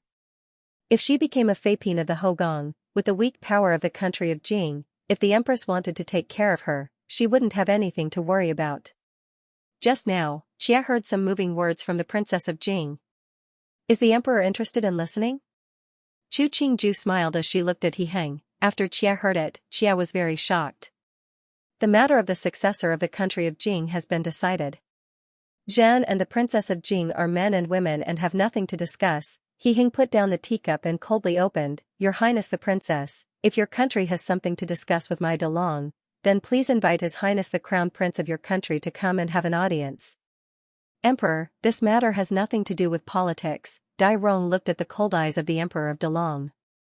There was regret in her heart, but now that the arrow was knocked, she had to speak. It is this one's heart that is concerned for Emperor and begs for Emperor's pity. Chu Qingju's eyebrow jumped. She held the teacup to conceal the curve of her lips. Zhen has heard that the people of Jing are open-minded. Seeing Princess today, it really is a well-deserved reputation. He Heng didn't feel any pity because of Dai Rong's outstanding appearance and humble posture. He looked faintly at her as he said, "Princess intentions, Jin appreciates, but Jin only loves the empress in this life, and has no intention of taking another into the Hogong. This one doesn't ask for emperor's favor, just to serve emperor." Dai Rong's eyes were teary as she looked at He Heng. "Is that not possible? There are countless women in the world that love Jin. Is Jin going to take pity on all of them and take them into the Hogong?" He Heng's tone was slightly harsh. "If Jin does so, it won't be beneficial to my heart, and it won't be beneficial to the person Jin loves. Jin appreciates princess' good intentions, but please, princess, do not mention this matter in the future. To put it more bluntly, there were so many women in the world that liked me. Did I have to take them all into the palace? Wasn't that disgusting myself?" Dai Rong hadn't thought that when she said it to such an extent, the emperor would mercilessly refuse her. The other even compared her to other vulgar women, as though she wasn't any different from other women. She almost didn't dare to raise her head to look at the faces of the foreign of the other envoys because she didn't need to look to know that these women were laughing at her inside. Because the husbands of these women had lost their focus when they saw her, and had even fawned over her, so these women were jealous of her and hated her. "Emperor, the Crown Prince of Jing, Tu Heir, asks for an audience. His Highness Qing Wang asks for an audience." Xianxia seemed to not see this farce, his face calm as he walked over, ignoring Dai Rong who was kneeling on the ground. "The Crown Prince of Jing?" He Heng looked at Dai Rong, his face dark as he said, "Let the Crown Prince of Jing return. Tell him that if Jing wants De Long to continue supporting them, then they have to show their sincerity. Jin doesn't lack for women, and is even less interested in the women of Jing. Also, tell SID to wait for Jin in the imperial study. Jin will be there shortly." These words were like a heavy slap to Dai Rong's face. She didn't dare to imagine how the citizens would look at her after these words passed to the country of Jing. She also didn't dare to imagine what it would be like if the country of Jing was treated coldly by De Long because of her. If that's the case, Minghe will continue to take the honored guests to stroll around the garden. Ben Gong should return to the palace. Chu Qingju smiled as she stood. She said to He Heng, "Since the emperor has matters to attend to, then go early. Xia will wait for you to come back for the noon meal." "All right, Jin will return shortly." He Heng nodded slightly at the furence of the envoys and left with a group of attendants. From beginning to end, he didn't even look at Dai Rong. Chu Qingju walked in front of Dai Rong, smiling as she said, "Princess, please stand. The emperor has always been like this. I hope that princess doesn't mind." "This one doesn't dare." Dai Rong felt her bones were cold. She trembled as she bowed to Chu Qingju, respectfully sending off Empress. Chu Qingju nodded. Holding Mu Jin's hand, she turned to leave. After the furence of the envoys saw the emperor and empress leave, they looked disdainfully at Dai Rong. One of the furence shook her head and laughed, "Aya, such a pity." The other people also laughed. When the laughter reached Dai Rong's ears, it was shrill and unpleasant to hear, but she couldn't do anything. Sometimes, rumors could spread very quickly. For example, the love and hate between Dai Rong Princess and Emperor Jiayu. Right now, the latest version had spread in Jing City. The main idea was that Dai Rong Princess was vain and didn't want to return to the bitter and cold country of Jing, so she tried all she could to become the emperor's Feipin. She even went to the emperor and the empress to recommend herself to sleep with them. Who knew that the emperor would reject her multiple times? Because of Dai Rong Princess's actions, the emperor was already dissatisfied with the country of Jing. Even the crown prince of Jing's request for an audience was rejected. There were also people who said that the person who had slandered the empress and the able officials was Dai Rong Princess. Because she wanted to enter the palace as a fae, she purposefully spread rumors to ruin the reputation of the empress.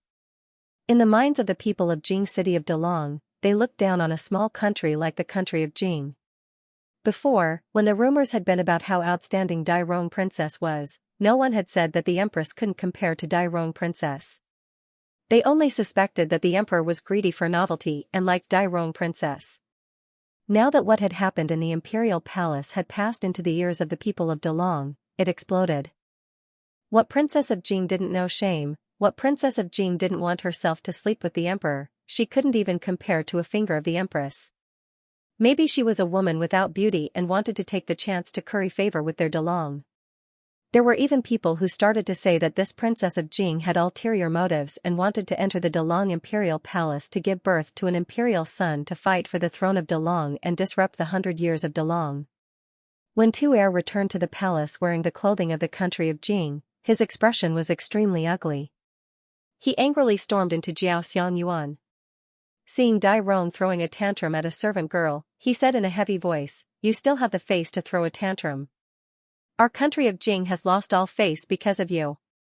Why are you shouting at me? You aren't the king of the country of Jing right now." Dai Rong had been humiliated by He Heng and didn't have a way out.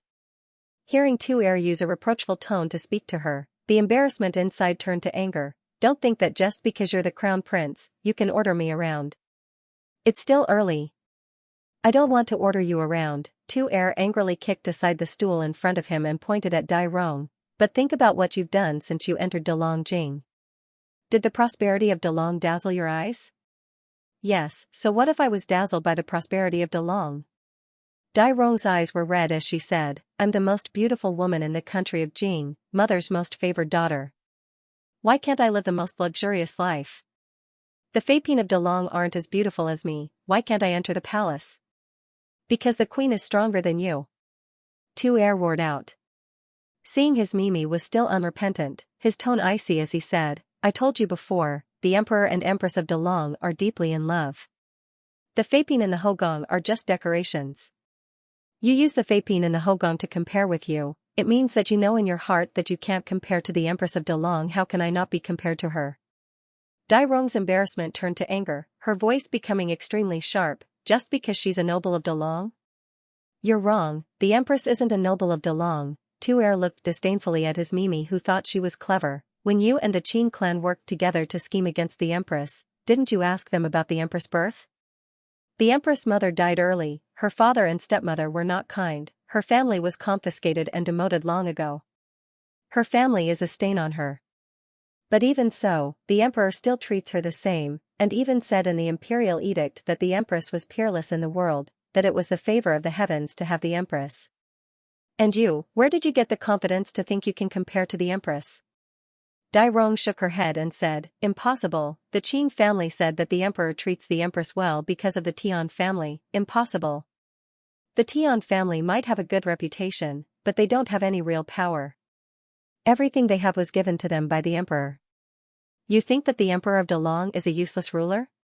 Tu Er snorted, "My pitiful Mimi, you've been tricked by the Qin family." Dai Rong stilled.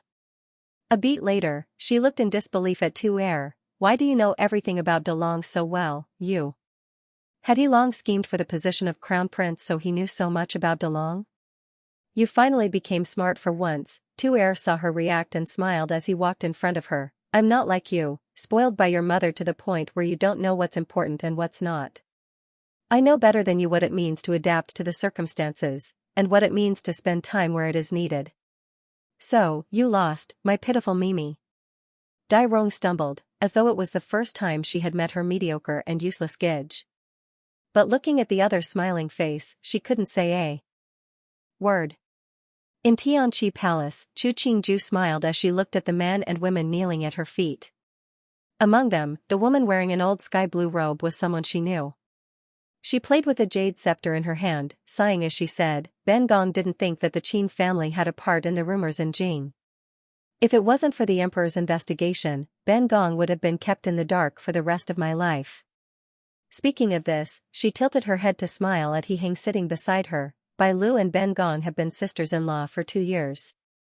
Your Qin family is too heartless. If Empress wants to kill or torture, just say so, there's no need to say such things." Before Qin Bai Lu could finish, her mouth was covered by the matron beside her. This matron's face was ashen as she kowtowed. "This sinful woman has not taught her daughter well, begs Emperor and Empress for forgiveness." Chu Qingju watched as Qin Foreign kowtowed an apology for her daughter, but Qin Bai Lu was still looking at her with hatred. She couldn't help but sigh. "Qin Bai Lu, Ben Gong doesn't understand why you hate Ben Gong. Ever since we started interacting, it has always been you purposefully making Ben Gong embarrassed. When has Ben Gong ever schemed against you?" Qin Bai Lu moved her mother's hand away and gave a self-mocking smile. "You naturally don't understand why I hate you. But if Xiandi hadn't changed his mind when he decreed the marriage, our identities would have been switched. The one sitting here right now would be me, and the one kneeling below would be you. The faces of the Qin family were ashen from fright. Qin Foran didn't dare to cover her daughter's mouth, only kneeling at one side as she trembled in fear. Chu Qingju heard the funny words and instantly snorted. She didn't even have the courage to speak to Qin Bailu. How big of a brain did it take to place her misfortune on herself? Chu Qingju didn't think she had such ability. Could it be that He Yuan wanting to divorce Qin Bailu was also instigated by her? Xiandi had been the one to decide how Xiandi decreed the marriage. Was it her who forced Xiandi to give the imperial decree? Zhen had once thought that the present Qin family was vulgar. I didn't think that they didn't even have brains. He Heng, who hadn't spoken all this time, coldly looked at Qin Bailu. A thing like you dares to compare herself to the empress, it's laughable. But if Xiandi hadn't decreed her to emperor, then she would be Rui Wangfei right now. Even if I couldn't enter emperor's eyes, she wouldn't be your woman. The smile on Qin Bailu's face was filled with madness and hatred. You think I'm the only one who thinks like this? You're wrong. Even He Yuan is regretting the marriage that year. Right now, his heart is thinking of emperor, your good empress. The Qin family wanted to strangle Qin Bailu to death. If it wasn't that the foreign of the family had always acted valiantly, they wouldn't have allowed a woman who had been divorced to live in the family. But if they had known that she would do such daring things, and say such daring things, even if they had to shed all pretense of cordiality, they would have sent her away to prevent her from dragging down the entire family. At this time, He Heng's expression was as cold as ice. No man was willing to hear the woman he loved being targeted by someone else, especially when this man had almost replaced his position. Have you ever heard of heaven's will? Chu Qingju's expression was calm as she looked at Qin Bailu, as though she was looking at a pitiful stray dog. You said that Xiandi changed the target of our marriage. That means that in Xiandi's heart, I am the most suitable person for the emperor. I am the woman destined by the emperor. You can be jealous of Ben Gong, you can hate Ben Gong. Ben Gong has won the emperor's favor, what can you do to me? Qin Bailu had pushed their conflict onto He Yuan. Then she would purposefully misinterpret it as Qin Bailu being jealous that she had won the emperor's favor. The two seemed to be the same thing, but the feeling it gave others was different. She wanted He Heng to know that the one she wanted was him, the one she was paying attention to was him. Only this way wouldn't leave behind any future troubles, and would cause He Heng to trust and value her even more. Even the heavens are helping Ben Gong. What do you have to compete with Ben Gong? Chu Qingju turned to look at He Heng. As expected, he had a smile on his face. She glared at him, her mouth forming the words womanizing before turning to say to Qin Bailu, you weren't willing to lose to Ben Gong and colluded with the princess of the country of Jing to purposefully spread rumors to ruin the reputation of my Dalong court. Such evil intentions, no wonder even the heavens helped Ben Gong become the woman by the emperor's side. If you became the empress of my Dalong, wouldn't the world be in chaos? You. Qin Bailu hadn't thought that Chu Qingju would say such a thing. She opened her mouth to curse, but Qin Foran, who was at the side, gave her a heavy slap on the face, causing her to fall to the ground. Shut up. Qin Foran choked out, you unfaithful and unfilial daughter, do you want to kill our entire family? Other than Qin Foran's cries, there was no other sound in the hall. Qin Bailu covered her face and didn't look at her mother. Instead, she looked at the emperor and empress sitting at the front, hatred in her eyes. She pulled out the sharp silver hairpin from her hair, suddenly stood and charged at Chu Qingju.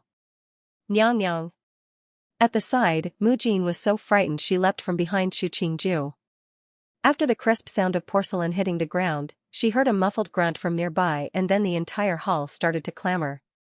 Raising her head in confusion, she saw Qin Bailu lying disheveled to the side. The emperor was blocking in front of the empress, a corner of his robe creased. Emperor, are you all right? Chu Qingju stood, her face panicked as she examined He Heng's entire body. She released a breath and said angrily, what are you doing? There are so many people here, why did you run in front of me? The entire hall instantly became deathly silent. Those who were panicking, those who were holding Qin Bailu, those who were begging for forgiveness, all seemed to be strangled, unable to make a sound. There are so many people in the hall, who allowed you to block in front of me, are you showing off your long legs? Ah. Do you want to die, who needs you to save me? I'm not an idiot, would I just sit and let her stab me? Do you have a brain? Ah. Mu Jing gaped as she looked at the Empress' angry state. She watched as the Emperor retreated a few steps from the Empress scolding. She couldn't help but shake her shoulders and swallow. At the side, Xianxia, Ming He and the others were also dumbstruck. Who had seen the Empress act so valiantly? Who had seen the Empress scold the Emperor? As the personal attendants of the Emperor, they should have stopped the Empress' finger from stabbing towards the Emperor's chest, should have reprimanded the Empress for such disrespectful actions, but they didn't dare to speak, didn't even dare to breathe loudly. Get out of the way. Chu Qingju kicked aside the Qin family head who was kneeling at the very front, scolding, "Everyone says that your Qin family is a scholarly noble family, but what have you done? You have no manners, your actions are barbaric, disloyal and unjust. To say you are a scholarly noble family is an insult to the word. Qin Bailu is so daring, it's all because you have spoiled her." After the Qin family members were scolded, they finally reacted. Each of them banged their heads on the ground, begging the Emperor to spare their lives. A member of the family that tried to assassinate the Empress, that was a great crime. That would implicate the entire clan. Qingju. He Hing reached out to hold Chu Qingju's hand and found that her hand was trembling slightly. A fawning smile appeared on his face. Don't be angry, don't be angry. Anger is not good for the body. Chu Qingju waved his hand away and sat back down on the chair. She raised the teacup and lowered her head to drink, not looking at him again. Xianxia and Ming He silently took back the left foot that they had finally gathered the courage to stick out. Since even the Emperor who was being scolded had a smile on his face, as servants, what else could they say? But the Empress' appearance when she was angry, it was too terrifying. Nothing could compare to the roar of a lion. The daughter of the Qin family has no manners, and dared to assassinate the Emperor and Empress. The heavens cannot tolerate it. 3 days from now, she will be executed. He Hing saw that Chu Qingju wasn't paying attention to him and sat down next to her. He ordered coldly, the Qin family did not teach their daughter properly, and dared to frame the Empress and the court officials. All of them will be sent to the heavenly prison to be sentenced another day. Have mercy, Emperor. Before the Qin family members could beg for mercy, their mouths were covered and they were all dragged away. As to Qin Bailu, who had tried to assassinate Chu Qingju, she had been knocked unconscious by He Heng's kick. When she was dragged away, she was already unconscious. Leave, He Heng looked inside the hall and waved his hand. After everyone had left, he pulled Chu Qingju into his embrace. Don't be angry, I know you are worried about me. Who's worried about you? Chu Qingju pushed him. Seeing that she couldn't push him away, she didn't waste any more energy and allowed him to hug her. Even if a silver hairpin was stuck in the body, it wouldn't kill. Even more, I told you, I've practiced martial arts. Do you think I can't do anything to a woman? He Hing lightly patted her back. You've already scolded me, don't be angry, alright? What if it was stuck in the organs? Chu Qingju frowned. I don't want to be a widow at such a young age. Alright, I know I was wrong. Don't be angry. Let's go see Tun Tun, he must be missing us. Even though he was scolded, He Hing felt happy. If it wasn't that she was worried about him, with Qingju's usual conduct, she wouldn't have done something so inappropriate. Even though it was a bit cowardly, but this feeling was still good. All of you, watch your mouths. Xianxia looked at the palace maids and Tai Jian that had retreated from the hall. These people might be people that the Emperor and Empress often used, but he still had to remind them, if the slightest rumor gets out, the thing on your neck won't be necessary. Everyone agreed. Mu Jing turned back with lingering fear to look at the hall behind her. She couldn't help but wipe the fine sweat on her forehead. The Empress was really powerful. The Qin family had been sent to the heavenly prison. The eldest daughter of the Qin family, who had once been Rui Wangfei, had been ordered to be beheaded. Many people in Jing guessed that the Qin family had fallen to such a state. Other than Qin Bailu assassinating the Empress, it could also be related to the rumors in Jing. No matter what the truth was, the Qin family had gradually lost the style of a scholarly family in recent years. There were even scholars who said that the current head of the Qin family had let down the ancestors of the Qin family. Some people sighed with emotion at the demeanor of the Qin clan in the past. In the future, they would use the Qin clan's matter to educate their descendants. They would learn from the Qin clan and not walk the same path as the Qin clan. When Dai Rong heard that Qin Bailu was about to be beheaded in public, she was so scared that she did not dare to go out again. She was clearer than anyone else what was going on.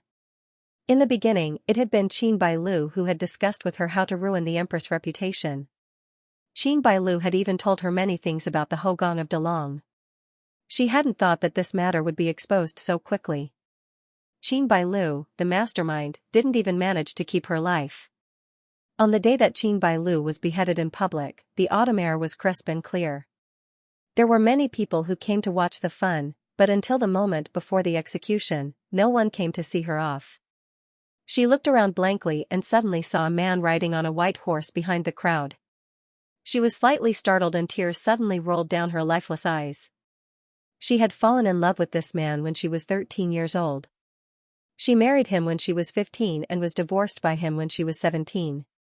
Even at the moment of her death, she still saw him. The black sackcloth covered her eyes. She tried to turn her head to look at him, but in vain allowed the executioner to cover her eyes. She heard curses and jeers in her ears. Although she held her breath, she did not hear his voice. It would have been great if she had not met him at the palace banquet that year. She could only blame herself for being too young at that time. She could only blame the youth at that time for stunning her youth. Maybe, the one she hated wasn't Chu Qingju, the one she hated wasn't Chu Yusu. All of her hatred stemmed from her unwillingness and dissatisfaction towards him. If she could start over, she would rather be an ordinary woman and marry an ordinary man. Whether it was prosperous or plain, he would always have a feeling that belonged to him. Just like Chu Qingju, she had a man to protect her and a lifetime to look forward to. The time has come. Begin the execution. The golden midday sun shone on the executioner's raised knife, reflecting a little silver light. The burly executioner drank a mouthful of hot knife and sprayed it on the big knife. Then, he slowly raised his hand and chopped down with force. The corners of Qin Bailu's mouth curled up into a smile. It was as if she was looking at the dazzling youth from the palace banquet all those years ago. Then, the world fell into darkness. He Yuan's hand that was holding the reins suddenly froze and then slowly loosened. He pulled on the reins and turned the horse around, not looking at the execution platform behind him. After a sigh, he said, "He Fu Er, have someone give her a proper burial." Those who were beheaded would be sent to a mass grave if they had no family to collect their corpses.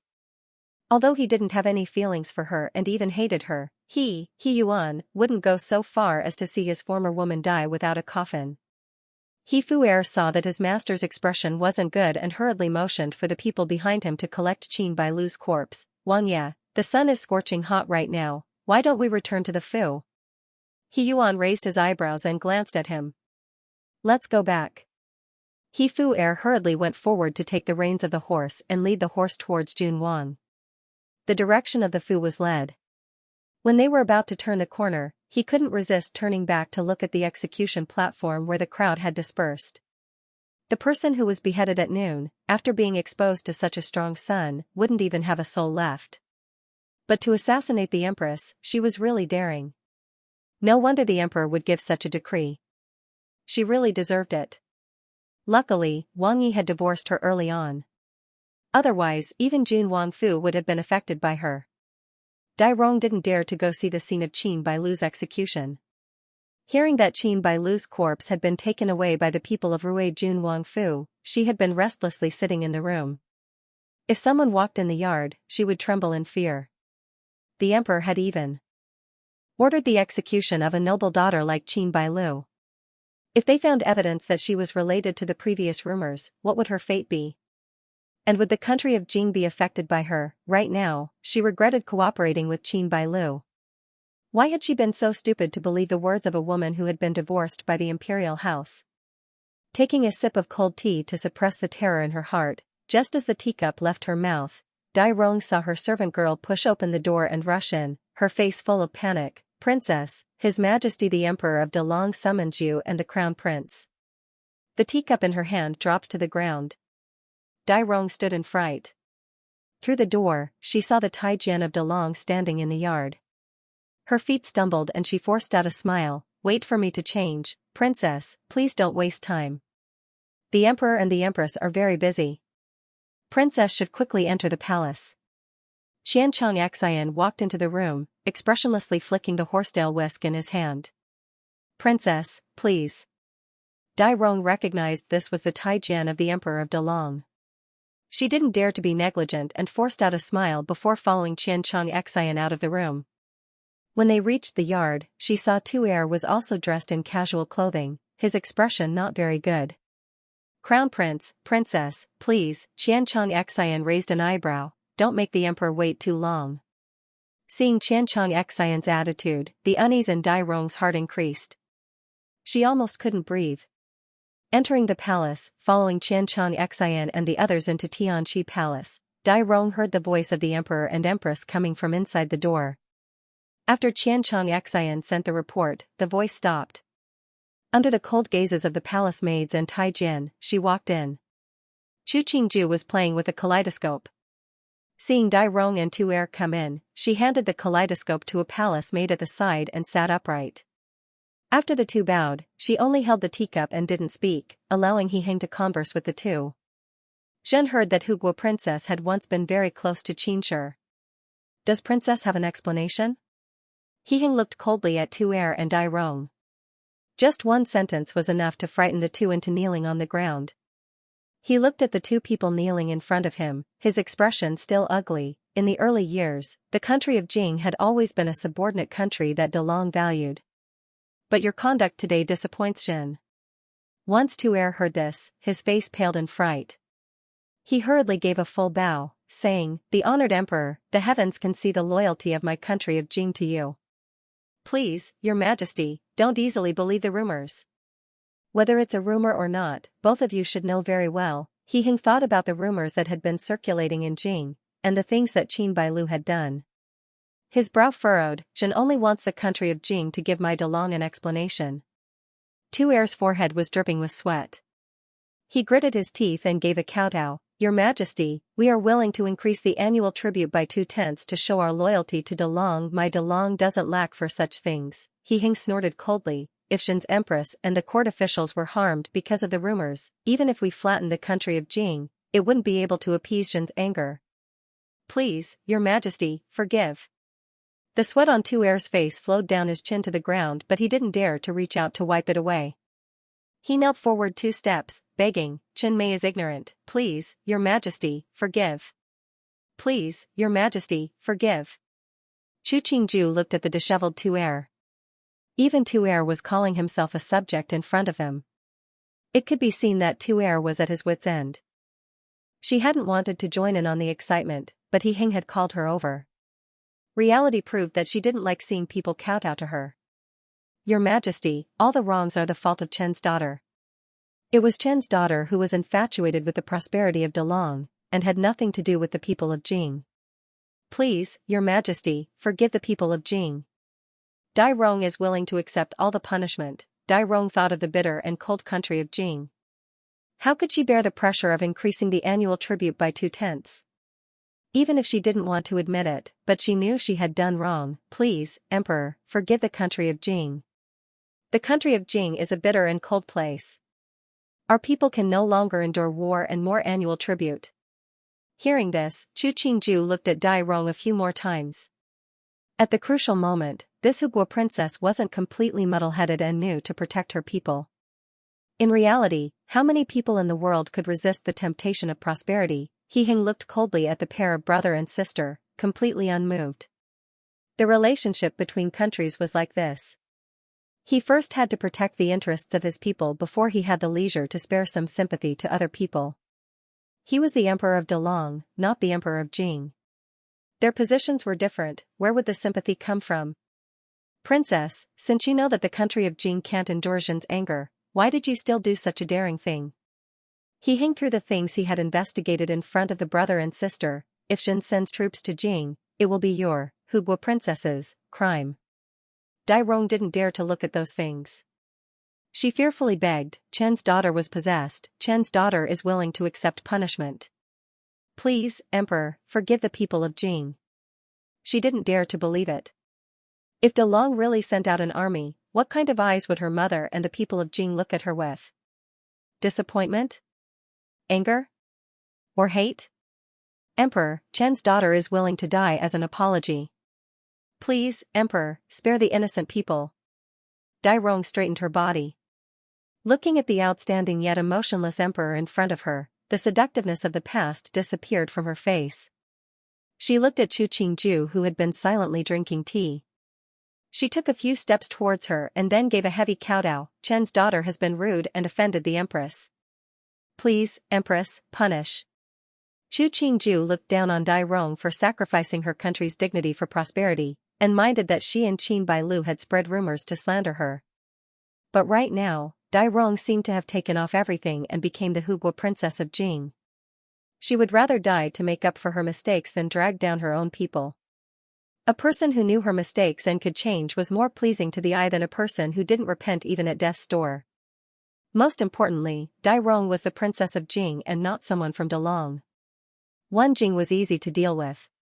If the other subordinate countries rebelled because of this, even if De Long didn't have a problem dealing with those countries, it wouldn't be a good thing.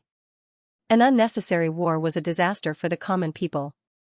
Emperor, why don't you write a letter to the Queen of Jing and have her give an explanation to our De Long? Chu Qingju put down the teacup and spoke, the matter has passed.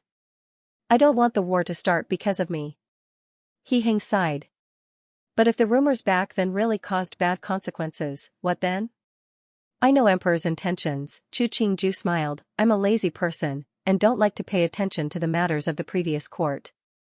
But I know one thing, it is the common people who suffer in war. A beat later, He Hing nodded, Zhen understands your meaning. This matter will be given to the Queen of Jing to give an explanation to De Long. The historian at the side recorded the actions of the Emperor and Empress. In the 10th month of the first year of Jiayu, the Princess of Jing offended the Empress. The Emperor was furious and wanted to send troops to Jing.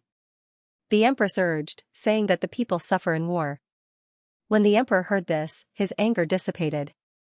At the end of the 10th month, the weather was extremely cold. The subordinate countries were preparing to return home, so before they left, De Long held a banquet in Luanhe Hall, inviting the envoys of the subordinate countries. He Hing didn't mention the matter of the country of Jing in front of Chu Qingju again. She didn't ask again. De Long didn't have the rule that the Hogong couldn't interfere in politics, but she was very clear about her own abilities. She couldn't even carry it all, so it was better not to harm the common people. In her previous life, she had been a manager. She knew how to use people's hearts, how to manipulate the other to gain benefits for herself. This was her cleverness, but she knew her own limits. She knew what she was good at, and what she wasn't. Just like when Feng Zijin had used Han Liangdi to frame her. She beat her at her own game and got rid of this woman that was always scheming against her. Xu Gui Taifei had moved out of the Hogong. The two Empress Dowagers weren't on good terms with her. How could they allow Xu Gui Taifei's connections to remain in the palace? In the beginning, that matter had implicated Xu Gui Taifei. She had schemed behind the scenes, but the biggest power had come from the Empress Dowager of Liang Palace. They had simply used Feng Zijin and Han Liangdi to pull Xu Gui Taifei into the mire, making her live a life worse than death. She had guessed the intentions of the two Empress Dowagers, so she had allowed Feng Zijin to pull the matter onto her. Then she had watched as she dug her own grave and lost her life. Which person, after becoming rich, would tolerate an opponent that had once bullied them? There were stories of human swine in history. Here, there was a living lesson of Xu Gui Taifei. Sitting on the phoenix carriage, they once again passed the pavilion where Han Liangdi had once sung. Chu Qingju hugged Tun Tun tightly in her arms, her eyes gradually becoming calm. She wouldn't let herself fall to the level of Xu Gui Taifei. The Empress has arrived. Passing through the gates of Luanhe Hall, the vermilion phoenix robe silently brushing across the carpet. She ignored the crowd of envoys and officials kneeling on the two sides. She walked to the bottom of the 9 jade stairs and bowed to He Hing, greetings to the Emperor. Quick, get up, He Hing stood from the dragon-patterned chair. Seeing Chu Qingju walk to the jade stairs, he took her hand and sat down.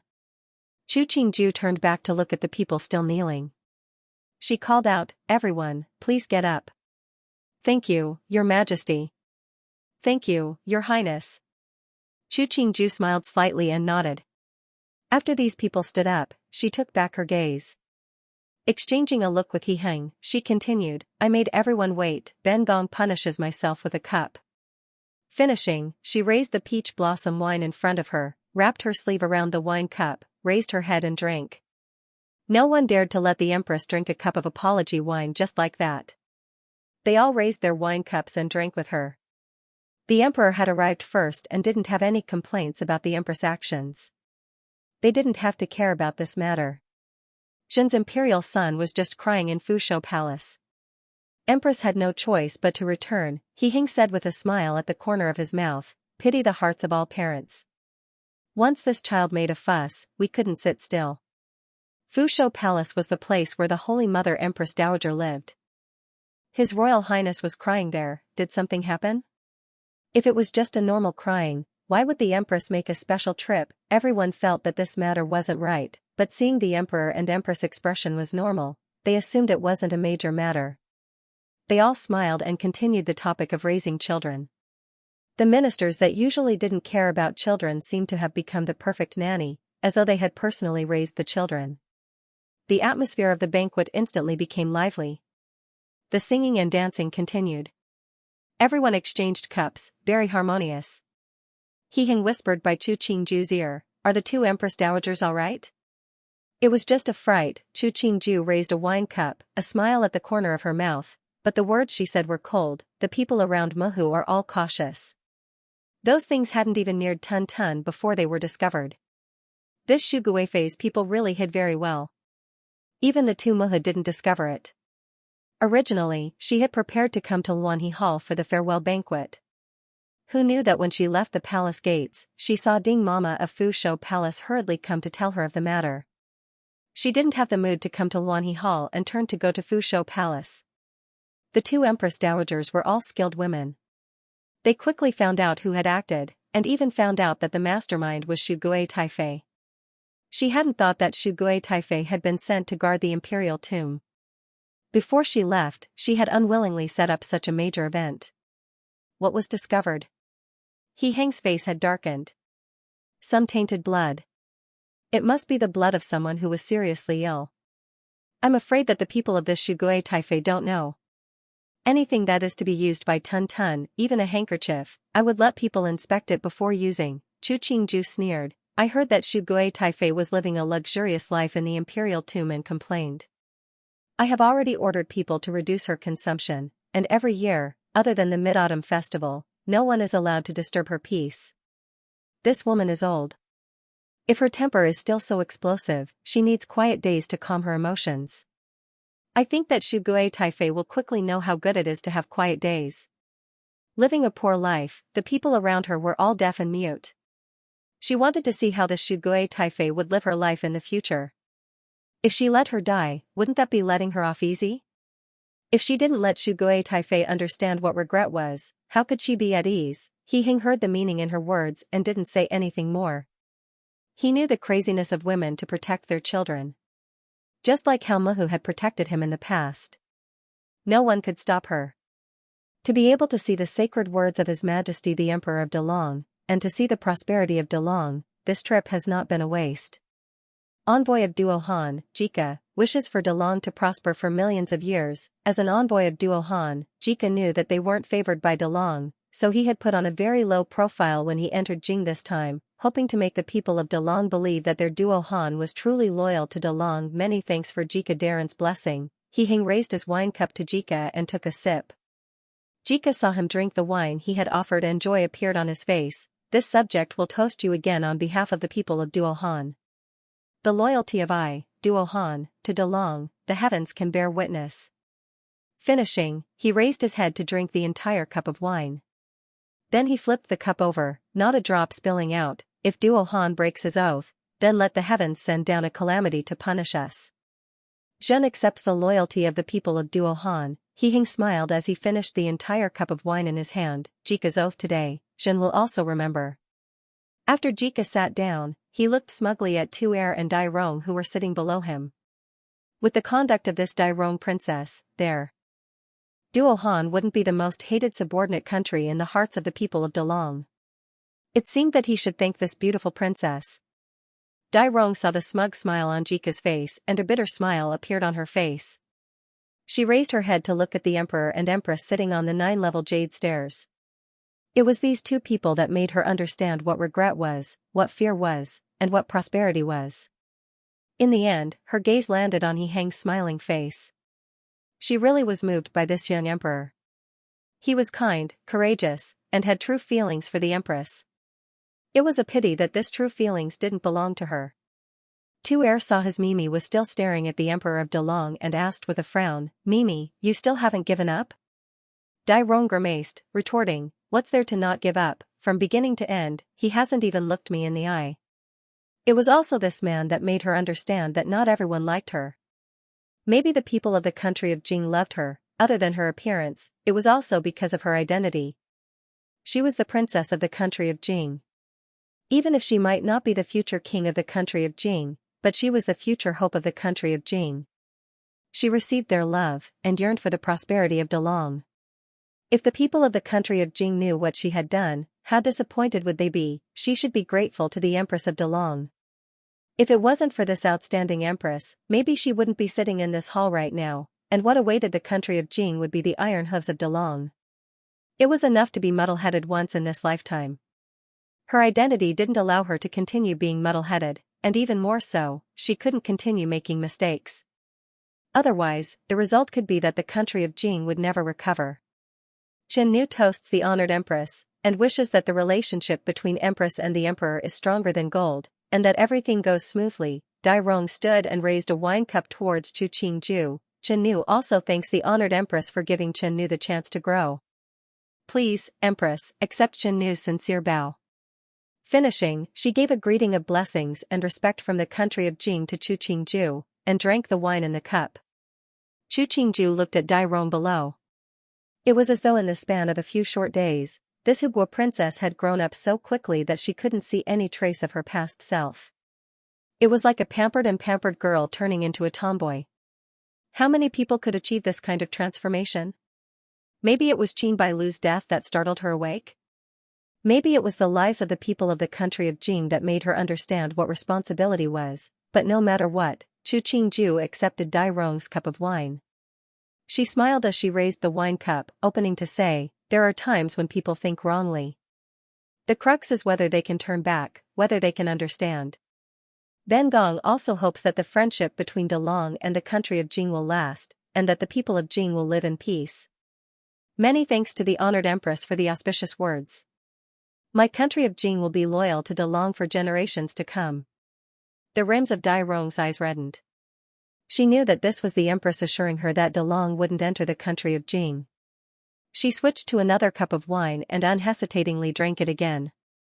The day the envoys of the subordinate countries left, the autumn air was clear and crisp. The outskirts of Jing City were covered in wild chrysanthemums. Chu Qingju and He Hang stood on the tall city gate, watching as the envoys bowed 3 times and 9 times to them before sitting on the carriages and slowly leaving.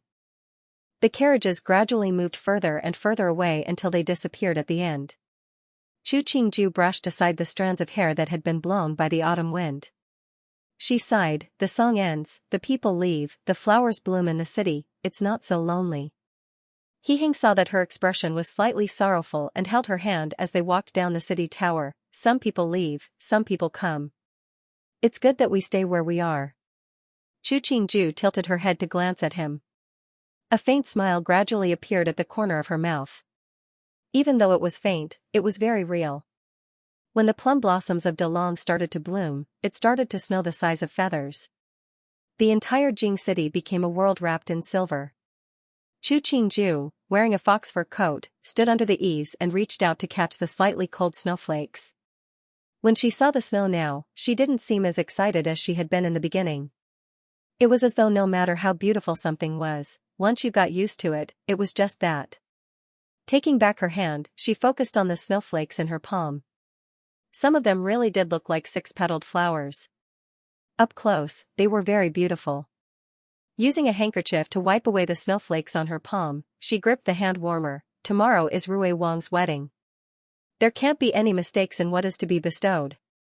Nyang, don't worry, newbie has already inspected carefully. Mu Jin saw that the Empress wasn't catching the snowflakes and raised an umbrella to block the flying snowflakes for her.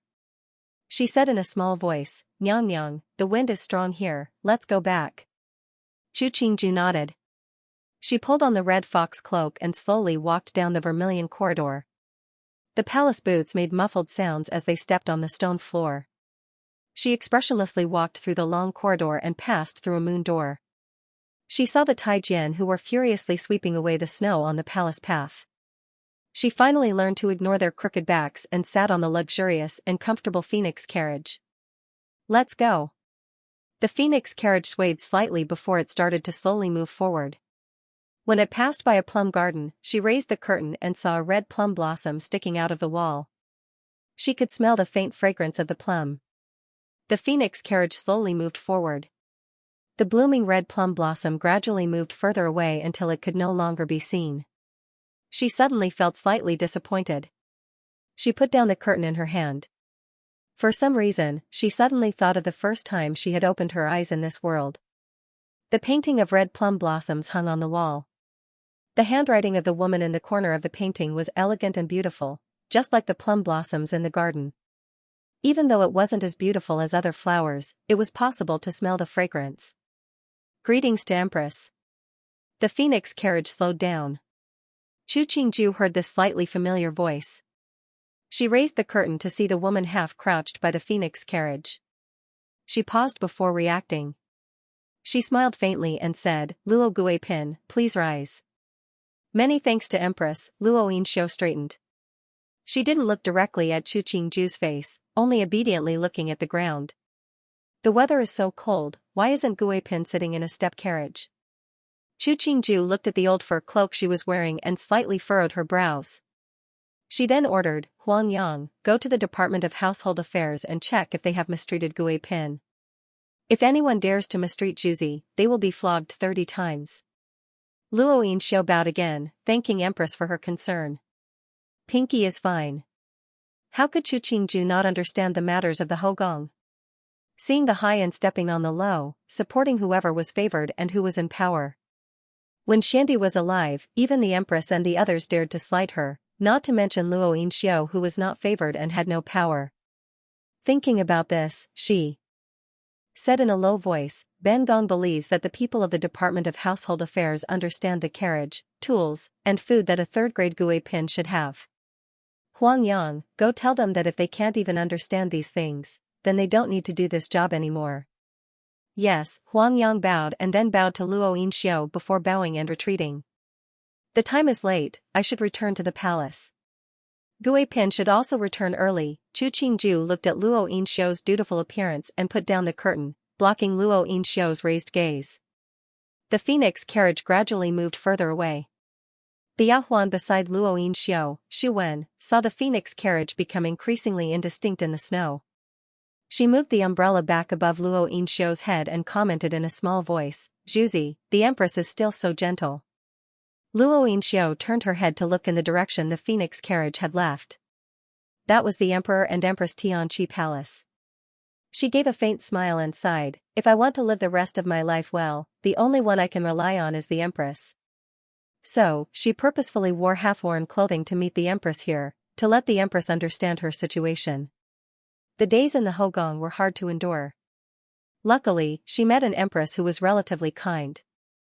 If it had been a bit more ruthless, she didn't know what her days would have been like. Everywhere in Ruijun Wangfu was plastered with the character happy. There was an endless stream of guests. Even though Ruijun Wang had lost power at this time, but this marriage had been bestowed by the emperor. If they didn't come to congratulate, wouldn't they be making things difficult for the emperor? But what surprised them was that Ruijun Wang didn't refuse any of the toasts. After the wedding banquet, most of the wine had been drunk. Luckily, the guests all remembered Ruijun Wang's status as the groom. Adding on the fact that Qing Wang was protecting him, they didn't dare to make too much of a fuss. He Qi and He Yuan had never seen eye to eye. He looked at He Yuan gulping down wine like it was water and snorted. Those who didn't know would have thought that his good deedy was drinking to drown his sorrows. He glanced at Lao Si who was blocking the wine for Lao San and sighed. Who could have thought that Lao Si would become the second proudest of the four brothers? Seeing that the others didn't dare to drink too much, He-chi picked up the wine pot and held the wine cup as he walked in front of He-yuan, whose cheeks were red from drinking. With a smile that didn't reach his eyes, he asked, "Sandy, you and I are brothers. Today is your good day. How about we two brothers drink a few cups?" He-yuan unconcernedly raised the wine cup and smiled, replying, "Deji's wine, DD naturally has to drink." Finishing, he took the exquisite wine pot and wine cup, pouring a cup to the brim before raising his head to drink. He swirled the empty wine cup, declaring, "Lan Ling fine wine and tulip fragrance, jade bowls filled with amber light. But if the host can get the guest drunk, he doesn't know where he is. Today there is wine to be drunk. Didi toasts Gidge." He-chi hadn't thought that He-yuan would be even more straightforward than him. Before he could react, the other drank another cup. This instantly made him lose the mood to force him to drink.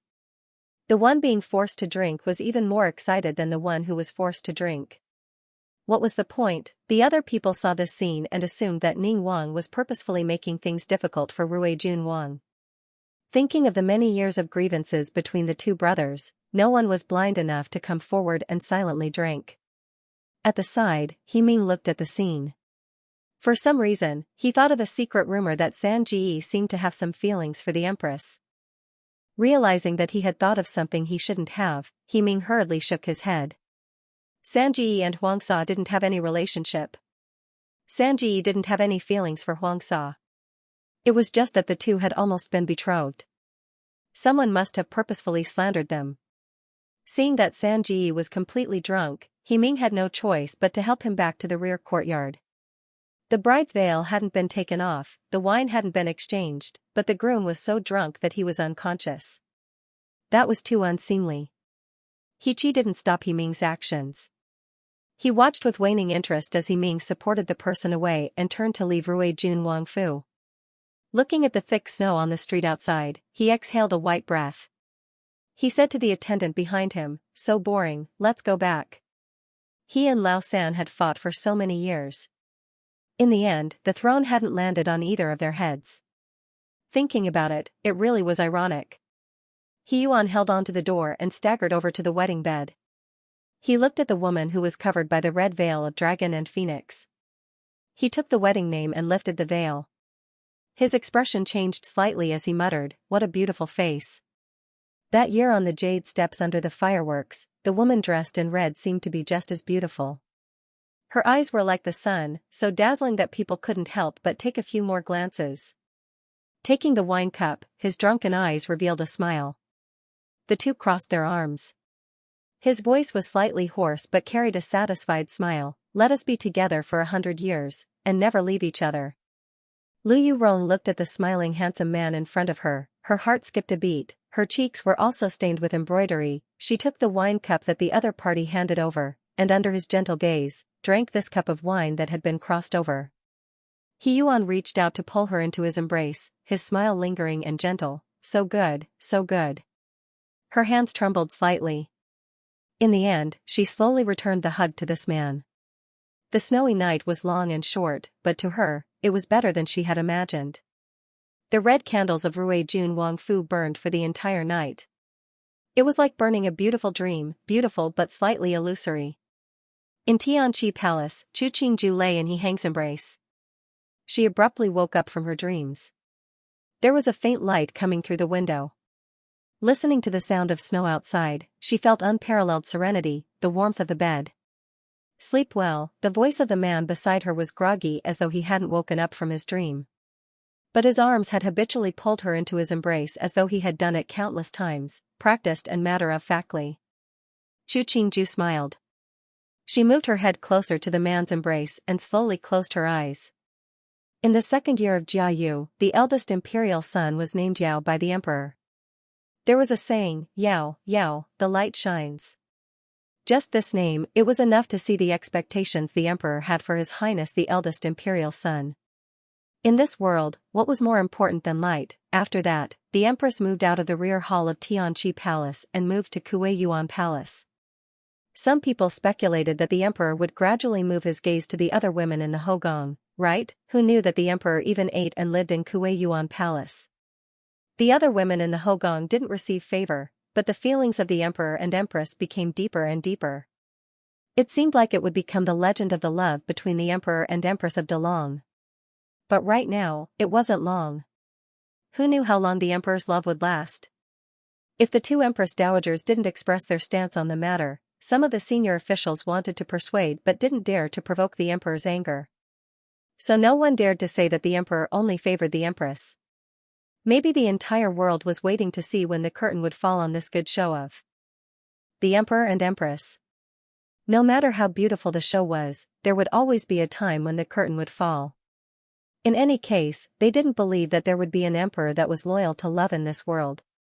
The emperor and empress of the previous dynasty that were famed for their love, didn't they end up like that, on the tallest stargazing tower in the imperial palace? Chu Qingju raised her head to look at the clear blue sky.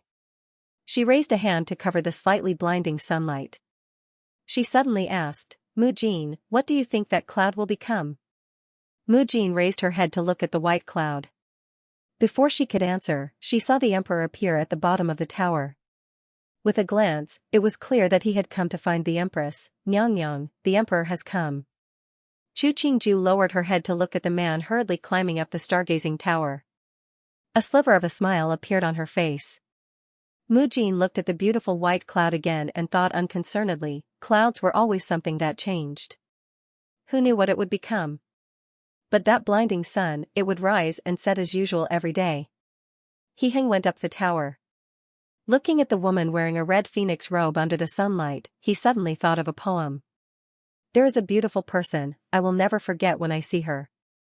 Not seeing her for a day, my thoughts are wild. The phoenix soars, seeking the phoenix from the four seas.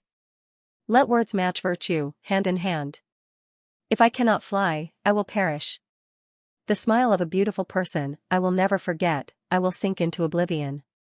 End of text. It was another season of blooming. Rui Wangfu was full of joy. Wang Yi had just regained his position of Wang and Wang Fei was pregnant. This was the best thing that had happened to Rui Wangfu in recent years. Before marrying into the Wangfu, Lu Yurong had thought that Rui Wang was a lustful man. But after marrying into the Wangfu, she finally understood what it meant to see was believing. On the third day after she married into the Wangfu, Wang Yi accompanied her back to her paternal home and sent away all the Tongfang in the Wangfu. Even though some of them had been bestowed by the emperor and couldn't be moved out of the Fu, but the time Wang Yi went to these women's rooms had decreased. She didn't know when, but Wang Yi started to like painting, and he liked to paint bright red flowers the most. She had asked him why he liked to paint such bright flowers but he hadn't said anything. Before marrying, she had hidden a good man in her heart. But the emperor's decree couldn't be disobeyed. She had no choice but to marry this man with a bad reputation. Her days were better than she had imagined. But maybe it was the nature of men to be affectionate. After she became pregnant, Wang Yi started to become interested in a Tongfang again. Even though he often came to see her, most of the time, he stayed with the Tongfang. But for her, this wasn't a big deal. Since she couldn't marry the man she liked, who she married, who that person loved, what did it have to do with her? All the servants in Rui Wangfu knew that the relationship between Wang Yi and the second Wang Fei was better than the previous one, so no one dared to slight Wang Fei. Even more so, Wang Fei was pregnant. But very quickly, a sharp-eyed servant found that Wang Ye's new favorite Tongfang's brows and even her mouth were very similar to Wang Fei's. The servants instantly understood. Wang Fei was currently pregnant and could not share a room with Wang Yi. Wang Yi was finding comfort in someone else. After Lu Yurong heard the rumor, she became even more tolerant of those Tongfang and Xianxia. In the end, the Hoyuan of Rui Wangfu became increasingly peaceful. It was very different from the foul atmosphere of the past. She had once encountered a Yahuan called Yaoshi in the Wangfu. She recognized this Yahuan. She was Chiyusu's personal servant girl. Thinking back to the time when she and Chiyusu had composed poems to amuse Jean and Princess Royal, the other Wang Fei had used them as a comparison. Who would have thought that Rui Wang Fei would be executed, Chu Fei would die of illness, and she would become the second Wang Fei? Fate was such a joke. She didn't get the person she wanted, but the person she didn't want was forced onto her. In the end, no one knew who was the joke and who was the one regretting it. The first time she saw Wang Yi draw people, it was in the 3rd month of her pregnancy. At that time, it was the beginning of summer and she was too hot to sleep, so she walked around. For some unknown reason, he walked into the study and saw the unfinished painting on the desk. It was a very cold and cheerless painting. There were blooming plum blossoms, a thick layer of snow, and an exquisite sedan chair with half of the curtains lifted amidst the snowflakes. There was a blurry figure in the sedan chair, only revealing a tuft of black hair and a red sleeve. It was an empty painting, but she felt as if she was the painter, admiring the woman in the palanquin, waiting for her to lift up all the window screens. But in the end, the woman put down all the window screens. She sighed as she reached out to caress the red sleeve that was about to fly in the wind. Before her hand could touch the painting, heavy footsteps came from behind her. She suddenly turned her head and saw Wang Yi standing at the door with a cold expression. The gaze he used to look at her was like he was looking at a stranger, slightly cold and wooden. Wang Yi. Her voice was slightly disturbed. She strangely felt guilty. Why did Wang Fei come here? He came forward to put away the painting. His tone was as gentle as usual. I'll accompany you back. It's not easy to walk at night. She followed him out of the study. Turning back to look at the closed door of the study, she couldn't resist asking, Wang Yi, that painting, it's very similar to the scenery outside our plum garden. He nodded non-committally, white snow and red plum blossoms, it's especially beautiful when painted. Thinking about the artistic conception of that painting, she had to agree with Wang Yi's words. The white snow and red plum blossoms were exceptionally beautiful. Even the little bit of cloth seemed to attract people's imagination. Wang Yi's paintings were getting better and better. After that, she had never seen Wang Yi paint another person, not even a painting of her and her child. However, Wang Yi's paintings had become famous in Delong country. Many people were willing to spend thousands of gold just to beg for a painting from Wang Yi. But she rarely saw Wang Yi give a painting to someone. There were many paintings piled up in the fu. She knew that the relationship between the emperor and Wang Yi wasn't close, so she and Wang Yi were rarely summoned into the palace. But luckily, Wang Yi's personality was much better now. So even though the palace was cold to Wang Yi, but if they summoned him, Wang Yi would endure his temper and go every time. And in front of the 2 empress dowagers and the emperor and empress, he was very friendly. Even she couldn't see the slightest bit of unhappiness. If Wang Yi had been like this in the past, Rui Wangfu's situation wouldn't have been so awkward. Later, the reason that Rui Wangfu's situation wasn't so awkward was because the empress suddenly became interested in paintings. So all the prestigious families wanted to curry favor with the empress and went around to buy good paintings, hoping to gain the favor of the empress. The emperor and the empress had been together for many years, but in these years, the relationship between the emperor and empress was as deep as ever. Many people who were waiting to watch were disappointed. In the end, they attributed the reason to the empress being very good at maintaining her appearance. After all these years, her appearance was still so seductive. She snorted at these sour words. In terms of appearance, the empress was beautiful, but not to the point where she could cause the downfall of a city and country. Even though she had willow brows and phoenix eyes, it wasn't hard to find. Even the tips of her brows and the corners of her eyes were the same. But she didn't have the snow-white skin and charm of the empress. Beautiful women could be found everywhere. What was rare was an attractive presence. The feeling the empress gave people was that she was seductive yet otherworldly, gorgeous yet dignified. This kind of contradictory woman was rare in the world, but it was easy to move people's hearts. Because this was something that came from the depths of the soul, it was hard for people to ignore. When Wang Yi took out the paintings for her to bring into the palace, she was very surprised. But she hoped that the empress would like Wang Yi's paintings so that the position of Rui Wangfu wouldn't be so awkward. When her children grew up, they would be able to establish themselves in Delong Kue Yuan Palace was always luxurious and bright. Every time she stepped into this place, it would make her forget that this was the Hogong, but the fu of a certain family. Good day to Third Aunt, His Highness the Crown Prince, who was already 7 years old, stood in front of her. His appearance was extremely good. Even though he had Didi and Mimi now, no one in Jing would feel that the Crown Prince's position would be shaken. The Empress was a great woman. She had raised the Crown Prince well. His speech and actions were very polite, but not rigid. "Good day to His Highness the Crown Prince," she couldn't help but smile. Towards a child that people liked, it was very easy for adults to soften their hearts. "Does the Empress have free time right now?" Muhu just said, "If I met you on the road, to tell you to just go in." The Crown Prince smiled as he responded, "Third aunt, I'm going to accompany Fu Huang to practice calligraphy." At such a young age, it was clearly the emperor who was teaching him how to write, but in his mouth, it became accompanying the emperor. Lu Yurong sighed. It was enough to see how patient the emperor and empress were in raising the crown prince. Entering the main hall of Kuei Yuan Palace, she saw the empress and Lao Si's family sitting together and chatting. Seeing her enter, they pulled her over to talk about interesting things in Jing. The atmosphere was so harmonious that it almost made one forget that this was the Hogong. However, she still remembered to take out the 3 paintings that Wang Yi had told her to bring. She didn't know what the paintings were, so when the empress was about to open them, she was also curious. The first painting was a painting of a cat playing with orchids. Just a glance was enough to make one feel relaxed and happy. She had seen this painting before. Wang Yi had wasted many paintings before obtaining this one that he was most satisfied with. She hadn't thought that Wang Yi would be willing to send it into the palace. The second painting was a painting of spring. Green mountains and clear waters, hundreds of flowers blooming. This was a scene that couldn't be found in the Hogong. It was so beautiful it seemed unreal. Her heart moved when she saw it.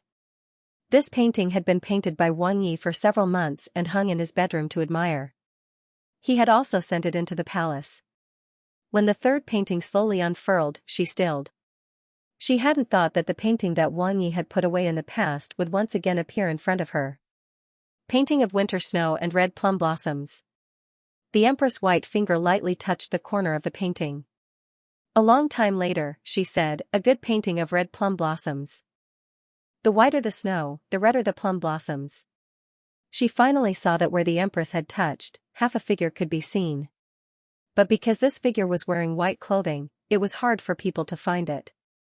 Life in this world is like a white steed flitting across a crevice. Suddenly, she couldn't understand the expression on the empress' face. She didn't even understand why the empress would recite such a line. Even when she left the palace, she still didn't understand what the empress meant. She didn't know if the empress liked Wang Yi's paintings. But not long after, the empress grew tired of admiring paintings and started to like hearing stories of strange women. She didn't tell Wang Yi about the 2 unclear lines the empress had recited. However, Wang Yi had never asked her about what had happened after she entered the palace. It was as if nothing had happened, quiet and peaceful. Later, Wang Yi was pardoned by the emperor and could attend court, but she felt that Wang Yi wasn't very happy about it. Wang Yi still loved to paint and still didn't like to give his paintings to others. The child gradually grew up. The appearance of the man she once liked had long become blurry in her mind. It was like a dream that she would wake up from after a long time. On the day of her son's wedding, she saw her son and Erxi kneel to her. She suddenly realized that this was probably her entire life. After the newlyweds were sent into the bridal chamber, she suddenly turned her head and only saw the back of Wang Yi personally sending the crown prince out. On the day Wang Yi left, it was snowing heavily, but the plum blossoms in the plum garden bloomed exceptionally well. She sat at the head of the bed and looked at the man who was still handsome despite his age. Sadness silently came. The snow today is really heavy. It must have been snowing all night last night? He suddenly became spirited and even his pale face became rosy. Her voice was slightly choked. The children and grandchildren beside her also started to cry. The snow that year wasn't this heavy and the plum blossoms didn't bloom as well as this year. His gaze landed on the plum blossoms in the flower pot. He shook his head and said, "It's a pity, a pity." Fuang. Her son sobbed silently in front of the bed. Her eyes also started to blur. "Guaner, don't cry. When I go, remember to put the painting in the sandalwood box on the 5th shelf in the study into my coffin." He slowly closed his eyes and gave a sigh. Those who have seen the sea cannot be water. Forget it, forget it. She didn't know how she stood up, how she saw all the white banners in the Wang Fu, until her son took out the sandalwood box that held the painting. The painting scroll slowly unfurled. She froze in place. In the painting, there was a noisy lantern festival street, beautiful lanterns, a beautiful woman wearing plain clothes holding a lantern, and fireworks blooming in the sky. This was a flower so beautiful that people couldn't move their eyes away.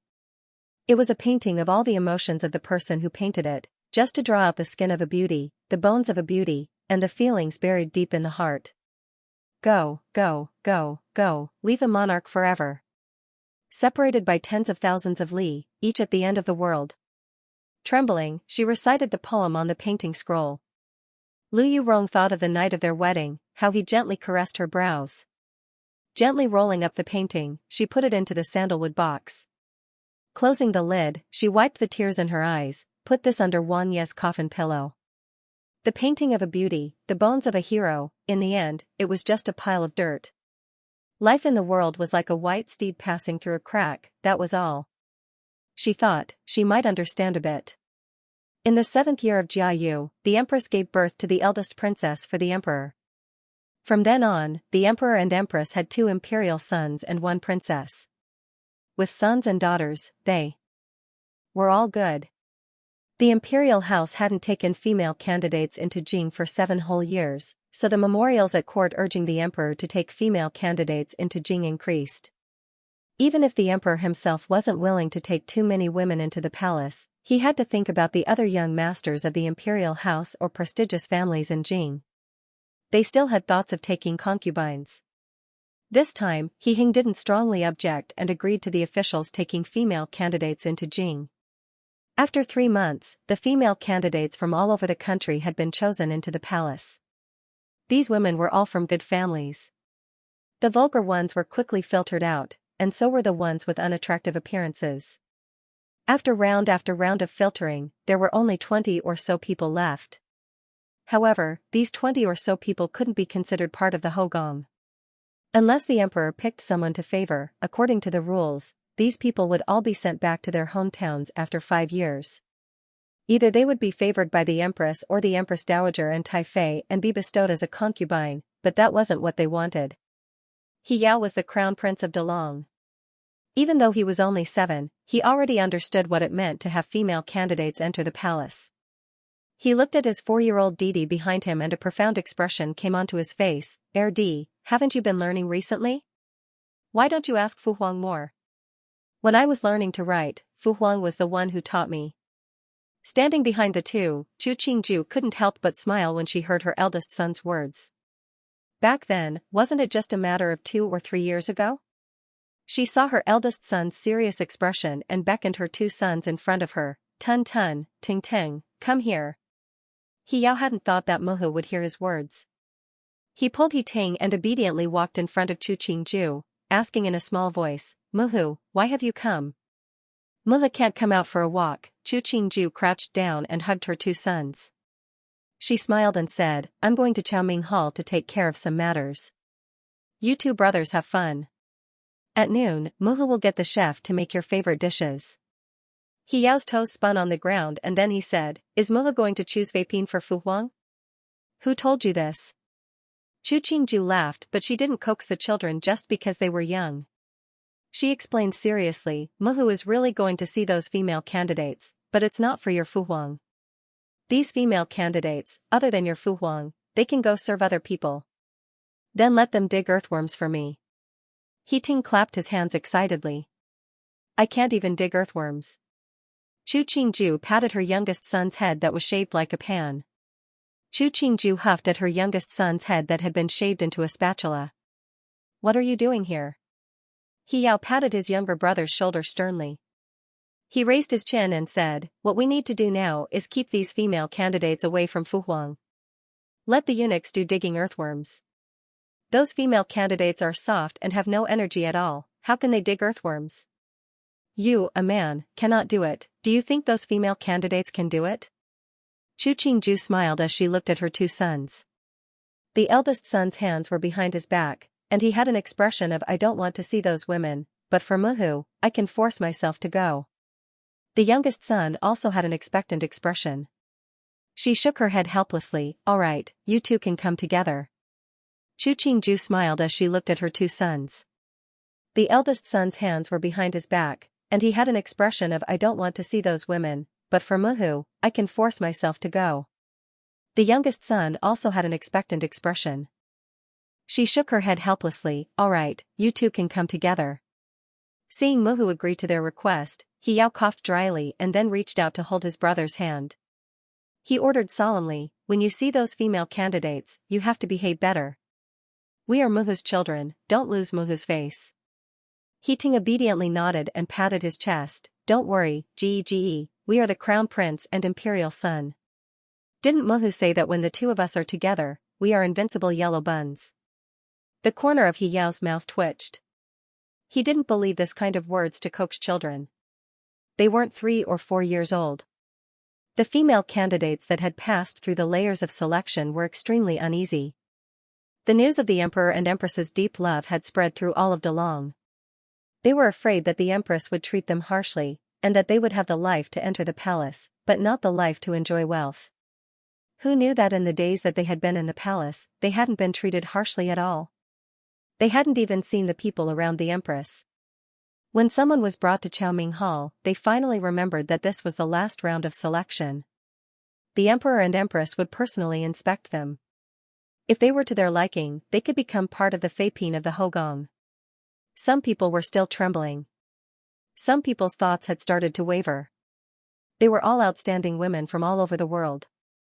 If they received the favor of the emperor, would they have to worry about not being able to bring glory to their ancestors, not being able to enjoy wealth?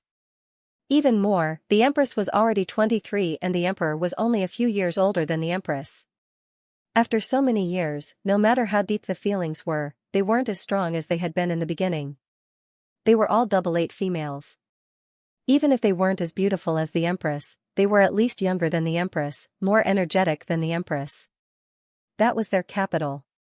But no matter what they thought, when the empress who wasn't as young and energetic as them appeared, they were still stunned. The grand phoenix robe, exquisite hairpins, and skin whiter than snow, where did she look like a matron that had given birth to 3 children?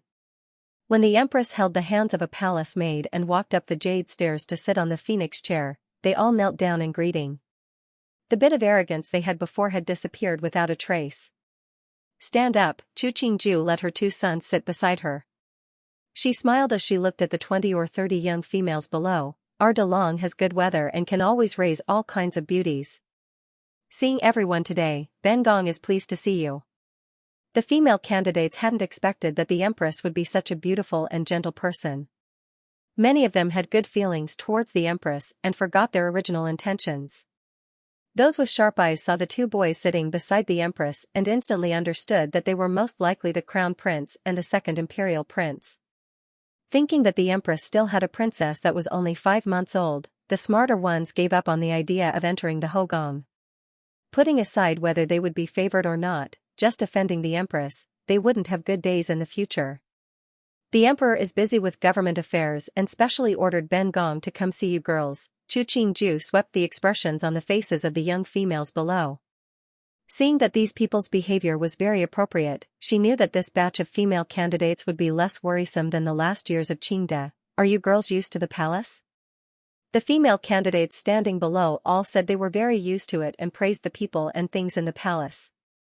There were also a few girls who purposefully expressed their loyalty in front of the empress. This behavior expressed their thoughts.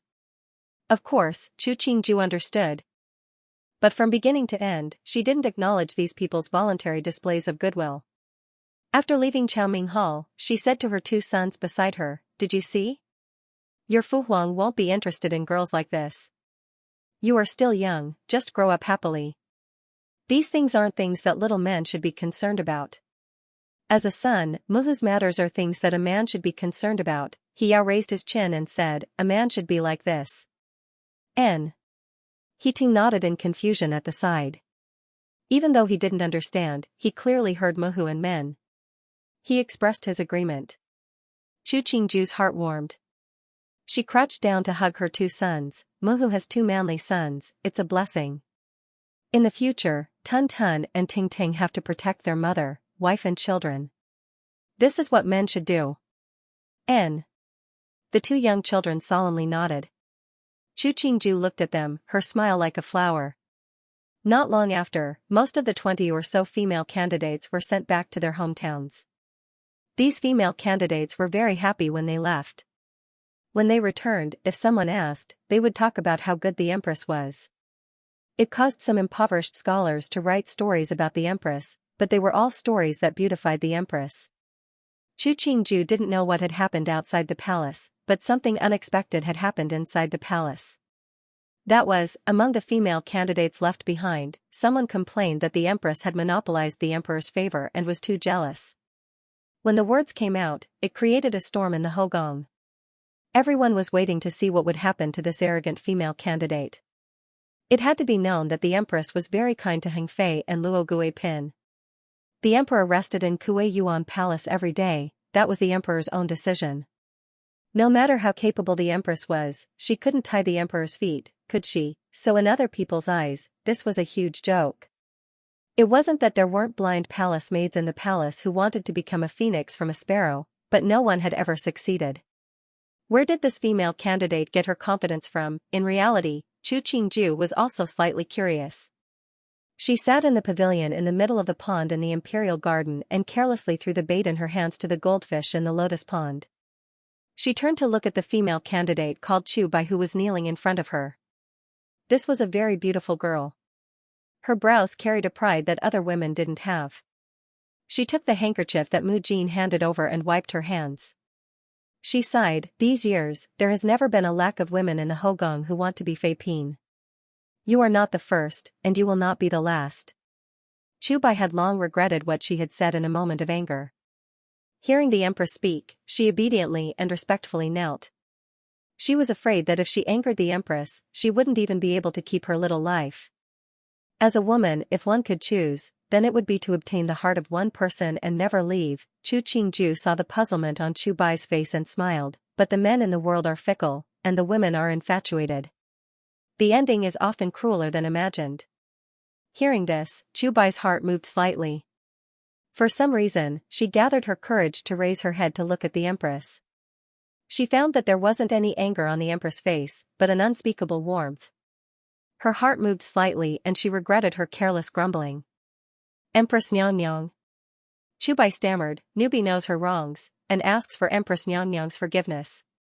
Stand up, Chu Qingju smiled wryly as she raised her hand, if you really want to become a Fei Pin in the Hogong, Ben Gong naturally won't stop you. I just hope that you won't regret it in the future. Chu Bai stilled. She knew that the empress wasn't lying, but she hesitated now. At this time, she heard footsteps behind her. Before she raised her head, she heard the palace maids and Tai Jian kneel down in the pavilion, calling for the emperor. Emperor? She gathered her courage and raised her head. She saw the emperor and the empress's hands clasped together. In the eyes of the emperor, other than the empress, he didn't seem to see anyone else. She obediently bowed to the emperor. From beginning to end, the emperor didn't even glance at her, and didn't ask about her. When the emperor hurriedly left, she found out that the emperor still had official matters to attend to. It was only because he saw the empress in the pavilion in the pond that he had come to see. How deep of a relationship did it take to do this? Chu Bai walked in front of the empress and gave a full bow. The daughter of a Nanjun official, Chu Bai, dares to beg for the empress Phoenix grace, and for the empress to allow newbie to return home and marry. She might have envied the riches and splendor, but she also knew what she could hope for, and what she should let go of. Otherwise, the ending would only be a tragedy. Chu Qingju looked at this young girl and instantly smiled. She hadn't guessed incorrectly. This kind of girl might have a stubborn personality, but she wouldn't lose her rationality. This hadn't wasted her efforts. Since He Hing had no interest in other women, why should she keep these young women in the Hogong as widows because of a virtuous reputation? They were all women. She couldn't do a thing that wanted both face and benefits. Chu Bai left like this. Afterwards, she heard that none of the 5 female candidates had become the emperor's Fei Pin, but had become someone else's Xianxia. She looked at her husband who treated her warmly, and for some reason, she thought of the words the empress had said. As a woman, if she could choose, it would be to obtain the heart of one person, to never part. Only now did she understand the rules the empress had for the female candidates. If the empress didn't care about them, and allowed the 20 female candidates to spend 5 years in the palace and then be sent out of the palace, what awaited them was old age. Where would they go to find a good husband? What are you thinking about? The man beside Chubai asked with a slight smile. Nothing, Chubai shook her head. She smiled as she replied, just thinking, if there wasn't one person, I probably wouldn't have met you in this life. Who is this person? She is probably the best woman in the world. She closed the book in her hand, her smile warm and sweet. It's late, go to sleep. The man beside her looked at the book in her hand. Wasn't this a novel about the love between the emperor and the empress? It was said that the emperor and empress had deep feelings for each other. After marrying for more than a decade, the emperor's love for the empress never changed.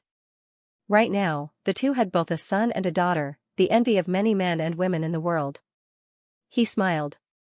This was probably the most touching love story between emperor and empress that had never happened before or since in the Long dynasty. He had never thought that he would meet a woman that could move his heart, but the reality was that he really met such a woman. He disliked women that thought they were smart, and disliked women that thought they were kind. In a place like the imperial family, people that were too kind usually didn't live well. He also disliked people that were too weak. Weakness usually caused people to compromise, lose their dignity, and to do all sorts of evil things to survive. If a person was really forced to this stage, what was there to be afraid of? He liked to see Chu Qingju dress beautifully, liked to see her proud appearance, liked to see her unyielding for her own benefit. For some reason, even though she was his Wang Fei, he felt that she lived more freely than he did. When he really stood on the 9th level of the jade stairs, he found that this dragon chair was abnormally wide, and abnormally cold and hard, as though it was to highlight the high and mighty position of the emperor. It had an attractive appearance. That was why Lao San and Lauda had fought for this position for so many years. Those that were kind and soft-hearted, even if they could survive in the imperial family, they wouldn't have a good life. He wasn't an ignorant person, so he had been schemed against by others, schemed against others. In the imperial family, no one owed anyone, only whoever won. Qingju's hobbies were always changing. He felt that none of these hobbies were as stunning as dancing. It was a pity that Qingju didn't dance for him often, but every time she danced, he would see her charms. How could there be a woman like this in the world? She could be dignified, lazy, kind, vicious, and charming. This kind of woman even a man couldn't help but look twice, much less that she was his empress. Even if he only favored her, what right did others have to say? He wasn't a useless emperor that had to sacrifice his own woman to obtain peace in the court. So on the matter of only favoring Qingju, he wouldn't compromise for anyone. If he would compromise so easily, what right did he have to say the word love? The intentions of the emperor would be doubted because most of the time, he would use the excuse of being forced to satisfy his desire to find more women, but he had to pretend to be deeply in love. In the end, it was just an act, he didn't love enough. Emperor, are these the paintings you wanted to see? Xianxia placed a sandalwood box in front of the emperor, bent down to open the lid, and then retreated to the side, not looking at the painting. A few days ago, the empress had been interested in admiring paintings, so many people had sent paintings into the palace. Even Rui Wangfei had personally sent a few paintings. Who knew that after 2 or 3 months, the empress didn't like them anymore? These rare paintings were placed in the eastern hall of Kuei Yuan Palace. Sometimes, if the emperor wanted to see a painting, he just had to send someone to the eastern hall to get it. The empress didn't care. Flipping it open, he expressionlessly looked at the painting. A beat later, he gave a cold smile. Zhen Sandi, after not going to court, has become leisurely and carefree.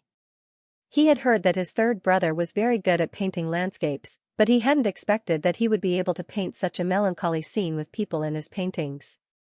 Xianxia found that the emperor's expression wasn't good.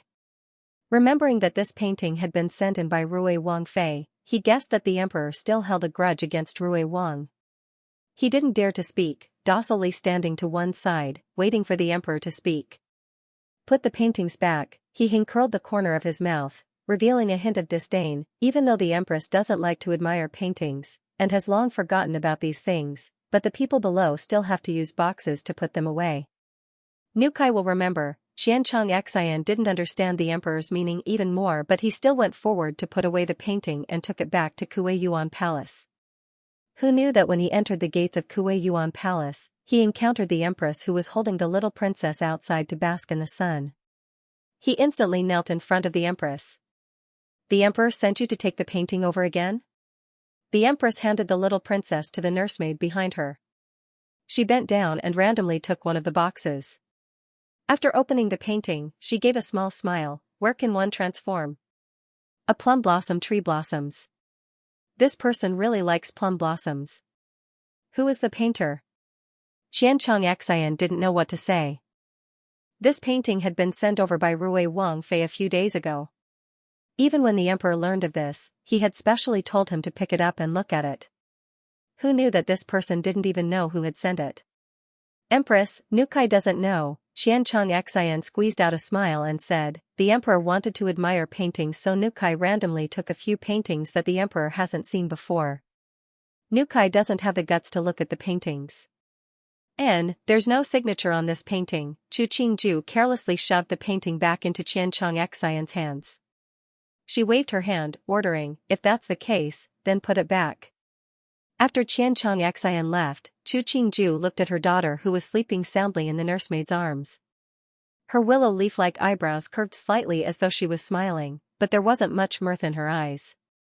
When Xianxia returned, he told the emperor everything about his encounter with the empress.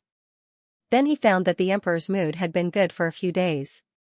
Even the selection of female candidates hadn't affected the emperor's good mood. In the end, those female candidates were specially granted leave to return home to marry. The 5 that remained were bestowed by the emperor to other people as Xianxia. Because of this, the crown prince and the second imperial prince were close to the emperor for a few days. Especially the second imperial prince, he kept saying that the emperor was a good father. He was a Taijian and didn't understand the feelings between men and women, but he was very clear that normal people couldn't separate the emperor and the empress. But the Empress Dowager of the 2 palaces didn't have any objections to the relationship between the emperor and the empress. Who else would be so blind? Day after day, year after year, he watched as His Highness the Crown Prince grew from a child to a youth, watched as the empress became an elegant and dignified young woman, and gave birth to another imperial son for the emperor. He watched as the emperor still stayed in Kuei Palace every day, as though Kuei Palace was the home of his entire family. No one doubted the feelings between the emperor and empress, and no one mentioned the matter of the selection of female candidates. It was like a person who had eaten something for more than a decade. If he had to change his taste, it would be a terrifying matter. The scholars of Delong were used to the emperor's single-mindedness. If the Sky Emperor really was unfaithful one day, how many palace poems would appear in Delong, and how many would cry injustice for the empress? After he reached middle age, He Hing had always been suspicious of one thing. That was what kind of feelings Qingju had for him. Even though the 2 of them were together every day, but he always suspected that the empress didn't feel as deeply for him as he did for her. But usually, the empress thought of him and never neglected him. Later, he felt that maybe he was thinking too much. Because he wanted too much, he was dissatisfied. He had never asked the question of whether he loved her or not, and she had never answered the question.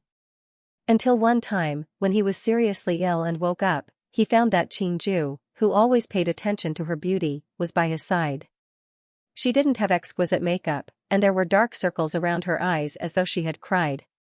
He suddenly didn't care about the question anymore. There were some feelings in the world that didn't have to be spoken, but as long as it existed, time would gradually prove it. He seemed to understand a little of what Qingju had said. Love wasn't something that could be said, but proven through action. All of his unwillingness, what he had asked for, was just an empty sentence. What Qingju could give him was real consideration. With Qingju's company in this life, I don't feel I have lived in vain. He held her hand as they walked in the imperial garden, full of purple and red. I finally understand why there are emperors that seek immortality. If possible, I also want to obtain the elixir of immortality, and be with you for a long time. The emperor will believe this? She smiled as she looked at him. Everyone's short 100 years is just right. If it really is thousands of years, who knows if there will be a day when they will dislike each other. If that's the case, it's better to have a beautiful beginning and a perfect ending. He couldn't argue.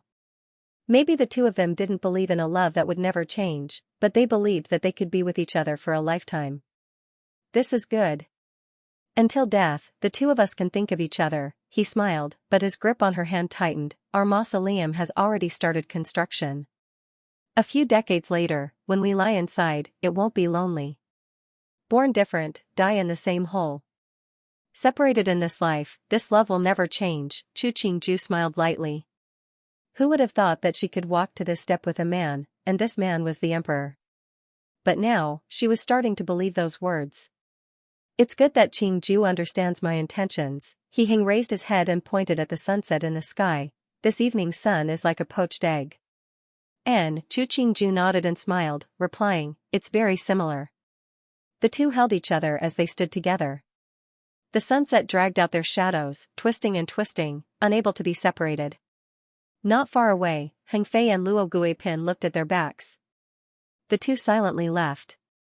When they walked to the door of hanging flowers, Luo Guipin looked at the beautiful sunset and suddenly sighed. Maybe, what the emperor wants is a woman who sees the sunset as a poached egg with him.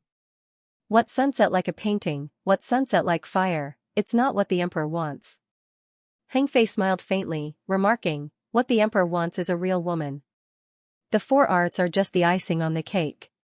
It doesn't matter if he has them, it doesn't matter if he doesn't. Her tone was very calm, as though the man she was talking about didn't have much to do with her. The empress is the right person he met at the right age. This is probably what is called fate. If they met later, like when the emperor had already ascended to the throne, then the empress would at most become the emperor's most favored woman, but not the only one. And she wouldn't become Heng Fei. She would become one of the many Fei Pin that the emperor had forgotten. Maybe she wouldn't even get a rank of Gui Pin. This is our fate. Everything in the world has a cause and an effect. You and I are just people who have touched a little bit of good fortune in this cycle. Heng Fei took her gaze away from the sunset. Go back. I just feel a bit of regret. But the emperor only favors the empress, I feel it is natural. Luo Guipin smiled. Ever since the empress allowed me to attend Jojo's funeral, I have started to be grateful to the empress. So, in the beginning, when Han Qing he wanted you to help her fight for favor, you didn't agree. Heng Fei slightly lowered her face. Her voice was very small, but it was enough for the two of them to hear. So, after you learned of Feng Zijin's scheme, you allowed her to kill Han Qing he. You even interfered in the middle of this matter. You only led the suspicion of the matter to Feng Zijin and Shu Gui Taifei, and not the empress. Luo Guipin heard her words and paused slightly. Then she smiled. Heng Fei Nyang is a smart person. She wasn't afraid that Heng Fei would know of this matter. Her smile became even more relaxed. Heng Fei Nyang might not know my personality. If I recognize someone's favor, I will remember it for a lifetime. Heng Fei looked at her smile and sighed after a long time. This is also good. So it was because of this that the two of them could live comfortably even without the favor. The emperor and empress were smart people. There were some things they might not know, they just chose not to say. She turned her head, her gaze passing through the door of drooping flowers. There, the emperor and empress were still standing shoulder to shoulder. The pair of shadows grew longer and longer as though they had become one person. Thousands of years later, archaeologists found the joint tomb of the emperor and empress of Delong. What shocked them was that the emperor and empress had used one coffin. The two corpses lay shoulder to shoulder. It was like the love story of the emperor and empress that had been passed down for thousands of years, full of tenderness. Many funerary objects were found in the tomb. Countless exquisite hairpins, priceless glass lamps, jade and porcelain objects. Someone even found a stone tablet carved on one of the tomb walls. On it was carved a pair of outstanding male and female. They stood on auspicious clouds as though they were ascending to immortality. All the archaeologists thought that the male and female on the stone tablet were the Jiayu Emperor and Huarun Empress of the Delong dynasty. This discovery caused many people to speculate about the love story of the emperor and empress. Many people felt that the love stories and films about the emperor and empress couldn't compare to the love between the emperor and empress. But not long after, people found that the female carved on the stone tablet of the Delong emperor and empress was extremely similar to the Shengyuan beauty painting found in the coffin of Delong Zhongrui Wang. Although archaeologists quickly proved that Empress Huaren and Prince Zhongrui had no relationship, Prince Zhongrui was not valued by Jiao Emperor, and the person in the painting was most likely Empress Huaren's younger sister. This was because historical records showed that Empress Huaren's half-sister had become Prince Zhongrui's concubine. Even though the archaeologists said so, there were still many people who used unofficial history to research. They said that Jiayu Emperor's father, Qingde Emperor, had intended to pair Huaren Empress and Zhongrui Wang. But due to various reasons, Huaren Empress married Jiayu Emperor in the end. Thus, there were people who made movies about the three people's sentimental love, which made many people cry. But even so, everyone believed that the relationship between Emperor Jiayu and Empress Huaren was very deep. Even if there really was that matter with Zhongrui Wang, it was only an interlude in the love story between the two. What history was, it had long been submerged in the river of time. No one knew the truth, but people would believe in the existence of one thing. That was love. The story has ended. Thank you for following this series. Don't forget to subscribe, like, and share the video to support the channel.